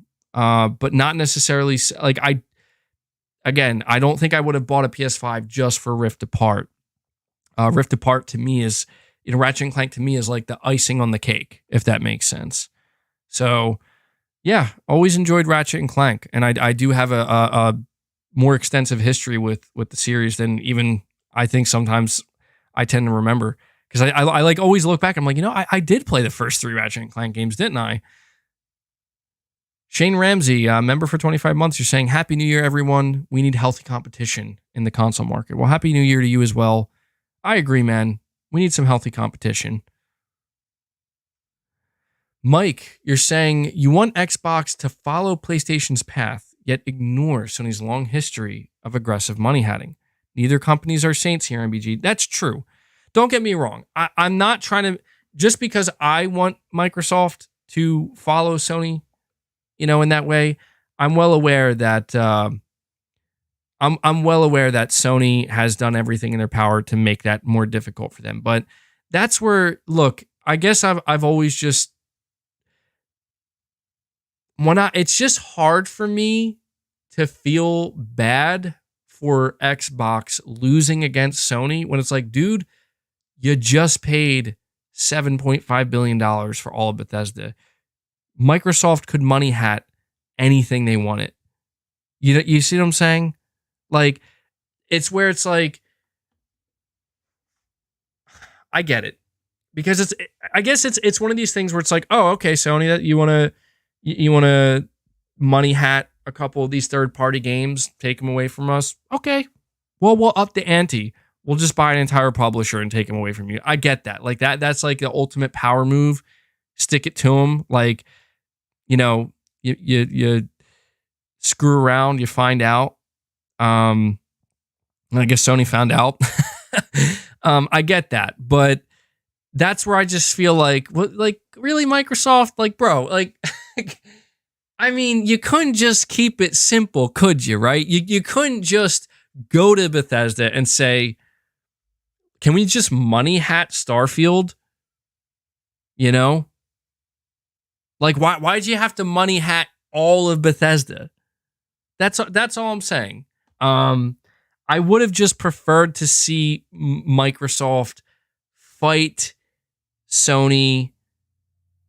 I mean, I don't know. I guess I know how it goes, man. It's like, dude, this is business. There's no, a lot of times there's no rules in business. There's no rules in love and war and the whole thing. I get it.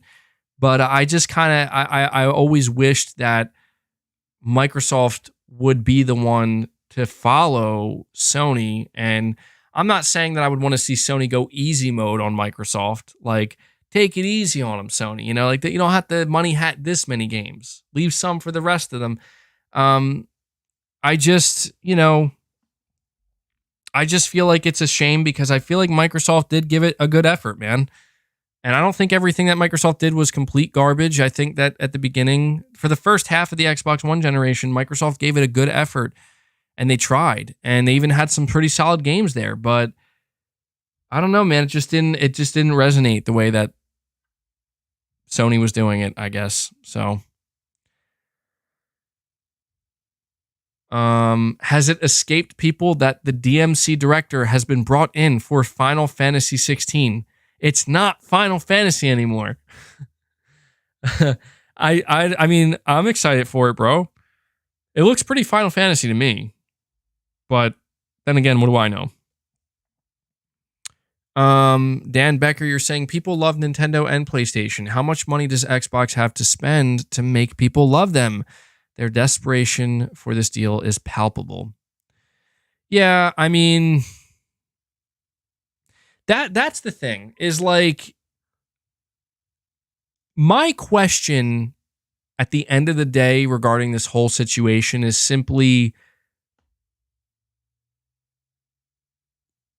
what happens to PlayStation if this deal goes through and it grows Game Pass quite significantly? I mean, really, what happens to PlayStation? Because I don't think it's going to be that bad. I think it has implications where some bad things could happen for sure. Like, there are some potential negatives with this, but I just really wonder, like, well, what are you going to do now, PlayStation? And I just get this feeling. And again, I'm not saying that this makes me feel like, oh, I don't care about the deal. Go ahead, Microsoft, take them. I'm not about that. I'm not about just giving a thumbs up to a $1 trillion company buying another massive company for, an absurd amount of money. I'm not about that. But at the end of the day, my ultimate concern is PlayStation, what goes on in this ecosystem that I'm invested in. I just get the feeling, truthfully, that Sony's going to be like, fuck. Well, anyway, back to business. I feel like that's what's going to happen. Like, I feel like Sony just basically keeps doing what they do. But the only real concern, I think, at that point is, what if Microsoft could get away with that? If Microsoft could get away with Bethesda and Activision Blizzard, then what the question has to be asked, what else can they get away with? And I've said it before and I'll say it again. I see Sargent is saying it in the chat, saying Sony will just become more aggressive with deals. Oh, I think so, dude. I think right now we're seeing a Sony that doesn't want to have to basically hit the emergency or smash the emergency publisher fund, smash it open. I think we're seeing that Sony that doesn't want to have to resort to these, I don't want to say desperate, but let's face it, desperate measures. But I do get the feeling that it's either going to be one of two things, man. When this deal eventually goes through, because I think it's going to go through. I could be completely wrong. I just get the feeling it will in the end. If it goes through, I feel like one of two things is going to happen, where Sony basically just says, well, that's not how we wanted that to go. And we have to pay close attention to what Microsoft does now and what happens with Game Pass, but we're just going to keep doing what we do until we can't do it anymore, until it stops working for us. I think they either do that or they get really pissed off, dude, and they're like, you know what, Microsoft? We're going to go buy a publisher now ourselves. And I don't know.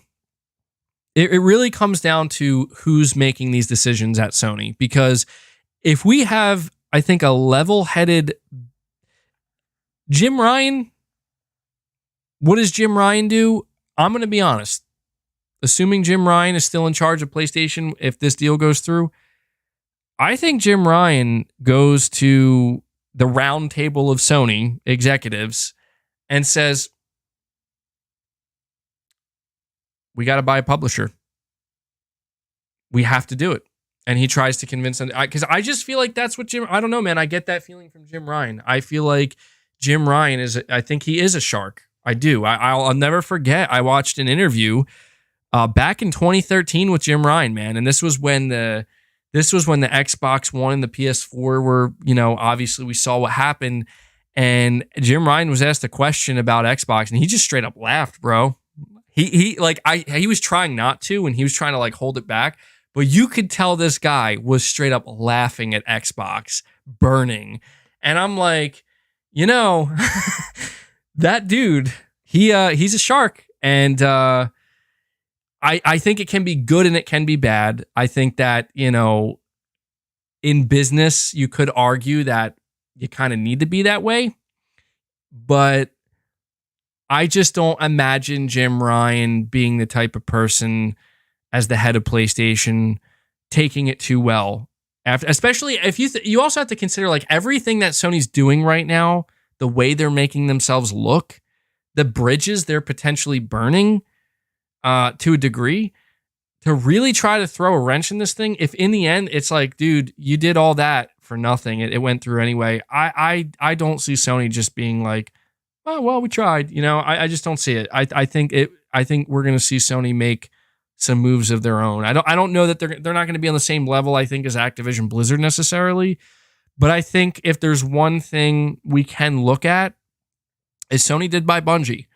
Now, again, I don't think Sony bought Bungie. I don't think Sony bought Bungie out of fear. Like, I think it was clear that Sony was already negotiating with Bungie, right? Like, they were in deep negotiations well before we learned that they acquired them. And you could kind of get the sense that Sony looked over at the announcement that Microsoft was going to acquire Activision Blizzard, and they were just like, all right, Bungie, so what exactly do you want? We don't care. What do you want? We're making this go through right now. Just tell us what you want. And Bungie was like, we want to like not be part of PlayStation Studios and do what we want. And they're like, you got it. It's like, that's pretty much what happened. And you can't look at a deal like that and assume that there wasn't a little bit of, I don't want to say panic, but like urgency where it's like, oh, this shit just got real. We need to get Bungie now. We need to get them now. And I feel like that was just the announcement of Activision Blizzard. Like that was just the announcement that this is what Microsoft's trying to do.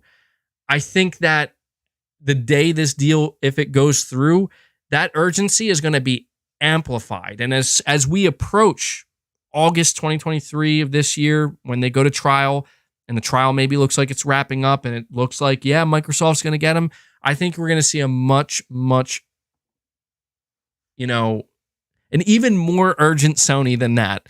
And I'm very curious to see what that looks like, because Sony cannot do the same things that Microsoft can as easily. That's the point. All right, let me keep this flowing here. Appreciate all the super chats, guys. Really do. Jacob, you're saying Final Fantasy 16 could be the best game in franchise history. That would be crazy to think, man, because Final Fantasy is a historic franchise with some of the most beloved video games ever created. So, I mean, we'll see, man. That would be pretty insane to witness, honestly, if that's what ends up happening. But I have a lot of confidence in Final Fantasy 16. So, Black Manta 1989, you're saying, could it be that all of these movies / TV shows are getting them financially ready to help transfer some to game development? That's a great question, man. I mean, yeah, you know, that's the thing about a company and their profits, right? Like there's always this idea, I think, or this mentality that, oh, companies just want to make profit and then just sit there and count their profit. And that's not how it works. I mean, even looking at what Microsoft's doing right now, Microsoft just took $68 billion from their other divisions. Like that $68 billion isn't coming from the Xbox division and investing it in something that they think could ultimately make them even more money. That's Sony's going to keep doing that too. And that is really, I think, what the big question is here, because Sony, the big thing that I've noticed about Sony as a company, especially in recent years, is that they like to operate, in the green, I guess. They want to make sure that they're always profitable, as profitable as they can be. They always want to make sure that they're not reporting losses and that everything's positive, everything's plus. And even with the investments that they make, they still want to try to like make sure it's not, going too far. And we've seen a Sony back at the early PS3 days where they were operating at a complete loss and it wasn't working for them. It looked pretty bad. It looked pretty bad for them. So I don't think Sony wants to go back to those days, but it depends, man. It really depends on the direction in which all this plays out. Thank you, man. Thank you, William, for that. Again, another generous super chat. I'll get to that as soon as I can, man. I'm falling behind with these super chats. I do this every stream. But yeah, that's good speculation, Black Manta. That is good. I mean, you have to assume it's to help pad everything out ultimately.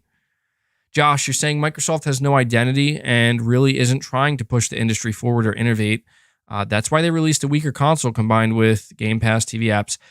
I mean, look, man, I know that a lot of people are focused on, the great deals that Microsoft is providing. I don't know that I would call that innovative. I mean, they're clearly shaking things up in the, in the pricing category and what would be considered a fair deal and all that stuff. And yeah, of course, that's going to appeal. But I got to agree with that, man. Like, just being straight up, this isn't me trying to swipe at Microsoft unnecessarily, but I did talk about a lot of this stuff, towards the beginning of the PS5 generation, where it's like, dude, look at what Microsoft did with the Xbox Series controller. They literally just looked at something Sony did at the PS4 DualShock 4 with the share button and were like, oh yeah, we should have that on our controller now too. And that's it. And that's all they did. And don't get me wrong, I love the Xbox controller. I just want to say, like, for me, the Xbox controller is absolutely the epitome of if it ain't broke, don't fix it. But I mean, come on, man. Like, that's all you added to the controller, a share button. How many years later? To whereas you look at what Sony tried to do, dude, they tried to completely reinvent what the PlayStation controller was with the DualSense, successfully so, in my opinion. Successfully so. And that's true. Xbox has the Elite controller, and we could make the argument that now Sony is copying what Microsoft did with the Elite. So I'm not trying to take everything away from Microsoft, but I do feel genuinely that Microsoft has lacked. And you know what? I'm going to give Microsoft a little bit of a pass. I got to. You want to know why? Because I feel like, dude, if you're Microsoft, after what you just tried to do, you tried to innovate with the Kinect 2.0, when you take a loss that bad, you can't blame him for being kind of scared. You know what I mean? Like, I'm not saying it's an excuse, especially now that we're almost, God, man, geez, we're like a decade away. That's crazy. Time flies, bro. I'm just saying, like, I kind of get it, but that you gotta admit, man, like, Microsoft is looking to buy things and consolidate things, and they're putting all this money into things that, frankly, it's somewhat risky, but it's a hell of a lot less risky than, investing in new IP, investing in different areas of gaming. Like, Microsoft has no intention to do PSVR 2 Microsoft has no intention to create PlayStation VR. Microsoft has no intention to do VR, is what I mean to say. I'm so used to saying PSVR 2 that that's what I call VR now. I call it PlayStation VR. But this is another area where it's like Microsoft is not trying to experiment in these different areas. And I'm not saying that they're wrong for that, But it's just like, dude, it's kind of a bad look if you're going to invest billions into buying studios and buying stuff up and not try to, do some other things as well. Like at least invest even just $1 billion, right? Like that's just a drop in the bucket, right? And they're not really interested in that. They're like, look, business model. They're focused on the business model. And I just think it's interesting to kind of see Sony. They're trying to change things up with the PS5. They're trying to innovate with it to a degree. They're trying to innovate with the DualSense. They're trying to, innovate with PSVR 2. And I'm like, this is the smaller company too. Like that's the thing is Sony is the smaller company and they're the ones taking these risks. And granted, I think most of them are calculated, but I hear you, man. I hear you. Lancelot C asking a pretty good question here saying, are games getting too long? I think it's subjective. I think that I see somebody saying, but MBG, you're not even that hyped for PSVR 2. Granted, I still have my reservations, but I still commend Sony. I do. And I got to admit, as we're getting closer to the launch, I'm getting kind of excited a little bit. I'm like, yeah, PSVR 2, man. I'm interested to see even more games announced for it because I have to imagine there are going to be some games announced at some point for PSVR 2 that make me just lose my mind and be like, oh, I have a question for you guys. And Lancelot, I'm going to answer your question, but I have a question for the chat. I feel like I should know this, but I don't. Isn't there going to be like some kind of theater mode or like full screen mode or something like that with PSVR 2 where basically if you want to play like regular non-VR games, you can do so wearing the headset and it makes it seem like it like did they have that in the original PSVR or is that something that's new to PSVR 2? I see Kevin saying, yeah. You're saying it's 1080p. Okay. That's interesting. But does it matter though? I guess at that point, if the screen's that close to your eyeballs, does the 1080p matter? You're saying they had it. How is that? I gotta say, to me, that's something that I always found fascinating. Cause like I'm sitting here, I play on my TV. It's pretty big, but I'm like, what is it like to basically like? Does it actually make you feel like you're in a theater watching it, or is it maybe like it's not really that great? It's like kind of cool, but not really. Like you're not really gonna want to play it. Saying not really. Okay. I was just curious because I remember hearing about that and I was like, is that something that's going to be available on PSVR 2? Sonny's saying it's pretty cool. It's cool to watch movies. Yeah, I'd be interested to try that out at some point. It makes your screen bigger technically. Yeah. Yeah, I guess if it's only 1080p if it's going to be 1080p for PSVR 2, then it must be even lower resolution for regular PSVR. It's like IMAX theater. Very interesting. Yeah, I'll be looking into all that once it drops, but I was just really it's cool for about 15 minutes until you feel sweat around the goggles. Yeah, that could be a problem. All right. Yeah, I just wanted to ask that question. Lancelot, are games becoming too long? Are they getting too long? Again, I feel like that's subjective. I feel like it depends on what you're looking for in a game. There are times where I'm playing open world games specifically, and I do start to feel like maybe it's a little too long. Like sometimes it does feel like with most open world games that there's content being put into it that isn't, it's not that it's not fun, but it's naturally repetitive to a degree in which it's like, if this was a linear game and you were going to put these gameplay or these, I don't know, I guess these segments of the game in, you wouldn't really put as many because it would just feel like way too repetitive. So for me, I feel like that's there's multiple facets to that question. So like number one, if it's an open world game, I'm already going to assume it's going to be a somewhat longer game just because of the nature of there's going to be a lot of extra stuff to do. and I'm going to measure the quality of that length of the game based on how good or not good that extra stuff is. But there's also something with linear games that, linear games and single player story driven games in particular are the ones that I think about, because it's like if you told me, okay, here's a great example. The Last of Us Part 2. It's not really that big of a knock on the game, but it's just genuinely how I felt.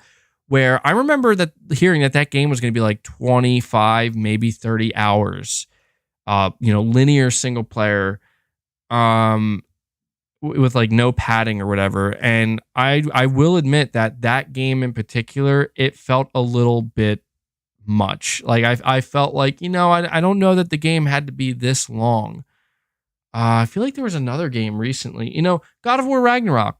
I'll be honest, like God of War Ragnarok is my personal game of the year for 2022. But even then, like I really do feel that there were some parts of that game where it could have went a little bit less. Just cut some, not like important parts, but just reduce the length of some sections. That's all. And I think it would have been fine. I don't think that it being a little bit longer made it worse, but I did feel that, yeah, some of it was a little bit too long. Some of it.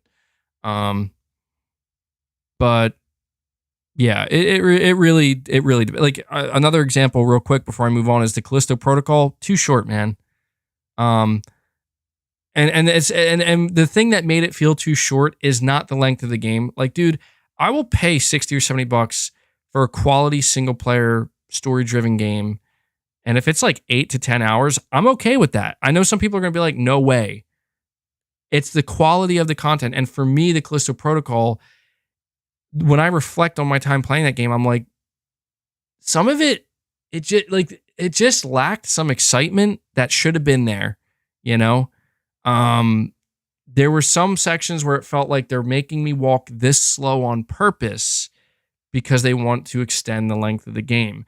Or maybe it's because they don't have enough combat variety to keep it interesting. I did enjoy the Callisto Protocol, but like I noticed that like the boss battles were not that strong, and it's like stuff like that where it's like if your game is $70 and it's about like I think I beat it in like 9 hours or something, 9 or 10 hours. But many of the gameplay sections to me, I'm not really looking back on and thinking, oh my God, that was incredible. That was mind blowing. I'm going to question like, yeah, I don't know that that's worth $70, man. Like, I'm going to be honest. The Callisto Protocol felt like at most a $50 game. I think it should have been $50. 70 is kind of egregious, frankly. Very good looking game though. All right. Josh, you're saying, this is also why they are building up publishers, because they figured out that they just can't do it. They buy up other identities and put it all in Game Pass. Yeah, I can agree with that, Josh. I noticed that too throughout the Xbox One generation. Microsoft was having an identity crisis. They were trying to find their identity, and no matter what they did, man, it didn't. And honestly, the only thing that did stick was Game Pass. And I think Game Pass became Xbox's identity. And that's what it is today. That's what Xbox is. And that's sad because it's like it went from the identity of Xbox was it's a console with exclusives like Halo to where now Xbox is Game Pass, where you get day one games, And, who am I to say that that's necessarily bad, but it's not necessarily what I expected. Crooked Vulture. Phil himself says Game Pass has already hit a ceiling and doesn't see Game Pass exceeding 15% of Xbox revenue. It's not viable. That's why he's desperate to buy the industry and force people into the service. Well, that's the question, man. Sony's out here basically saying we're afraid that they're going to make Call of Duty exclusive. And I have that fear too, obviously, just because of what that could mean for Sony. But even if they're like, oh yeah, 10-year deal. I'm like, yeah, 10 years is a long ass time in this industry, dude.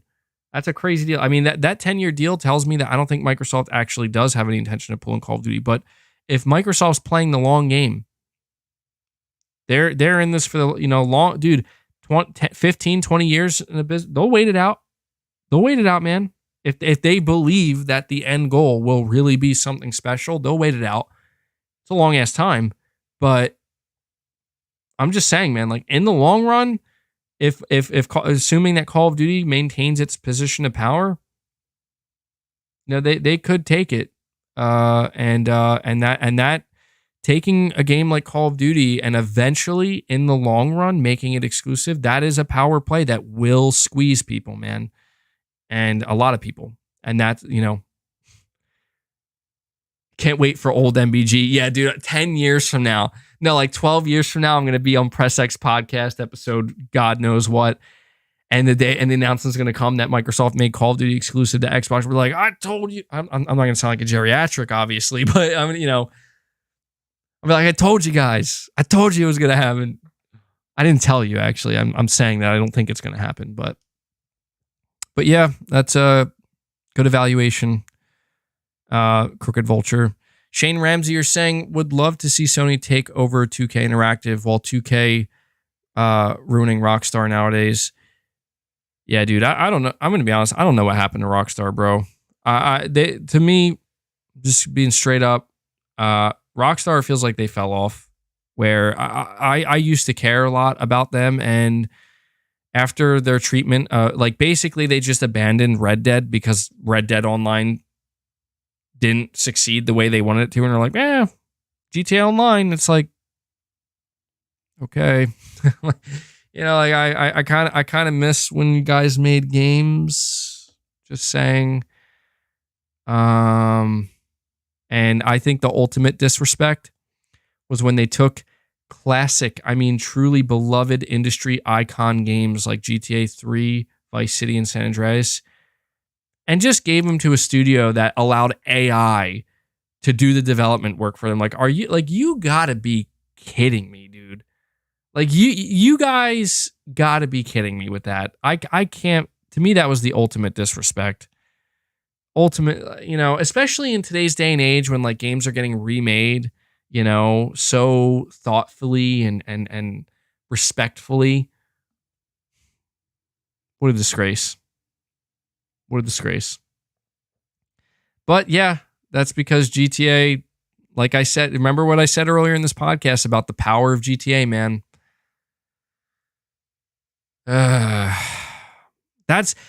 I never want to see PlayStation turn into something like that, to be honest. Like, I will support a lot of the things PlayStation does, but, I think a lot of people feel that Sony has, like, lost sight, and I'm like, no, I don't think so, man. Like, it happens to companies all the time, but Sony's walking a tightrope, and they haven't fallen off quite yet. Not yet. Far from it, in my opinion. So... Josh Z, you're saying Microsoft can do whatever they want. They will never have the legacy that Nintendo have built over 3 decades and the many years of improvement from early game development. And that's true, man. And I feel like the same can be said for Sony as well, where that is the one thing that I feel like Nintendo and Sony have that's what kind of irks me ultimately about Microsoft's approach at the end of the day, is it does feel like they're kind of trying to downplay the blood, sweat, tears, and experience, frankly, that went into, the many years of creating these studios, creating this IP, creating the platform, building it up. And it does feel kind of unfair and disrespectful in that way, to where it's like Microsoft has the power monetarily, financially, to try to at least make those things happen. But I don't think Microsoft cares, man. Just being honest. I think I'm gonna be really truthful right now. I think Phil does care. And I kind of feel bad for Phil Spencer a little bit, because I think that dude actually does genuinely care about the video game industry. Like, I think he actually cares about gaming. And I think that it doesn't matter, though, because I think the reality is that, dude, you look at the Microsoft roundtable And it's like they don't care about gaming. Like they're running a $1 trillion business. They just need to know like what's going to work, what's going to make the money. We need to know. And I think that kind of sucks because I do feel like there is a passion that Phil Spencer has. And I even feel like in the earlier, even when you think about like as soon as Phil Spencer took over Xbox, they still kind of had a little window there where, they were trying to do their own thing with games like Quantum Break and whatnot and Sunset Overdrive. And Phil was there for that. But I'll never forget the most interesting thing I think I ever heard from Phil Spencer. And I'm surprised he just talked about it so candidly, where he was like, in 2016 or 2017, the CEO of Microsoft brought him in his office and said, Phil, I need you to tell me why we should keep Xbox. And basically, Phil had to devise a plan of like, how do I convince the CEO of Microsoft to not destroy Xbox? And I'm like, no matter how passionate you are about gaming at that point, like that's a lot of pressure. So yeah, I don't know, man. I almost get the feeling that if Phil Spencer went back to Microsoft CEO Satya Nadella and said, I think what you should do is give us billions of dollars to invest in new IP and the construction of new studios and to try to basically create state-of-the-art mocap studios like Sony and shit like that. I think he would have been rejected. I think they would have said, no, we're not doing that. We're going to shut down Xbox. I think Phil kind of knew that the only way you're going to convince Microsoft CEO to not kill Xbox, you got to turn it into the thing that every other division under Microsoft has turned into, which is subscription. You see, I can't blame Phil, man. I know Phil gets labeled the bad guy, but he was dealt a shitty hand, man. You can't blame him. All right, let me keep this rolling along. True Whittier saying Sony could buy Square and Namco with Capcom. Could they? I don't know about that, man. I don't know about that. That seems like a bit much. William Aguilar, dude, thank you so much for the $50 donation, man. That's very kind of you. I mean, don't get me wrong. I appreciate all the donations. $10, $2, $1, whatever. But, obviously very much appreciate it. You're saying Sony didn't buy Bungie to counter Activision Blizzard. They bought Bungie to counter Bethesda. We haven't seen Sony's counter to Activision Blizzard if it goes through. My bet is if it happens, it's EA, Ubisoft, or Take-Two. Take-Two's Zynga could counter Activision Blizzard's King for mobile. True. That's true. Yeah, I didn't think of that. Yeah, I don't know, dude. We've talked about this, and you did make me aware that like if Sony really got desperate enough, they could take a big loan out from the Bank of Japan, which I don't doubt. I don't doubt that. And that, that's interesting to think. I do wonder I almost wonder if Sony is hoping that they can find so much success with live service games that they don't really have to worry about buying a publisher to counter Activision Blizzard. Like imagine if one day Sony I know Sony said that, we can't make a game that rivals Call of Duty. I mean, it's easy to say that now. It is easy to say that now. But imagine if one day Sony does strike gold with a live service game or two, and suddenly it's like their live service game is as popular or, close to being as popular. It's like one of the top 10 most played games up there with Call of Duty. It's like at that point, do you need to buy a publisher? And that's the thing is like the most painful thing to witness with all of this is Sony downplay, in my opinion, the thing that has made them stand out. And that is when they say things like, we can't make a game to compete with Call of Duty. Like, I understand from a logistical standpoint and just from a resource standpoint, you can't realistically do that. But let's not forget how Call of Duty started. Call of Duty started with a concept. And that concept is, let's make just a really great, fun first-person military shooter. And they struck gold with Modern Warfare. And dude, I'm telling you now, I would not be shocked if there are millions of Call of Duty players who are just dying for a resurgence in that type of game, to go back to the simplicity. I wouldn't be surprised if in the next 5 years you see a developer come out that basically says, yeah, we basically made old Call of Duty. You remember Black Ops 2? You remember Black Ops? You remember Modern Warfare 1 and 2? Yeah, we made that game. Here it is. And it just blows up. I'm just saying, man, like, this is where, yeah, Sony, you can't necessarily compete with the juggernaut from a, overnight that Call of Duty is. But I just don't like to see Sony sell themselves short, where it's like, Sony, you've created some of the biggest and best franchises in gaming history, bro. Like, you can do it again, But EA, Ubisoft, Take-Two, I mean, William, I have no doubt, man. I believe that. I do believe that Sony ultimately, if this goes through, will feel the need to counter it. And it'll be, oh man, will that be an interesting week in gaming if that happens? So, dude, thank you again for the super chat, William. I really appreciate the support you've shown the channel the past couple of weeks.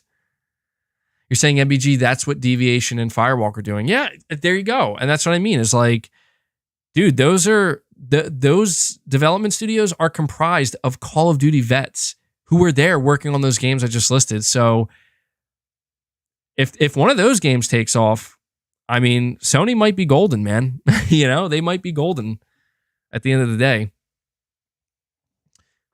Dirty D, you're saying, what's happening with the Sony PlayStation backwards compatibility patent thing that they got some years ago now? I'm still waiting for all that to come to PS5. That's a great question, Dirty D. And to be completely honest, I have no idea, because we did get patents over the years. And the thing about those is we never really know if they're actually going to come to fruition or not. But one of the last things we heard about was Sony hiring an individual whose job it was to basically oversee, like, classic PlayStation games. And we speculated at the time that this was for PlayStation Plus Premium. Now, the thing is, PlayStation Plus Premium has been struggling. It almost seems like Sony doesn't really know what they're doing yet with it. Or they're just maybe taking longer behind the scenes to get stuff done that they want to do for it. But I don't know. I feel like when it comes to backwards compatibility for Sony, it's not something that's completely forgotten, but I don't think we're ever going to see the dream come true of, oh my God, I bought the PlayStation 6 and I can put PS1, 2, 3 discs into it and they'll work. I just don't think, I think we're long past that time. But what I do see happening with Sony and backwards compatibility is a continued push for premium. And I almost get the feeling that Sony's like they're not trying to rush into it because they might feel like they're going to have to lean in on it a lot more in the future. It's hard to say. I mean, if Sony really, Jim Ryan did say it in that statement where he read, he's like, look, we got 50 million subs on PS Plus or close to it or something like that, but we still have a lot more work to do to grow that number. And I think a lot of that work is trying to leverage their amazing catalog of games between the PS1 and PS3 generation and the PSP and the PS Vita, specifically the PSP, and try to leverage that for PS Plus Premium, So, when it comes to these patents, man, that's the problem with following the patents and covering them. And it's tough because I always am trying to determine, like, I just read about this patent. Should I talk about it? It's hard to say because you never know with patents. They a lot of times they just result in nothing. They're just ideas, concepts, their thoughts, and they're patented just to make sure that nobody else can take it, basically.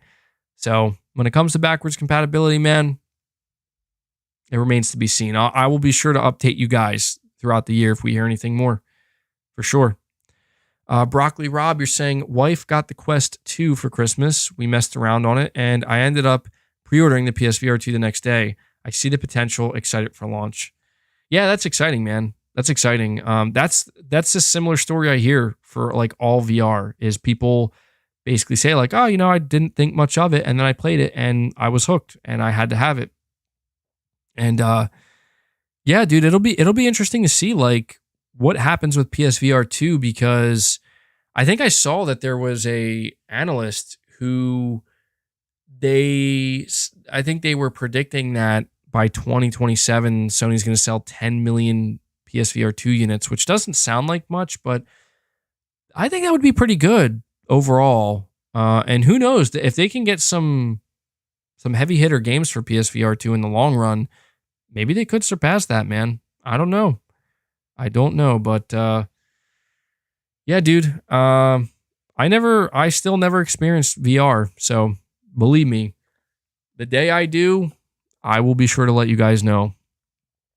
Top Shotta, you're saying Sony won't be able to make any big acquisitions of a publisher that ship sailed long ago when they petitioned the regulators to stop Microsoft. I mean, yeah, that is, I don't know, man. Here's the thing that we have to understand is that when Sony decided to make this move against the Activision Blizzard thing, acquisition, we have to understand that this was not something that was a reactionary thing. And I think some people believe that that's what happens behind the scenes, that somebody at Sony started punching air and was like, I'm gonna, it's my personal vendetta against them. Like, that's not how it worked. Like, they have had extensive consultation with probably some of the most expensive lawyers and law firms that money can buy, to where they're being guided. And you better believe that a question that was asked was, if we do this, if we try to throw a wrench in this and push back against, this acquisition, could that hurt us if we ever wanted to try to make an acquisition ourselves? And the reality is, the answer to that could have been, yeah, maybe. And Sony said, well, we'll take that risk. But I feel like realistically, if that was something that, they were consulted on and they were told, like, the chances of this basically making it so that you will have a lot of trouble making an acquisition of your own, I don't feel like Sony would have pursued it. I think that's a door that had to be left open for Sony, because I just don't imagine, like, it would look pretty ridiculous, dude. You got to admit, even to the regulatory bodies, it would look ridiculous, but just in general, imagine a world in which Microsoft buys both Bethesda and Activision Blizzard, and it's like they're allowed to do that. And then Sony decides, we're going to buy Square Enix or they're going to Ubisoft or something, and they're told no. It doesn't make any sense. You know what I mean? And if anything, I would argue, Top Shotta, that the stance that Microsoft or that Sony is taking right now, by seeming weaker than they are, or like trying to basically play the victim card, that I think might actually help work in their favor in the long run, where it's like, I think Sony can basically use what they're doing now and what they're presenting as justification for potentially making a big acquisition of their own in the future. That remains to be seen, though. But I get what you're coming. I get where you're coming from, Top Shotta. I do get where you're coming from. Because at the end of the day, it's like it would look hypocritical for Sony to be like, you can't allow our competitor to buy a major, independent publisher. It'll hurt the industry, and then it will look, quite ironic if 2 years later, Microsoft's like, okay, we're now going to buy a big independent publisher. But at least the thing is, though, at least for Sony, it'll be like, dude, Sony didn't throw the first stone. You know what I mean? Like, Sony didn't start it, technically speaking, right? And it will be it will escalate at that point, but Sony will have that justification of like, dude, we weren't the one buying publishers, like we have to do this now, and I think that's good. I feel like in the end though, like at least from a Sony PR perspective, if Microsoft gets Activision Blizzard, and then Sony's like, we're gonna make a big major acquisition of ourselves, no one's gonna be able to say shit to Sony, at least publicly. You know, like the conversation is not gonna be like, oh my god, how could Sony do this? Like, no, it's more like, oh yeah, I saw that coming. You know, it's how these things work, I think, to a degree. And then VIP3, you're saying, hey MBG, have you seen what Neil Druckmann tweeted? I have not. I'll go check it out. I haven't really been following Neil Druckmann on Twitter.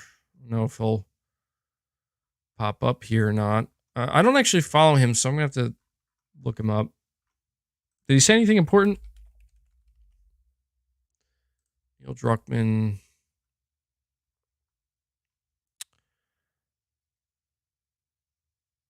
Oh, okay. He says, Happy New Year, peeps. As always, thank you so much for the incredible support. We have lots of cool stuff coming next year that we can't wait to share with you all.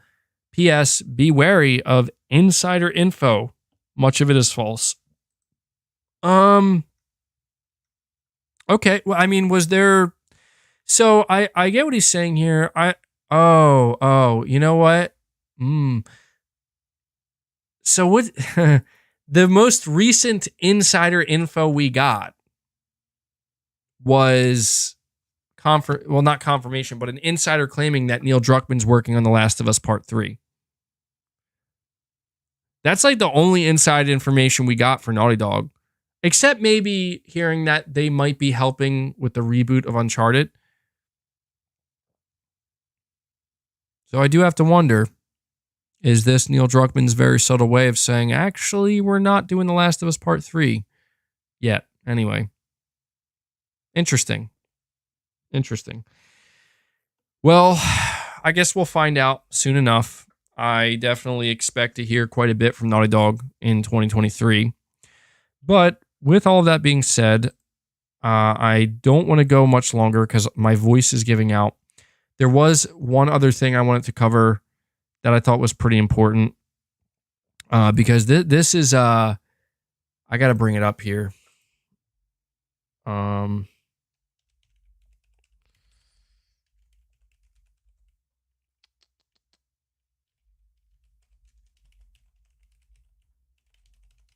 trying to find this article. Yeah, here we go. Okay. So I want to just read this, and this will be the last topic of the podcast, but it says here from WCCF Tech that in its 111-page long response to the UK's Competition and Markets Authority, Microsoft revealed some details that were initially missed by everyone until the Korea Xbox News Twitter account highlighted them. According to Microsoft, due to the exclusivity deals signed by Sony with Japanese publishers Square Enix and Konami, Final Fantasy XVI, Final Fantasy VII Remake, and the Silent Hill 2 Remake will never release on Xbox platforms. So this is exactly what it says. Quote, exclusivity strategies are not uncommon in the games industry, and other market participants have access to their own content. Both Sony's and Nintendo's exclusive first-party games rank among the best-selling in Europe and worldwide. Current Sony exclusive content includes prominent first-party titles such as The Last of Us, Ghost of Tsushima, God of War, and Spider-Man. In addition to having outright exclusive content, Sony has also entered into arrangements with third-party publishers which require the exclusion of Xbox from the set of platforms these publishers can distribute their games on. Some prominent examples of these agreements include Final Fantasy VII Remake, Bloodborne, the upcoming Final Fantasy XVI, and the recently announced Silent Hill 2 Remake. So... yeah, I wanted to talk about this because I think that this is, I don't know, like, what do you guys think of this? What do you guys think about Microsoft basically claiming that We should be able to buy Activision Blizzard because look at these exclusivity deals that Sony's putting on, or putting out for here. God knows how much they're paying Sony, that is, to do this, but this is what I just find weird, where it's like, hasn't Microsoft done this in the past as well? I feel like Xbox, yeah. I see somebody saying who's stopping Xbox from doing these third-party exclusivity deals, and that's the thing, man. The thing that bothers me about Microsoft's comments here is that they're trying to equate, and this is just, I'm going to be frank right now, this is asinine to me. They're trying to equate some third-party deals that Sony has struck with some Japanese publishers for exclusivity for their platform to buying an entire publisher. By the way, I don't know if you guys can hear my son's screaming out there. He doesn't feel too good today, so if that's coming through the mic, apologies. I don't know if it's picking up or not, but it's pretty loud. So I don't know. Apologies if that's coming through. But I see Broccoli Rob saying, "Can I borrow $1?" I mean, I'll let you think about that one. Ponder this for a moment. Broccoli Rob, you spent $2 to ask if you could borrow $1. I appreciate it, but just think about that. Yeah, I feel like it's just insane that we're actually seeing this argument being brought up. Again, I understand that Microsoft's going to say anything that they feel like they can, but I would really question the intelligence level of a regulator, a professional regulator, where it's their job to look at this stuff, to not see so clearly that there's a major, major difference between paying for an exclusivity agreement with a handful of games versus buying an entire publisher, owning the entire catalog of IP, the back catalog of IP, the entire development teams, the engines, the whole 9 yards. There's just major, major differences, and they are not comparable.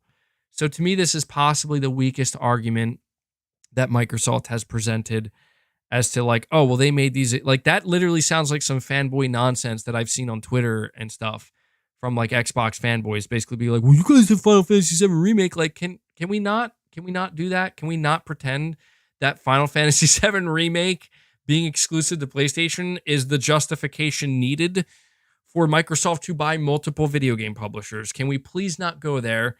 The IQ is dropping rapidly. Let's just stop. I think that the response that I think Microsoft already had a response to Sony doing this. Okay? And the response came in the form of, you remember in 2018 when Microsoft announced they were acquiring 5 independent developers, some of which were known for developing some critically acclaimed games such as Hellblade and the Forza games and State of Decay and whatnot. I think that was a pretty good response. And honestly, that's where I was like, okay, Microsoft, that's smart.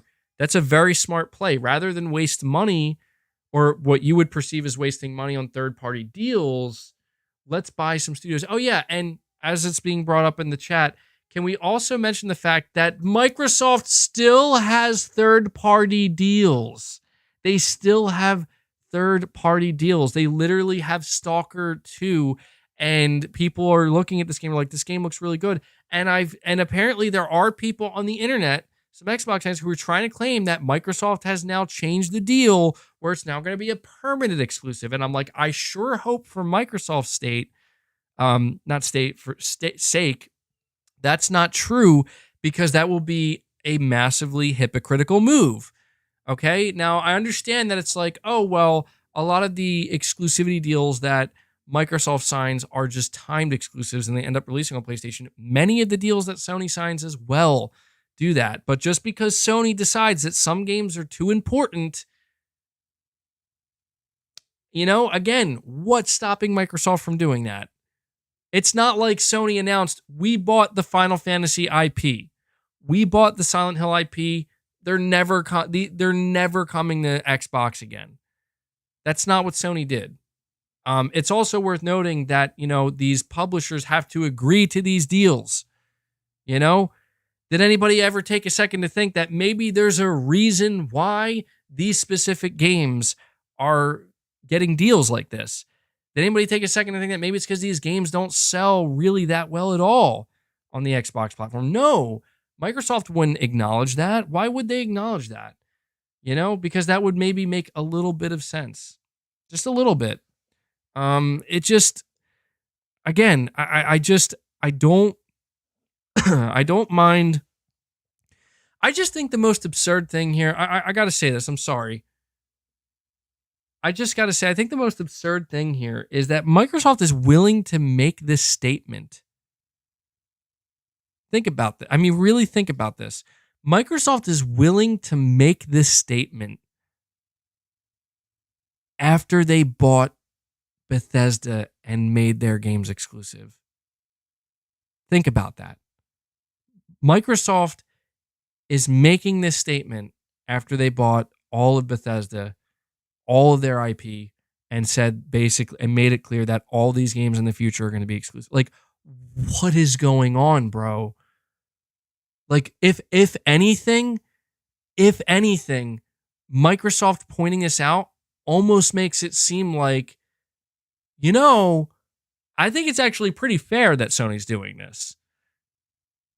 Because last time we checked, it wasn't Sony who bought an entire publisher and then made all their games exclusive. They're just basically cherry picking a couple of games here and there. It's absurd, man. And this is where it's like, I understand that people want to constantly point out Jim Ryan's comments and point the finger at Sony, but it's like, we got to acknowledge what Microsoft's saying here, man. Like this is, I don't care. Like, I think, I don't mind that Microsoft wants to, make it clear here that, look, we're going to say what we're going to say, but I just kind of wish in the opposite direction that Microsoft would just be honest and just say, like, you want to get Activision Blizzard to make your brand stronger.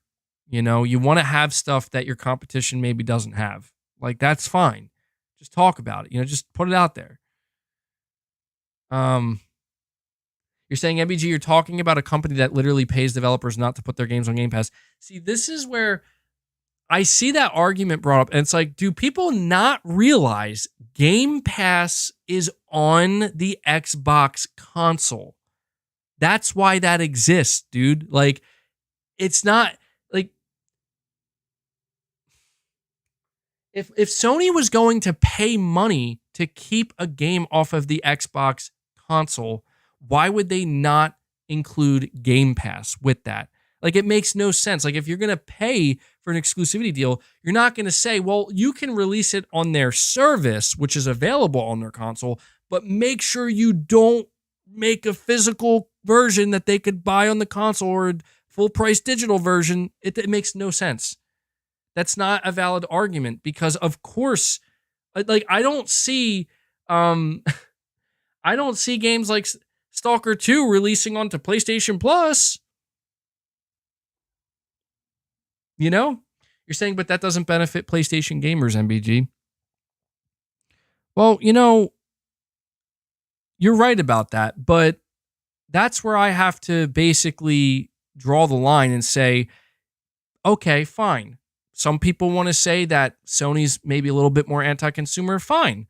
But you know what? That's the name of the game, man. That's the nature of the business model. Like, if the goal at the end of the day is for Sony to sell people on buying their console and investing in their ecosystem, I'm not going to sit here and basically complain that this is an unfair or anti-consumer tactic. Like, dude, look, I understand if you're somebody who doesn't want to buy a PlayStation, if you don't want to buy a PlayStation, if you don't want to invest in the PlayStation ecosystem, I get it. Like, I get why you would look at an exclusivity deal like that and be like, bro, what the F? I don't want to buy your console. I don't want to play on your platform. Now you're going to make me. I get that. It's difficult for me to empathize with that simply because I'm the opposite. I like the PlayStation platform. I love video game consoles. And I'm not against necessarily seeing more people buy the console, you know? I think that if anything, if you just look at everything that Sony's bringing together for the PS5, it's not like Sony's just like, yo, we just bought this one thing and this one thing only, and we made it exclusive, so now you got to buy a console forever. Yeah, that's right. No, like Sony has a whole plethora of, it's just they're playing it smart, in my opinion, where they're covering all of their bases. In my opinion, the number one draw to the PlayStation ecosystem and console, it's the first party games, man. It's the, like, you know what I mean? Like, if Sony didn't have studios and they only did second and third party deals, dude, PlayStation would be so weak. It would be so weak. It would be sad.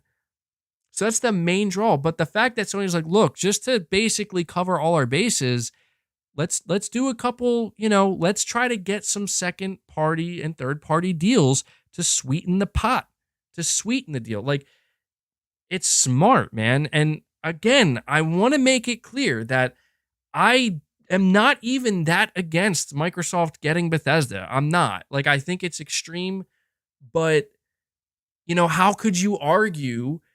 Like, how could you cannot call Sony and their exclusivity. I'm not talking about their services, but you can't call Sony's exclusivity anti-consumer and not acknowledge that Microsoft's doing the same thing. Granted, I think this is where Microsoft gets a bit more of a pass because, pun not intended, because of Game Pass. Because, oh, look, yes, we're making the games exclusive, but we're only going to charge you $10. So it's like, yeah, okay, all right, and that's the one area where it's like, yeah, it does make Sony look a little bit worse, where it's like, hey, man, we secured Silent Hill 2 remake, PS5 exclusive. It's going to be $70. It's going to be $70. It's like, oh, well, it's, I like a lot of people I think are going to be like, oh, okay, that's expensive. And that's, I apologize because I feel like I apologize for half of this podcast being totally consumed by these two topics. News has been very slow lately. You can't call me out, though. The first 2.5 hours, roughly, of this podcast are me talking all about PlayStation 2023. So you can't say that this is all we talked about. All right. I got Top Shot as saying Microsoft is not interested in doing deals anymore. They want to own the IP. Mass Effect plus BioShock, they were funded by Microsoft, but they didn't own the IP. Microsoft justifying their IP should be exclusive. And that's the thing, man. It's like, look, I don't disagree with that. Like, I even said when we covered the whole Bethesda acquisition, I said, man, this is a smart play by Microsoft because they're nipping it in the bud, right? Like, they're making sure that there's no worries about deals and they're just getting it all in one fell swoop. Can't argue that. My only problem, as I continue to reiterate, is how far are they going to take it? And I think that them doing Activision Blizzard is simply taking it too far. It's like, dude, I mean, you could talk about Sony. You could make the argument that, well, Sony wants to lock down Final Fantasy 16, 7 Remake, Silent Hill 2. Also, they shouldn't be talking about Bloodborne. That's a Sony-owned IP. But, any future exclusives, right? Like, fine. And then you want to say, look, that's why Microsoft bought Bethesda. Boom, boom. Fine. But then you want to tell me, but then they also got to get Activision Blizzard. It's like, there's no end point here. Like this, it just doesn't, the two things become completely imbalanced, in my opinion. And what's scary is that Microsoft seems to believe that this is balanced. Like, it is scary to think that Microsoft may actually believe internally that they should be allowed to have Activision Blizzard. It's only fair. That's fucking scary, dude. like what kind of mentality do you got to have to think that, like, that's what, like, you should have that. You need that. Like, that's fair to you. It makes you, like, begin to maybe realize that, dude, Microsoft hates Sony, bro. Like, no joke. You could tell Microsoft feels they're scorned, man. Wasn't that a timed exclusive as well, Scorn? Yeah, you could tell Microsoft has a bone to pick, a chip on their shoulder with Sony. Mike, you're saying making strategic exclusivity deals that effectively cuts the competition off from the entire segment of gamers is just as bad, publisher or not. Well, I guess if that's true, if what you're saying is true, at that point, I do have to begin to question maybe Sony should just buy a publisher then. Like I feel like, I'm going to be honest, guys, I feel like at the end of the day, that's where this road is leading. I don't see it any other way. It could also be, we have to point this out too, things are a little bit different when it comes to Japanese business, right? Like a lot of times companies don't just absorb other companies. It becomes like, they become two companies. So it would be like if Sony acquired Square Enix, it would be, as far as my understanding goes, it would go into like Sony, Square, Sony, Enix. I don't know. Like I know it's done differently there, and it could be that maybe this is why these deals are done with Japanese, publishers. Because you could make the argument, couldn't Sony have just maybe? Well, then again, I guess Sony they didn't acquire Bungie for the IP necessarily. Well, look, Mike, I think that your logic, it holds up well. You're not wrong. Like you're right. Cutting off an entire section of the competition, whether it's buying a publisher or not, it can be seen as the same thing, right? It's like talking about crime. It's like I'm not going to get graphic here because that's just unnecessary, but it's like, you hear about one really bad thing that a person did, and it's like really bad. It's like, damn, like that's bad. And then you can like compare that to like something next level crime, like just total horrific, like holy shit. At the end of the day though, like they do have something in common where they're both crimes. They're both not good. And so it kind of becomes this like, well, we have to acknowledge the thing is bad. Now we have to dive deeper into it and dissect which one is worse. And that's never fun, obviously. And I think that's kind of what we're left to do here, and why I think a lot of people are getting tired of this. And I guess I just ultimately, the more I talk about this, guys, like the more I ponder it, the more that goes on with it, the closer I get to just my ultimate conclusion being, the escalation is here. Just let it escalate, because I don't see it de-escalating anytime soon. I don't think de-escalation is an option. I think buying time is an option, and I think that's what Sony maybe effectively did by throwing a wrench into this. But I don't imagine a world in which Microsoft is like, yeah, maybe we should take it easy. Maybe we should, chill out on buying publishers. And I don't see a world in which Sony is like, yeah, let's just chill it out. Let's just chill out on the third party exclusivity deals. Let's just focus on our first party. It's not going to happen, man. That's the most unrealistic solution to all of this, and it's not going to happen. And I hate to be the person that's like, well, you know what? That the meme of the guy, as a terrible description of this meme, but he's looking at it, he's looking on in the distance, and he says, "Let them fight." I that's honestly where I start to go at the end of the day, because I'm like, Sony ain't going to stop, and Microsoft's not going to stop, and the regulator is the only, the regulator is the only entity that can potentially stop this from escalating. And I think that's why so much actually hinges on the decision that the regulator makes. Because if they say, okay, Microsoft, you know what, actually, I don't even think it comes down to that. I mean, I don't know. If there's so many questions to this that I don't have answers to. For example, like, when this does go to court in August of this year, if by the end of that court battle, if the FTC loses, what does that mean? Like, does that mean the next time Microsoft wants to buy a publisher, the FTC can't even do anything? Can the FTC sue them twice? You know, can they win or lose the first time and win the second? You know what I mean? There's so much to this that I don't fully know, like the process. And so I guess at the end of the day, it's just like, dude, Sony isn't stopping. Sony's not going to stop signing third-party exclusivity deals. And, you know, Xbox fans are not going to stop crying about it. And Microsoft's not going to stop trying to push back against that.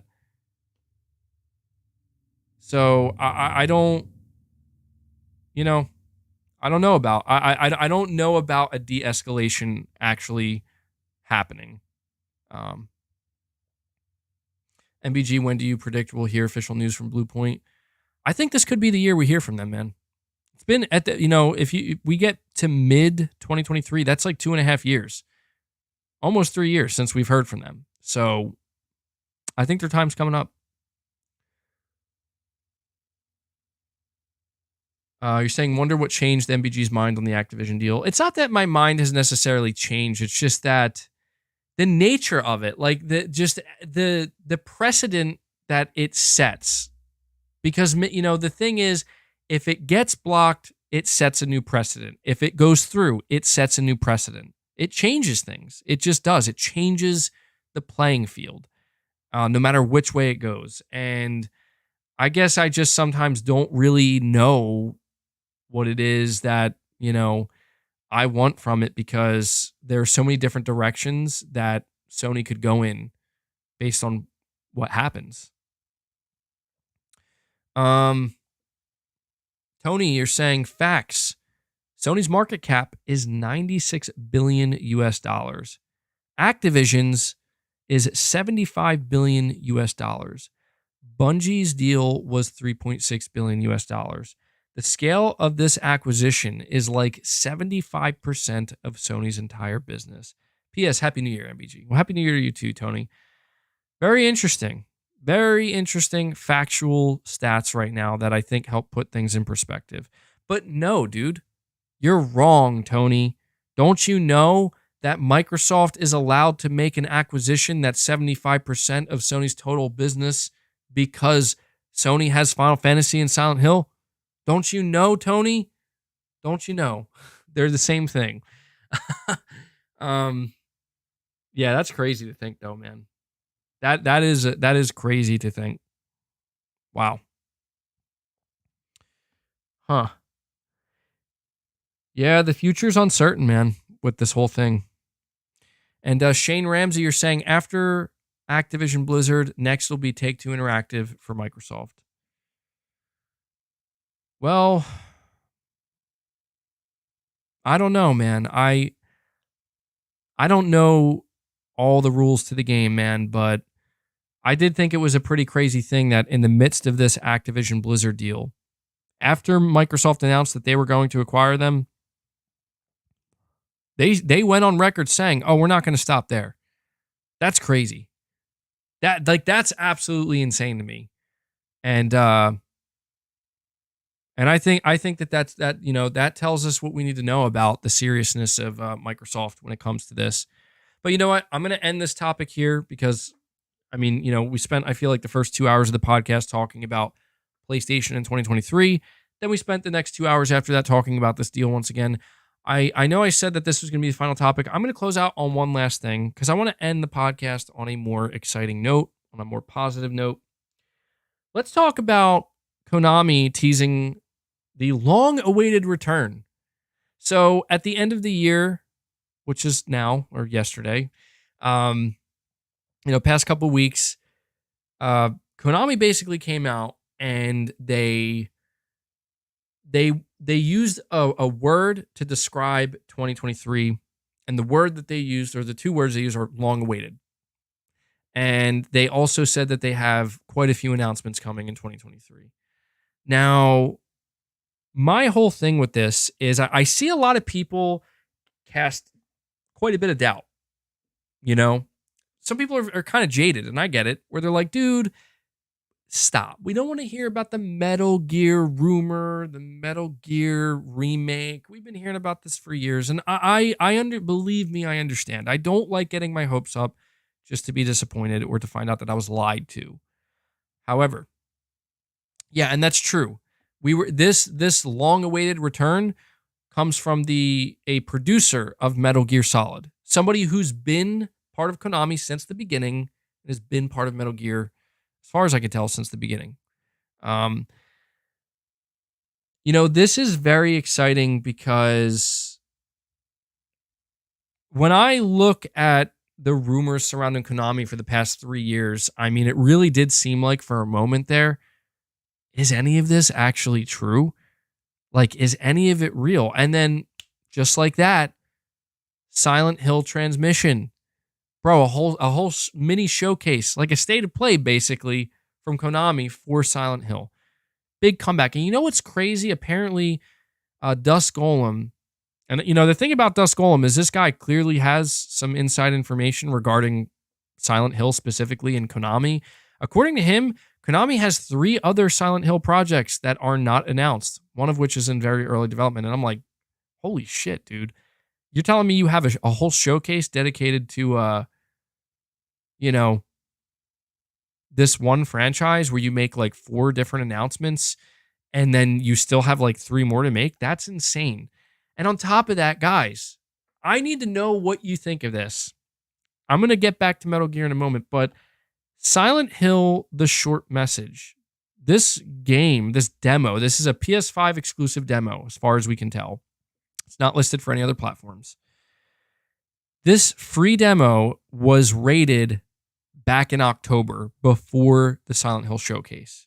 So we all thought, oh, it's going to show up at the Silent Hill transmission. Never showed up. So people were kind of left confused. They're like, maybe they decided to cancel it at the last minute, or something. We just never heard anything from it. Went away. Just this past week, rated once again in Taiwan. So it's alive.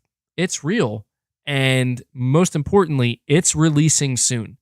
This demo has been rated twice. So it's coming. Now, the question I have is, when is this going to get announced? Where is this showing up? This is quite intriguing to me because I don't know, man. I thought that we learned everything there was to learn about the future of Silent Hill at the showcase. And so, I also wonder, like, is Konami going to treat Metal Gear Solid the same way that they're treating Silent Hill? Because if I'm not mistaken, I know Silent Hill is a relatively popular franchise. I feel like it's not that mainstream, but I feel like Metal Gear Solid really is like the mainstream, franchise that Konami owns. Like, I think that's really the most popular, and I think even most profitable. So if they gave Silent Hill a dedicated like mini transmission little showcase, I have to imagine they might take it even further with Metal Gear. However, I do wonder, because Sony hasn't had a showcase, Metal Gear's big, man. Metal Gear's big. I imagine that's an announcement Sony would really fight to try to have during a show of theirs. Could it show up at a state of play? I mean, that would be quite shocking. I don't see it happening at a state of play. That would be quite shocking. But here's the question, okay? At this point, I'm going to be blunt and say I firmly believe we are getting a Metal Gear remake this year. I have no doubt it's getting announced. And I think it's going to be a remake. And I think there are going to be some remasters. Oh, it's going to be exciting, guys. I don't want to get too ahead of myself, but man, it's going to be exciting. Who's developing the remake? I firmly believe that the remake is in fact going to be Metal Gear Solid 3 Snake Eater, and it's being done by Virtua Studio. I say this because this was reported by VGC last year, and VGC has been pretty spot on with almost everything we've been hearing about Konami. And they were very detailed in their write-ups. So it tells me that the information that they've received, which is number one, Konami's planning a big comeback for the Metal Gear Solid series alongside Silent Hill and Castlevania. Number two, there's a Metal Gear Solid 3 remake being done by Virtua Studio. Now, that made me nervous because Virtua Studio was not a studio I ever heard of. And obviously, we were all hoping for Blue Point. But I feel more confident because based off of what I've heard about Virtua Studio, they're a very talented studio. They're actually very good. And you know, there are people that who apparently are familiar with the studio are saying like this is a pretty good studio to take this on. I'm still a little bit nervous. I don't want to see Konami screw this up. I really, really don't. But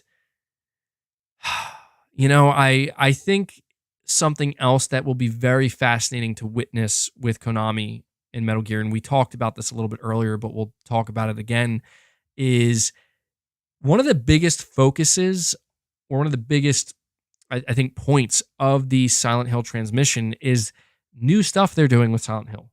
New stuff, like different new games, you know, a brand new one, the Annapurna Interactive game, the Silent Hill Ascension game. We got, you know, a movie coming out and a remake. Now, with Metal Gear, that's what's going to be interesting is I feel like there are three things right now that I think Konami can bank on. A proper remake, number one. Remasters, bringing games. I mean, just bringing any of these games, MGS 1, 2, 3, 4, to the PlayStation 5, to modern hardware, okay, modern consoles. We need that. And then number three, there is, believe it or not, a Metal Gear Solid movie in the works, and apparently Oscar Isaac is attached to it to play Solid Snake.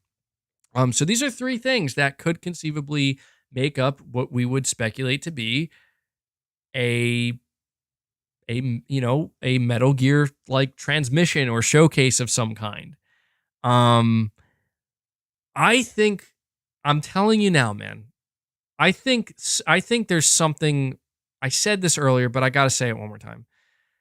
If there's one thing that Konami should try to do, and I think if Konami was able to pull this off, it would be thanks to Sony. Sony, I think, would have to try to do this too. You need to get Kojima, okay, to just show up in a little video, 10 seconds. It could be like 20 seconds long. When this Metal Gear, whatever, like when the Metal Gear comeback is initiated, where the long-awaited return of Metal Gear, you gotta get Kojima's blessing, bro. And I think Sony could make that happen. Sony is funding a portion of Death Stranding 2. Sony and Kojima Productions are still tight. If Sony locked Metal Gear Remake down as an exclusive, I don't think it's out of the realm of possibility for Sony to basically convince Kojima, Herman Holst going up to Kojima like, yo, Kojima, can you do us this little favor, man? Like, it's a little, little thing. And I mean, come on. Here's the thing too, though, man. From Kojima's perspective, I know he probably has a level of hatred for Konami, but let's not forget, even though Konami completely screwed Kojima over, Kojima did say on the record, okay, I just want to make this clear, Hideo Kojima did state on the record after everything that happened with Konami that he's still thankful for Konami and that they gave him the chance to make the Metal Gear series and to do everything he did. And I'm like, first of all, I appreciate that humility. That's extremely humble of Kojima to do that. But I think it also shows that he's not just looking at Konami as a company through a single lens. I think Kojima's smart enough to know that the leadership that did what they did to him at Konami is no longer there. And most importantly, and this is my big thing, okay? This is my big thing. We also need to acknowledge that this is Kojima's creation, all right? Like, Kojima cares about Metal Gear Solid.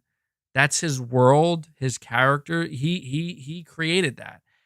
I don't think that he would want to, like, he made it clear what he thought about Metal Gear Survive, he laughed at Metal Gear Survive and said, I would never make something like that. And the fans knew that. He just confirmed what the fans knew. But I really have to wonder, what would Kojima think about a remake of MGS3, of Metal Gear Solid 1? Something tells me Kojima, dare I say, would even want to maybe have just a little bit of involvement with that. I don't know Kojima personally, and I don't mean to make it seem like I do. I definitely don't. I'm just saying that if that were me, and knowing how big Metal Gear is, knowing how important it is to have his name attached to it, yeah, that's his whole thing. If that were me, I'd say, you want my blessing on the game, or you want me to be involved in some way, you got to put my name on the box and in the credits. Number one, Konami has to do that. Konami would be out of their minds to think we're going to announce Metal Gear Solid 3 Remake and Kojima's name is going to be nowhere to be found. You tried to pull that with MGS5 and you pissed everybody off. So there's no way that they couldn't put his name there and make it clear. This is a Hideo Kojima game. Okay? It's just a respectful thing to do. But I'm telling you, man, if I was Kojima, I feel like he'd have to have a little bit of interest in that, dude. Just a tad bit. Like, you know, a game you created, a series you created, so important to the gaming industry. I feel like if that were me personally, I'd want to at least see what's going on. You know what I mean? Like, I want to at least show me what you guys are doing. I got to see it.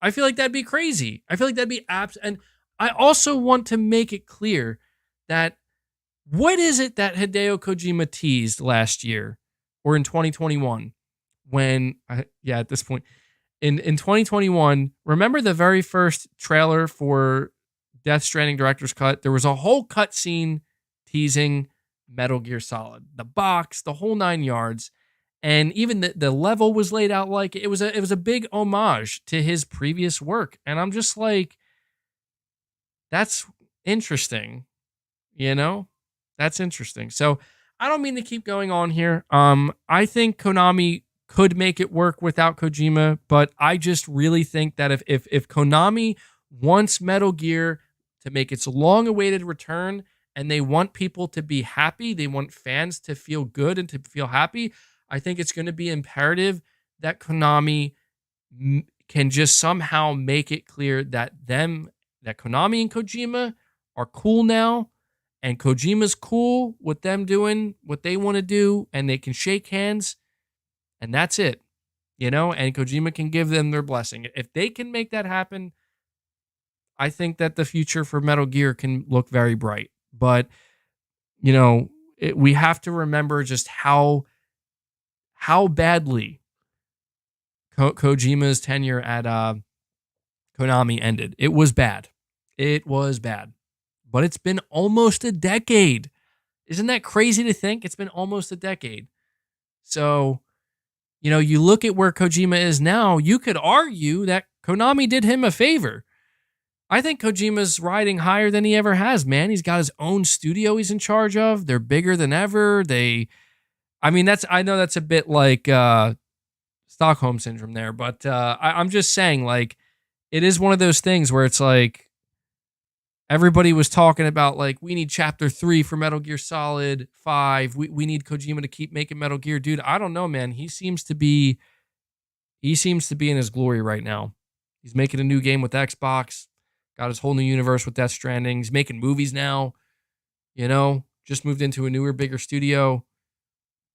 I mean, I feel like none of these things could have happened if he was at Konami still.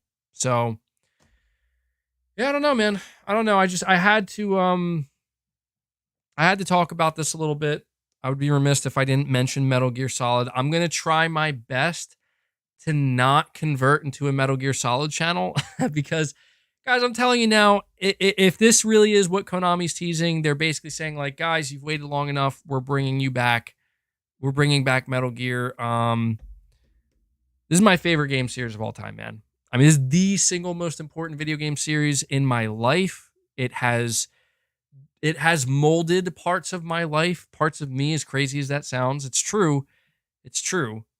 People wonder why I'm such a, I have such admiration for Hideo Kojima. They say I'm obsessed or whatever. Look, it's because I think that what he created with Metal Gear, very special series, has had a huge impact on my life.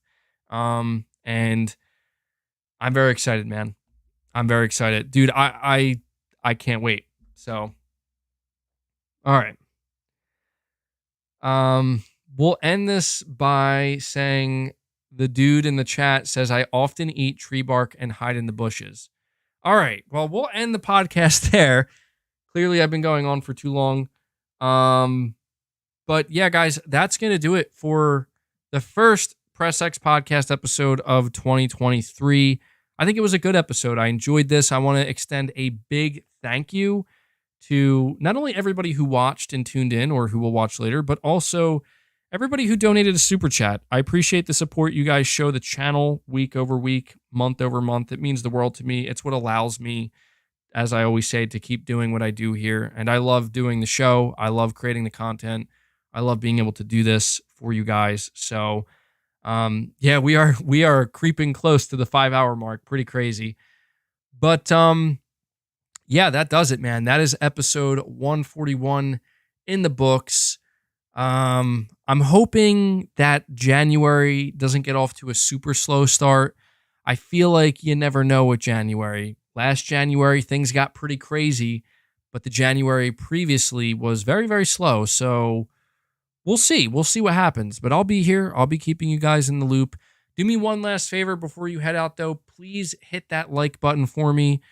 Shout out once again to all of my channel members, and a shout out to Devil Shooter for doing the timestamps. But all right, that does it. Happy New Year once again to everybody. Enjoy the rest of your Sunday. I'm going to go get something to eat and chill out for the rest of the day. So until next time, guys, take care.